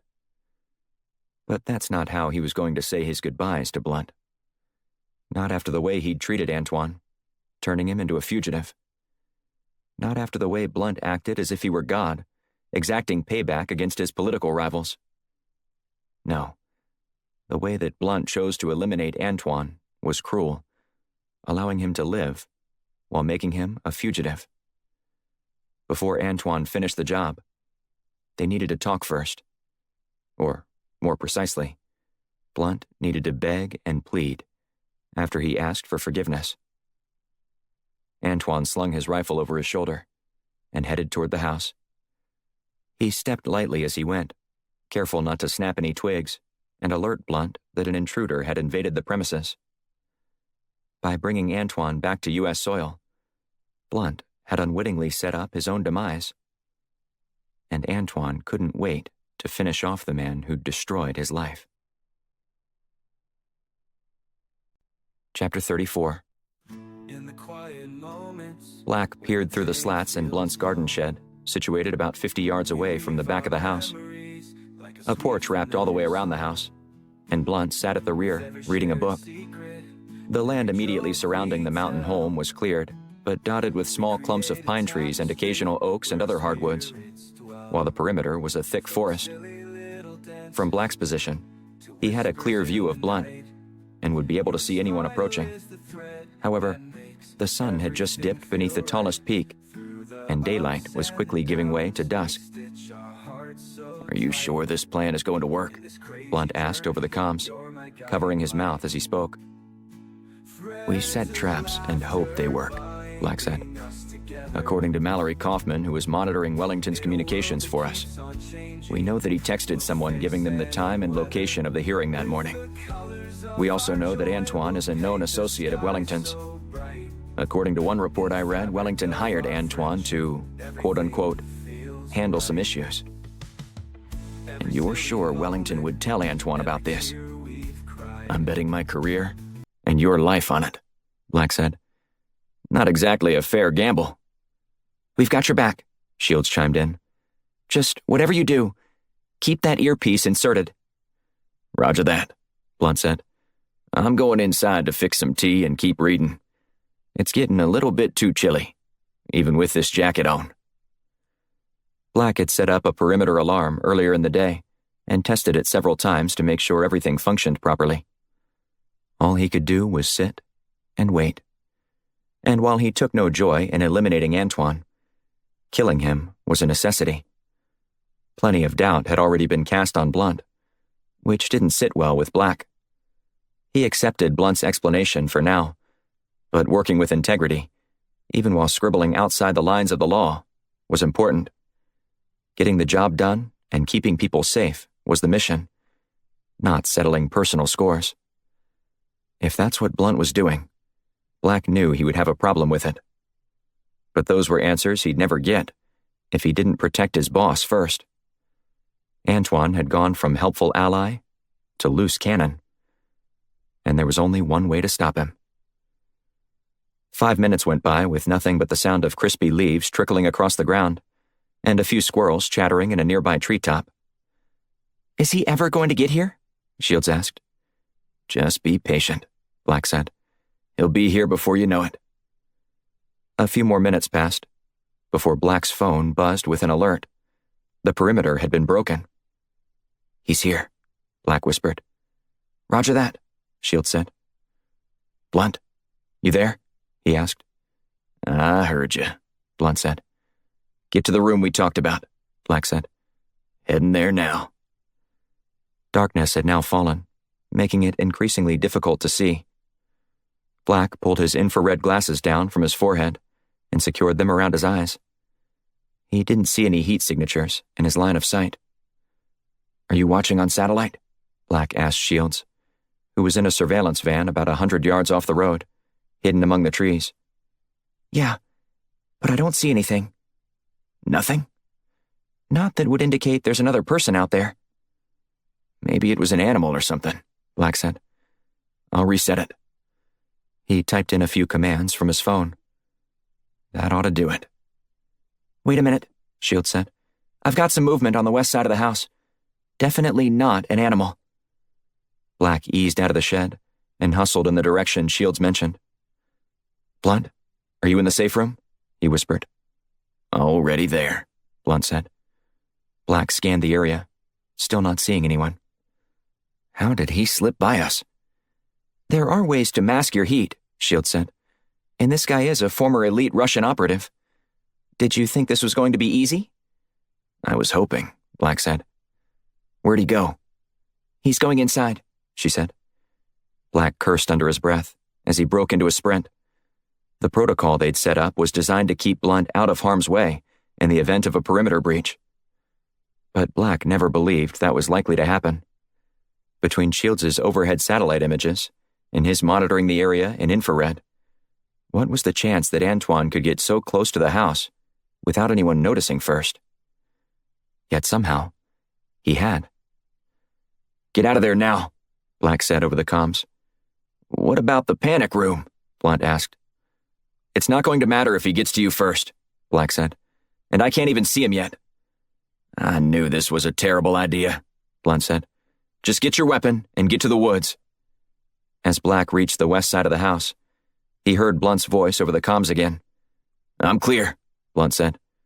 "Roger that," Black said. "I'm going after Antoine." "The target just went inside," Shields said. Black saw Blunt dart out of the back door and hustle toward the woods. "Stay out of sight until I give you the signal that the coast is clear," Black said. Black entered the house through the front door, which Antoine had left open. A creaking noise emanated from the stairs, giving away Antoine's position. Black glided across the floor, his gun trained forward. However, as he rounded the corner and peered up the steps, they were empty. Where'd he go? A thump from the living room drew Black's attention as he switched directions and followed the sounds from the old house that had been built nearly a century ago. He reached the doorway leading inside the den, but stopped short, instead poking his head around the corner to see if Antoine was there. He spun around at the same moment as Black, and the two men locked eyes. Antoine was covered in body armor, and even wore a helmet. "Not who you were looking for?" Black asked. They both had their weapons aimed at each other, neither giving any indication of what they were about to do next. "Your little magic tricks aren't going to work on me this time either," Black said. Antoine ignored Black's barb. "Where is he?" "Where's who?" "Don't play dumb with me. You know who I'm talking about." Black shrugged. "If you're referring to Blunt, he's not here." "You're gonna take me to him." "I don't think so," Black said. "This ends right here, right now." "Not for me, it doesn't," Antoine said. He didn't wait for a response before opening fire. Black darted around the side of the wall, poking his head around to catch a glimpse of Antoine and shoot back. For the next couple minutes, the two men exchanged rounds. Then Black ducked back behind the wall, ripped a flashbang out of a grenade holster, pulled the pin, and flung the weapon toward Antoine. Black didn't wait before charging straight toward the attacker, who was disoriented from the explosion. When Black hit Antoine, he staggered backward, slamming his head into the wall. But Antoine absorbed the hit and spun to the side. Black had latched onto Antoine's bulletproof vest and rode him down to the ground, forcing him onto his back. With Black on top and in control, he reached for his gun to end the confrontation, but Antoine seized the opportunity to punch Black in the throat. Stunned from the blow, he grabbed at his neck and coughed reflexively. The natural reaction made Black vulnerable, which Antoine took advantage of by reaching for Black's left ear and prying loose one of the comms. Then, Antoine reached for his pocket. Black was briefly baffled by the move, before he realized what was happening. He plugged his left ear with his middle finger, and then tried to prevent Antoine from setting off his devastating device. Once he pulled it out of his pocket, Black jammed his knee into Antoine's forearm, forcing him to release his grip on the device. Black swatted it aside, before putting his hands around Antoine's neck. However, Antoine kept fighting, pushing Black's jaw until his chin moved up into a painful and awkward position. Black rolled off Antoine in an attempt to regain control, but Antoine dove for the mechanism and tried to push it. Black plugged his ear just in time, and then pulled out his gun. Antoine threw his hands in the air in a posture of surrender. "Blunt isn't who you think he is," Antoine said. "You're going to find that out soon enough, and you're going to regret it." "I doubt it," Black said. Then he pulled the trigger, hitting Antoine in the head. Black waited a moment, as blood pooled around his target. After half a minute, Black checked Antoine's pulse. He was gone. "The target is down," Black said. "And you?" Shields asked. "I'll live," Black said. "Did you hear that, Blunt?" There wasn't a reply. "Blunt?" Shields asked. A gunshot from outside pierced the evening sky. Chapter 35. "What was that?" Black asked into his comms. "There's another hostile on the property with Blunt," Shields said. "I didn't see him until just now. I was watching your body cam." Black cursed as he sprinted toward the rendezvous point he'd sent Blunt. "I'm sorry," Shields said. "I didn't consider anyone else would have come with him." "Where are they?" Black asked. "Behind the shed." The possibility that Antoine would bring help didn't occur to Black either, if he was being honest. Once he had Antoine cornered and Blunt out of the house, there shouldn't have been any reason to worry. But now Black was facing the possibility that using Blunt as bait would cost him his life. Black raced toward the utility structure he'd used just a half hour ago to watch Blunt's house. When Black arrived, he found Blunt with his hands in the air, back against the building. In front of him was none other than Wilson Wellington, his pistol trained on Blunt. "Put the gun down," Wellington said, cutting his eyes toward Black. "At least, if you don't want your boss here to die." Black lowered his weapon. "It's over, Senator," he said. "Antoine is dead." "It's not over for me, thanks to this man right here," Wellington said. "In fact, it's only just beginning, because of that bombshell report about my actions during the war in Afghanistan." Black narrowed his eyes. "You killed my father. The Taliban killed your father, not me. You sent him there, knowing he would die." Wellington shook his head. "You don't understand. I didn't have a choice." Black shook his head. "We always have a choice. You made the wrong one. And the sooner you can accept that, the better off you'll be. Trying to blame others for your own transgressions isn't going to change the fact that you sent a man into battle, knowing he was going to die." "Your boss here is responsible for all of this mess," Wellington said. "Isn't that right, JD? Tell him." Blunt shook his head. "He's delusional. Don't believe a word out of his mouth." "No, I'm not," Wellington said. "JD, you're the one who has a bad habit of instigating needless tragedy in people's lives." "Is this true?" Black asked. "Absolutely not," Blunt said. "Liar!" Wellington roared. "That was all tied to Blue Moon Rising. Did you investigate that, Mr. Black? Black eyed Blunt, who shook his head subtly. Blue Moon Rising was active during the war? Wellington nodded. They've been creating chaos in various forms for nearly half a century, all under the cover of the intelligence community. I don't know who told you this, but that's simply not true. It is, Wellington said, and I'll prove it to you. Both of you, to the house. And put the weapon away, Mr. Black. Black holstered his gun and raised his hands, following Blunt to the house. Once they got inside, Wellington directed his 2 hostages to sit on the couch in the living room. Now, you two have a simple choice, Wellington said. Call the reporter who you gave all that bogus information to and tell her it was all a fabrication, or I will destroy both your lives. Blunt shook his head. I can't do that. Maybe you didn't hear me when I gave you your 2 choices, Wellington said. I did. But I'm opting for a 3rd choice, Blunt said. And what choice is that? Wellington asked. Blunt smiled wryly. Not lift a finger to refute anything you've said, and walk out of here. That's not a wise decision, Wellington said. Upon my death, records will be released showing exactly what I'm saying tonight, and proving what a hypocrite you are. Blunt crossed his arms and shook his head. You're peddling lies, Wilson. You can't own up to your mistakes. Everyone will see right through this desperate attempt of yours to shift the blame and cast yourself as a victim. Nobody is going to believe you, even if you were telling the truth. But I am, and you know it. I guess you don't care what your little minions will think when the reality about who you are is laid bare before the world. And this guy here certainly won't find out who's really responsible for his father's death, or the secret he found out that cost him his life.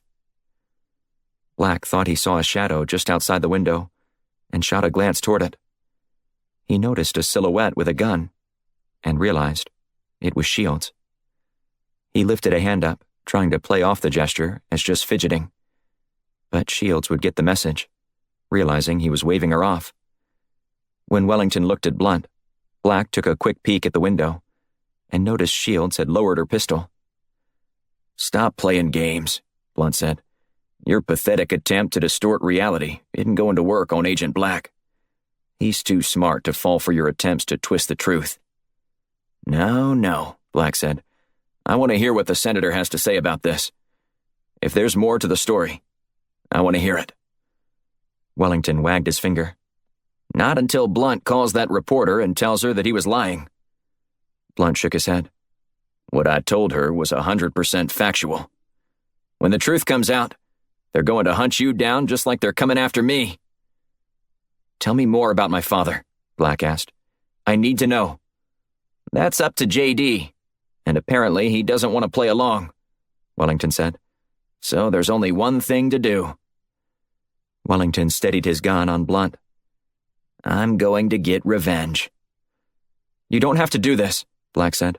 You have a gun trained on you right now, so I suggest you lower your weapon. Wellington pressed the barrel of his pistol against his head. Why? Because someone might shoot me? I'm going out on my terms. And you're going to have one hell of a time explaining how I ended up dead in your house, J.D. No, don't. Wellington didn't hesitate, pulling the trigger and then crumpling to the floor. Black rushed over to Wellington, and it was like his lifeless eyes wanted to say something else, but they didn't have the chance. Black looked up at Blunt and glared at him. What did you do? That was a fine theatrical performance, Blunt said. Nothing more, nothing less. There's nothing for him to tell. He seemed to think there was more to my father's death than what was in that report, Black said. And he more than implied that you had something to do with it. If there's more to it, I don't know anything about it. But I can promise you that I wasn't involved in any way. I didn't even know your father. You have to believe me. Black stood up and sighed. Shields rushed in, her weapon still drawn. Is everyone okay? She asked, giving Black a long hug. I thought I was too late. Blunt nodded. We're good. But we've got a mess we need to clean up. I need to make some calls to get this taken care of. He sauntered outside, dialing a number on his cell as he went. What about you? she asked, removing her comms. I heard everything Wellington was saying. I don't know what to think, Black said, ripping his comms out of his ear. But I'm pretty convinced there's probably more to it than what was in my father's sealed personnel records. And what about Blue Moon Rising? She asked. We need to keep digging, Black said. He shuffled into the kitchen and found the device that he'd been fighting over with Antoine just a few minutes earlier.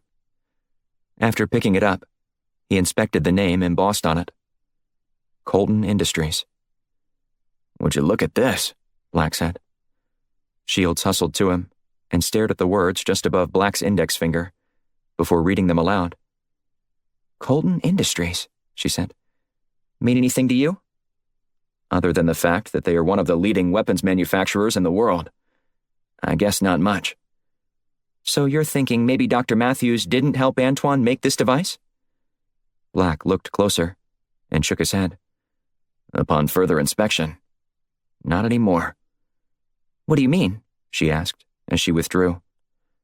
Look at these initials burned into the bottom of the casing here, he said. D.A.M. That's all the proof we need to know that he was likely involved. Dr. Aaron Matthews. Chapter 36. Blunt lumbered to the edge of his property and watched the moon rise on the horizon. Below, the twinkling lights of the Shenandoah Valley yielded to the illusion that his land was secluded. The forests and trees provided sufficient cover from the city, just over 2 hours away, that loved to feast on a person's soul before discarding them. If there was one thing Blunt had learned after all his years in the nation's capital, it's that everyone comes to Washington thinking they're going to change the world. They either leave disillusioned and disenfranchised, or corrupted to the core. No matter how much Wellington and Antoine tried to cast aspersions on others, the two dead men were responsible for their own decisions. Ultimately, their quest for power and position and fortune had lured them with great promise, only to deliver an early demise. And Blunt didn't want to catch any of the blowback for their deaths, as they made a desperate attempt to bring him down in their final acts. He fished around in his pocket for a cigar, before pulling one out and popping it into his mouth. Next, he dialed Besserman's number and waited for him to answer. "Where are you?" Besserman asked. "I've been trying to get a hold of you for hours." "I've been a little busy." "What's going on?" "The FBI has launched a manhunt for Wilson Wellington, since he didn't turn himself in at the time his lawyer had worked out," Besserman said. "I know you were trying to take care of Antoine, but Wellington might be coming for you now too. But more than anything, I'm glad to find out that you're safe." "I wish I'd answered my phone then," Blunt said. "We already found him." "You have Wellington?" "In a manner of speaking, which is actually why I was calling you. He's dead." "What? How?" "Self-inflicted gunshot to the head. Done right there in the middle of my living room," Blunt said. "And now I'm going to need help from one of your cleanup teams." "That bad, huh?" "I don't want any law enforcement officers snooping around here. 2 people dead on my property in the same day, and outspoken critics of mine in recent days. That's not exactly a good look. And all it'll take is one bulldog investigator to sink his teeth into these cases, and we'll never get free," Besserman said. "I'm glad you understand, and that we're on the same page on this one," Blunt said. "If someone came up here trying to dig up dirt on me, I'm sure they'd find some facts to twist and repackage, and then sell them as the truth." "We'll handle it. Just get the hell out of there before the cleanup crew arrives. We don't want your paths to ever cross." "Got it.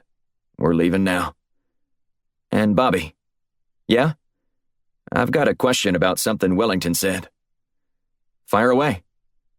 Blunt balled up his left hand and blew into it, warming it up. "Wellington suggested that Blue Moon Rising existed before we incorporated it. Do you know anything about that?" "There was another group before us, but it's not the same. He was just trying to rattle your cage before he died. The world will remember him as the murderer and coward that he was." "And you're sure there's nothing more to that case than what was in Captain Black's personnel records?" "Not to my knowledge," Besserman said. "There could be more to it, but I've never heard any whispers about some cover-up related to this story. Until recently. Wellington scolded us for exposing him, warning us that there was more to the story. And what did he tell you? He shot himself after that grand announcement, Blunt said. Don't worry about it. He was just trying to get in your head. Blunt sighed. I'll try to forget about it. But when I get back to Washington, we need to talk about how we're going to handle this with the press. You're right. We need to pass along some more stories about Wellington, so everybody knows what kind of man he was. Agreed, Blunt said. I'll contact you when I get there. Blunt hustled back toward the house.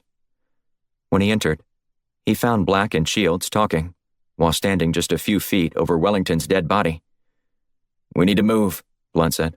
A cleanup team is on its way, and we don't need to be here when they get here. Who were you talking to? Shields asked. Besserman, Blunt said. Did you ask him about what Wellington said? Black asked. Yeah, and he essentially said that Wellington was full of it, just trying to rattle our cages. Now, we need to go, Blunt said. But what about Dr. Matthews? Shields asked. Blunt shrugged. Who knows? We're no closer to Dr. Matthews' location today than we were when this entire mess started. He could be holed up in a basement in Washington, just as easily as he could be tucked away in a research facility in St. Petersburg. Maybe not, Shields said, holding up the small box that Antoine had passed off as his blood sugar monitor. Did you check out this device Antoine was using to incapacitate everyone? Blunt took the box and inspected it. Is there something I should be looking for on this thing? Yeah, right there, Shields said, pointing to the bottom of the mechanism. It's got the Colton Industries logo embossed on the casing. Blunt inspected it more closely, and then handed it back to Shields. That's a fake. A fake? It's a knockoff. Someone is trying to throw you off, Blunt said. And it's Dr. Aaron Matthews. Well, that's just wonderful, Shields said. That leaves us right back where we started.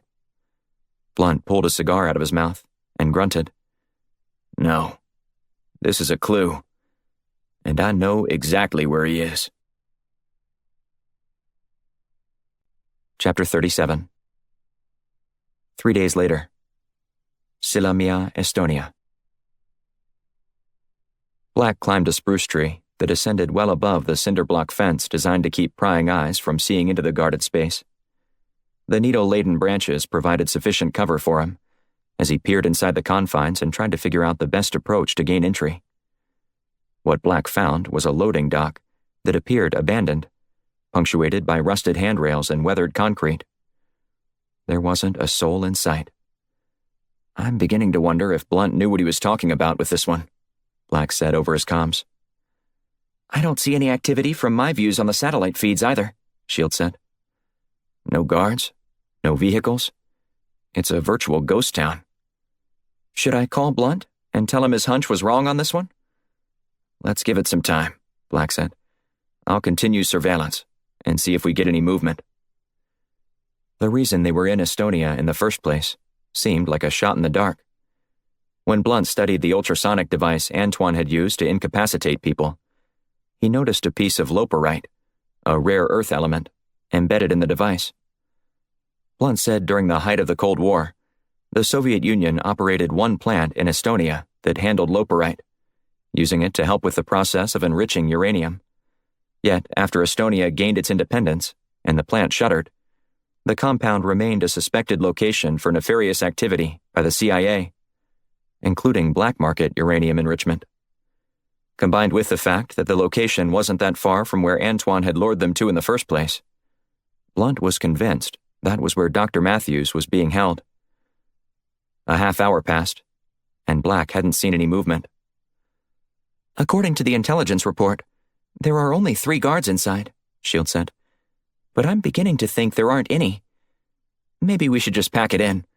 Blunt won't like it, but I think he got this one wrong. I think you might be, Black said, before stopping. Hold on. I think I see something.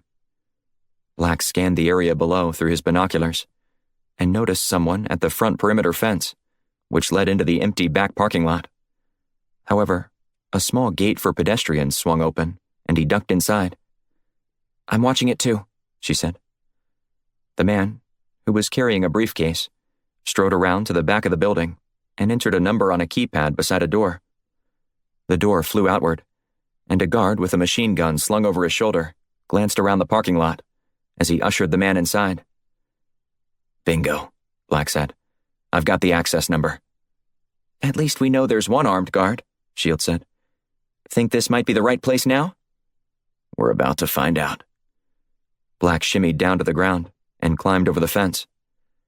He hustled up to the keypad and entered the number. Once inside, he was greeted by a musty smell and a dark corridor with flickering fluorescent lights. He trained his weapon in front of him as he moved forward. He turned left and found a set of stairs. Upon descending to the bottom floor, Black turned down the hallway and found a lab. He peeked through the glass window and found a half-dozen people clad in white coats, analyzing objects underneath microscopes, operating centrifuges, and recording results on clipboards. At the far end of the room, 2 armed men hovered over the workers. Black was still surveying the activity inside when a man rounded the corner and shouted at him in Russian. Without hesitating, Black shot the man twice, killing him. The gunfire attracted the attention of the 2 guards in the lab as they raced toward the door. Black sprinted around the corner and crouched low, waiting for them to emerge. As they did, he took them each out with a couple shots. Then, everything fell eerily quiet. Black eased inside the lab door, where he was met by wide eyes and slack-jawed faces. Dr. Matthews? Black asked as he scanned the room. One man raised his hand and stepped forward. You're not going to hurt me, are you? Black shook his head. No. I'm here to get you out. My invention didn't kill anyone, did it? Matthews asked. Your invention? Night-Night? The ultrasonic device I built for that monster who's kept me and all these other people here for the past couple of years? Black nodded. There's one person who's dead because of it. Antoine. Now, if anyone wants out of here, you need to come with me. And we need to hurry, one of the scientists said. Vladdy will be back any time now. Vladdy? Black asked. The man nodded. Yes, he's the one who runs this place, and he always has at least 2 of his thugs with him. All right, Black said. Let's go. All the other researchers raced toward the door, except Matthews.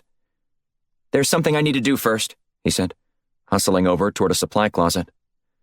He started grabbing bottles and putting them on the table. What are you doing? Black asked. We need to go.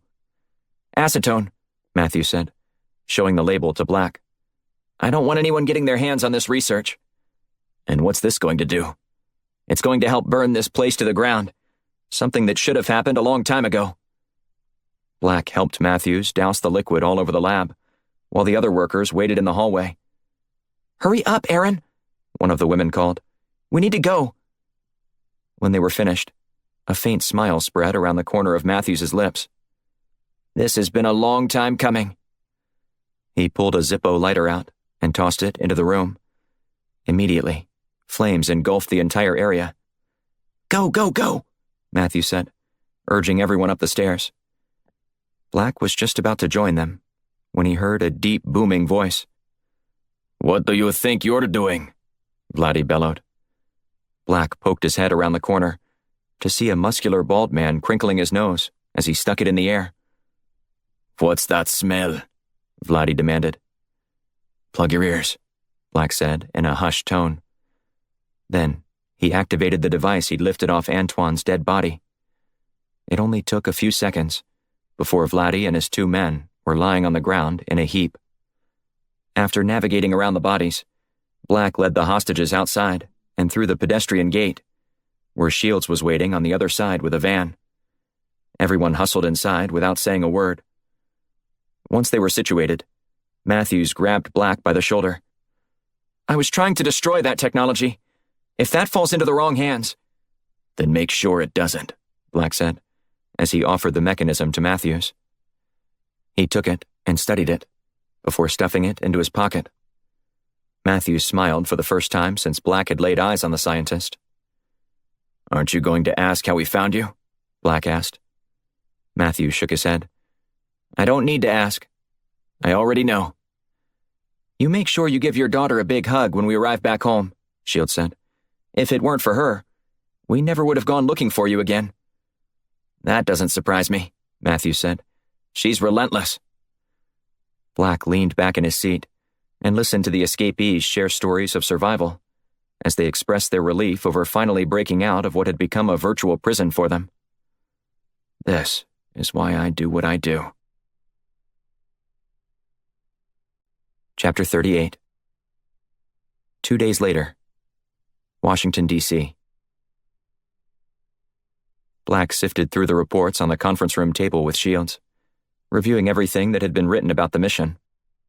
The redactions barely made the documents readable, but they were necessary to satisfy the terms of Firestorm's existence. When major operations on foreign soil were completed, a record of the group's activities was required to protect them from scurrilous accusations, just like the ones the late Senator Wilson Wellington hurled at them. Everything look good to you? Blunt asked as he entered the room. Black slapped the table and nodded. It looks perfect. Shields? Blunt asked. Looks good to me, sir, she said. In that case, we can consider this mission successfully closed. Finally, Black said. Were you there when Dr. Matthews was reunited with his daughter? That was an amazing moment, Blunt said. Made the past week worth it. I'm sorry you didn't get to experience it with me. It's the job, Black said. Nobody is supposed to know we exist. In fact, nobody is even supposed to know I'm alive. You did a good job of staying under the radar, Blunt said. I did have to do a little work with Besserman to make sure that your face was deleted from some closed-circuit footage when you weren't in disguise. But your secret is still safe. Black stacked the papers up and shoved them toward Blunt. Speaking of Besserman, were you able to figure out anything regarding what happened with my father? Was Wellington telling the truth about there being something else? We're still digging. But apparently there were some other personnel files of his that were actually destroyed, Blunt said. Besserman asked Mallory Kaufman to look into the disappearance of some other records that your father was indexed as mentioned in. However, they're all gone. But we'll keep looking. Something will pop up soon enough. Whoever was ultimately responsible for your father's death will have to answer for what they did. Black sighed. Okay. Thanks for all you're doing. I just want justice for my dad. Me too.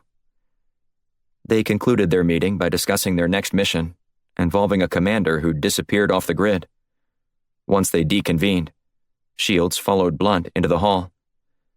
Want to get a drink after work? Maybe catch a game? She suggested. How about something a little more low-key? Black asked. I wouldn't mind the company, but I'm not keen on the idea of going back out in public again, if I can help it. Your place this evening, then? Sounds great. Black finished up the rest of his day, and then drove home. He thought about his father and the final excruciating moments of his life. While Black was sure there were more painful ways to die, getting dragged to death behind a truck driven by Taliban soldiers had to rank up there as one of the most humiliating. Feeling sentimental, Black retrieved a box of his father's belongings and was digging through it when Shields knocked at the door. She came in carrying a six-pack of Black's favorite IPA beer, along with a bottle of wine. This ought to help us take the edge off, she said, as she made a beeline for the kitchen. After the past couple of weeks we've had, we need it. Shields poured herself a glass of Merlot, and then cracked open a bottle for Black before handing it to him. She glanced down at the articles and items strewn across the coffee table. What's all this? She asked. I just got to thinking about my dad, and how I wished I would have gotten to know him better, Black said. Or know him at all, really. What happened to him almost feels like someone else's story sometimes. And I just wanted to reconnect with him a bit. And this is the only way for me to do it, since my mom is gone too. Shields sat on the couch and picked up a photo from Captain Black's squadron. She studied the image closely and pointed out Wilson Wellington standing near the back. There's the murderer, she said. Seeing this image after knowing all we know is somewhat surreal. Black sighed. But what do we really know? That everything we've been told up to this point may not even be true? It's frustrating to no end. Black waved his hand dismissively, brushing up against the side of the box. It tipped over, the contents spilling out across the floor. A gold medal with a red, white, and blue ribbon clanked onto the floor. Shields scooped up the prize and handed it to Black. "What did he win this for?" she asked, as she gave the object to him. He cocked his head to one side and inspected the inscription on the front for a moment.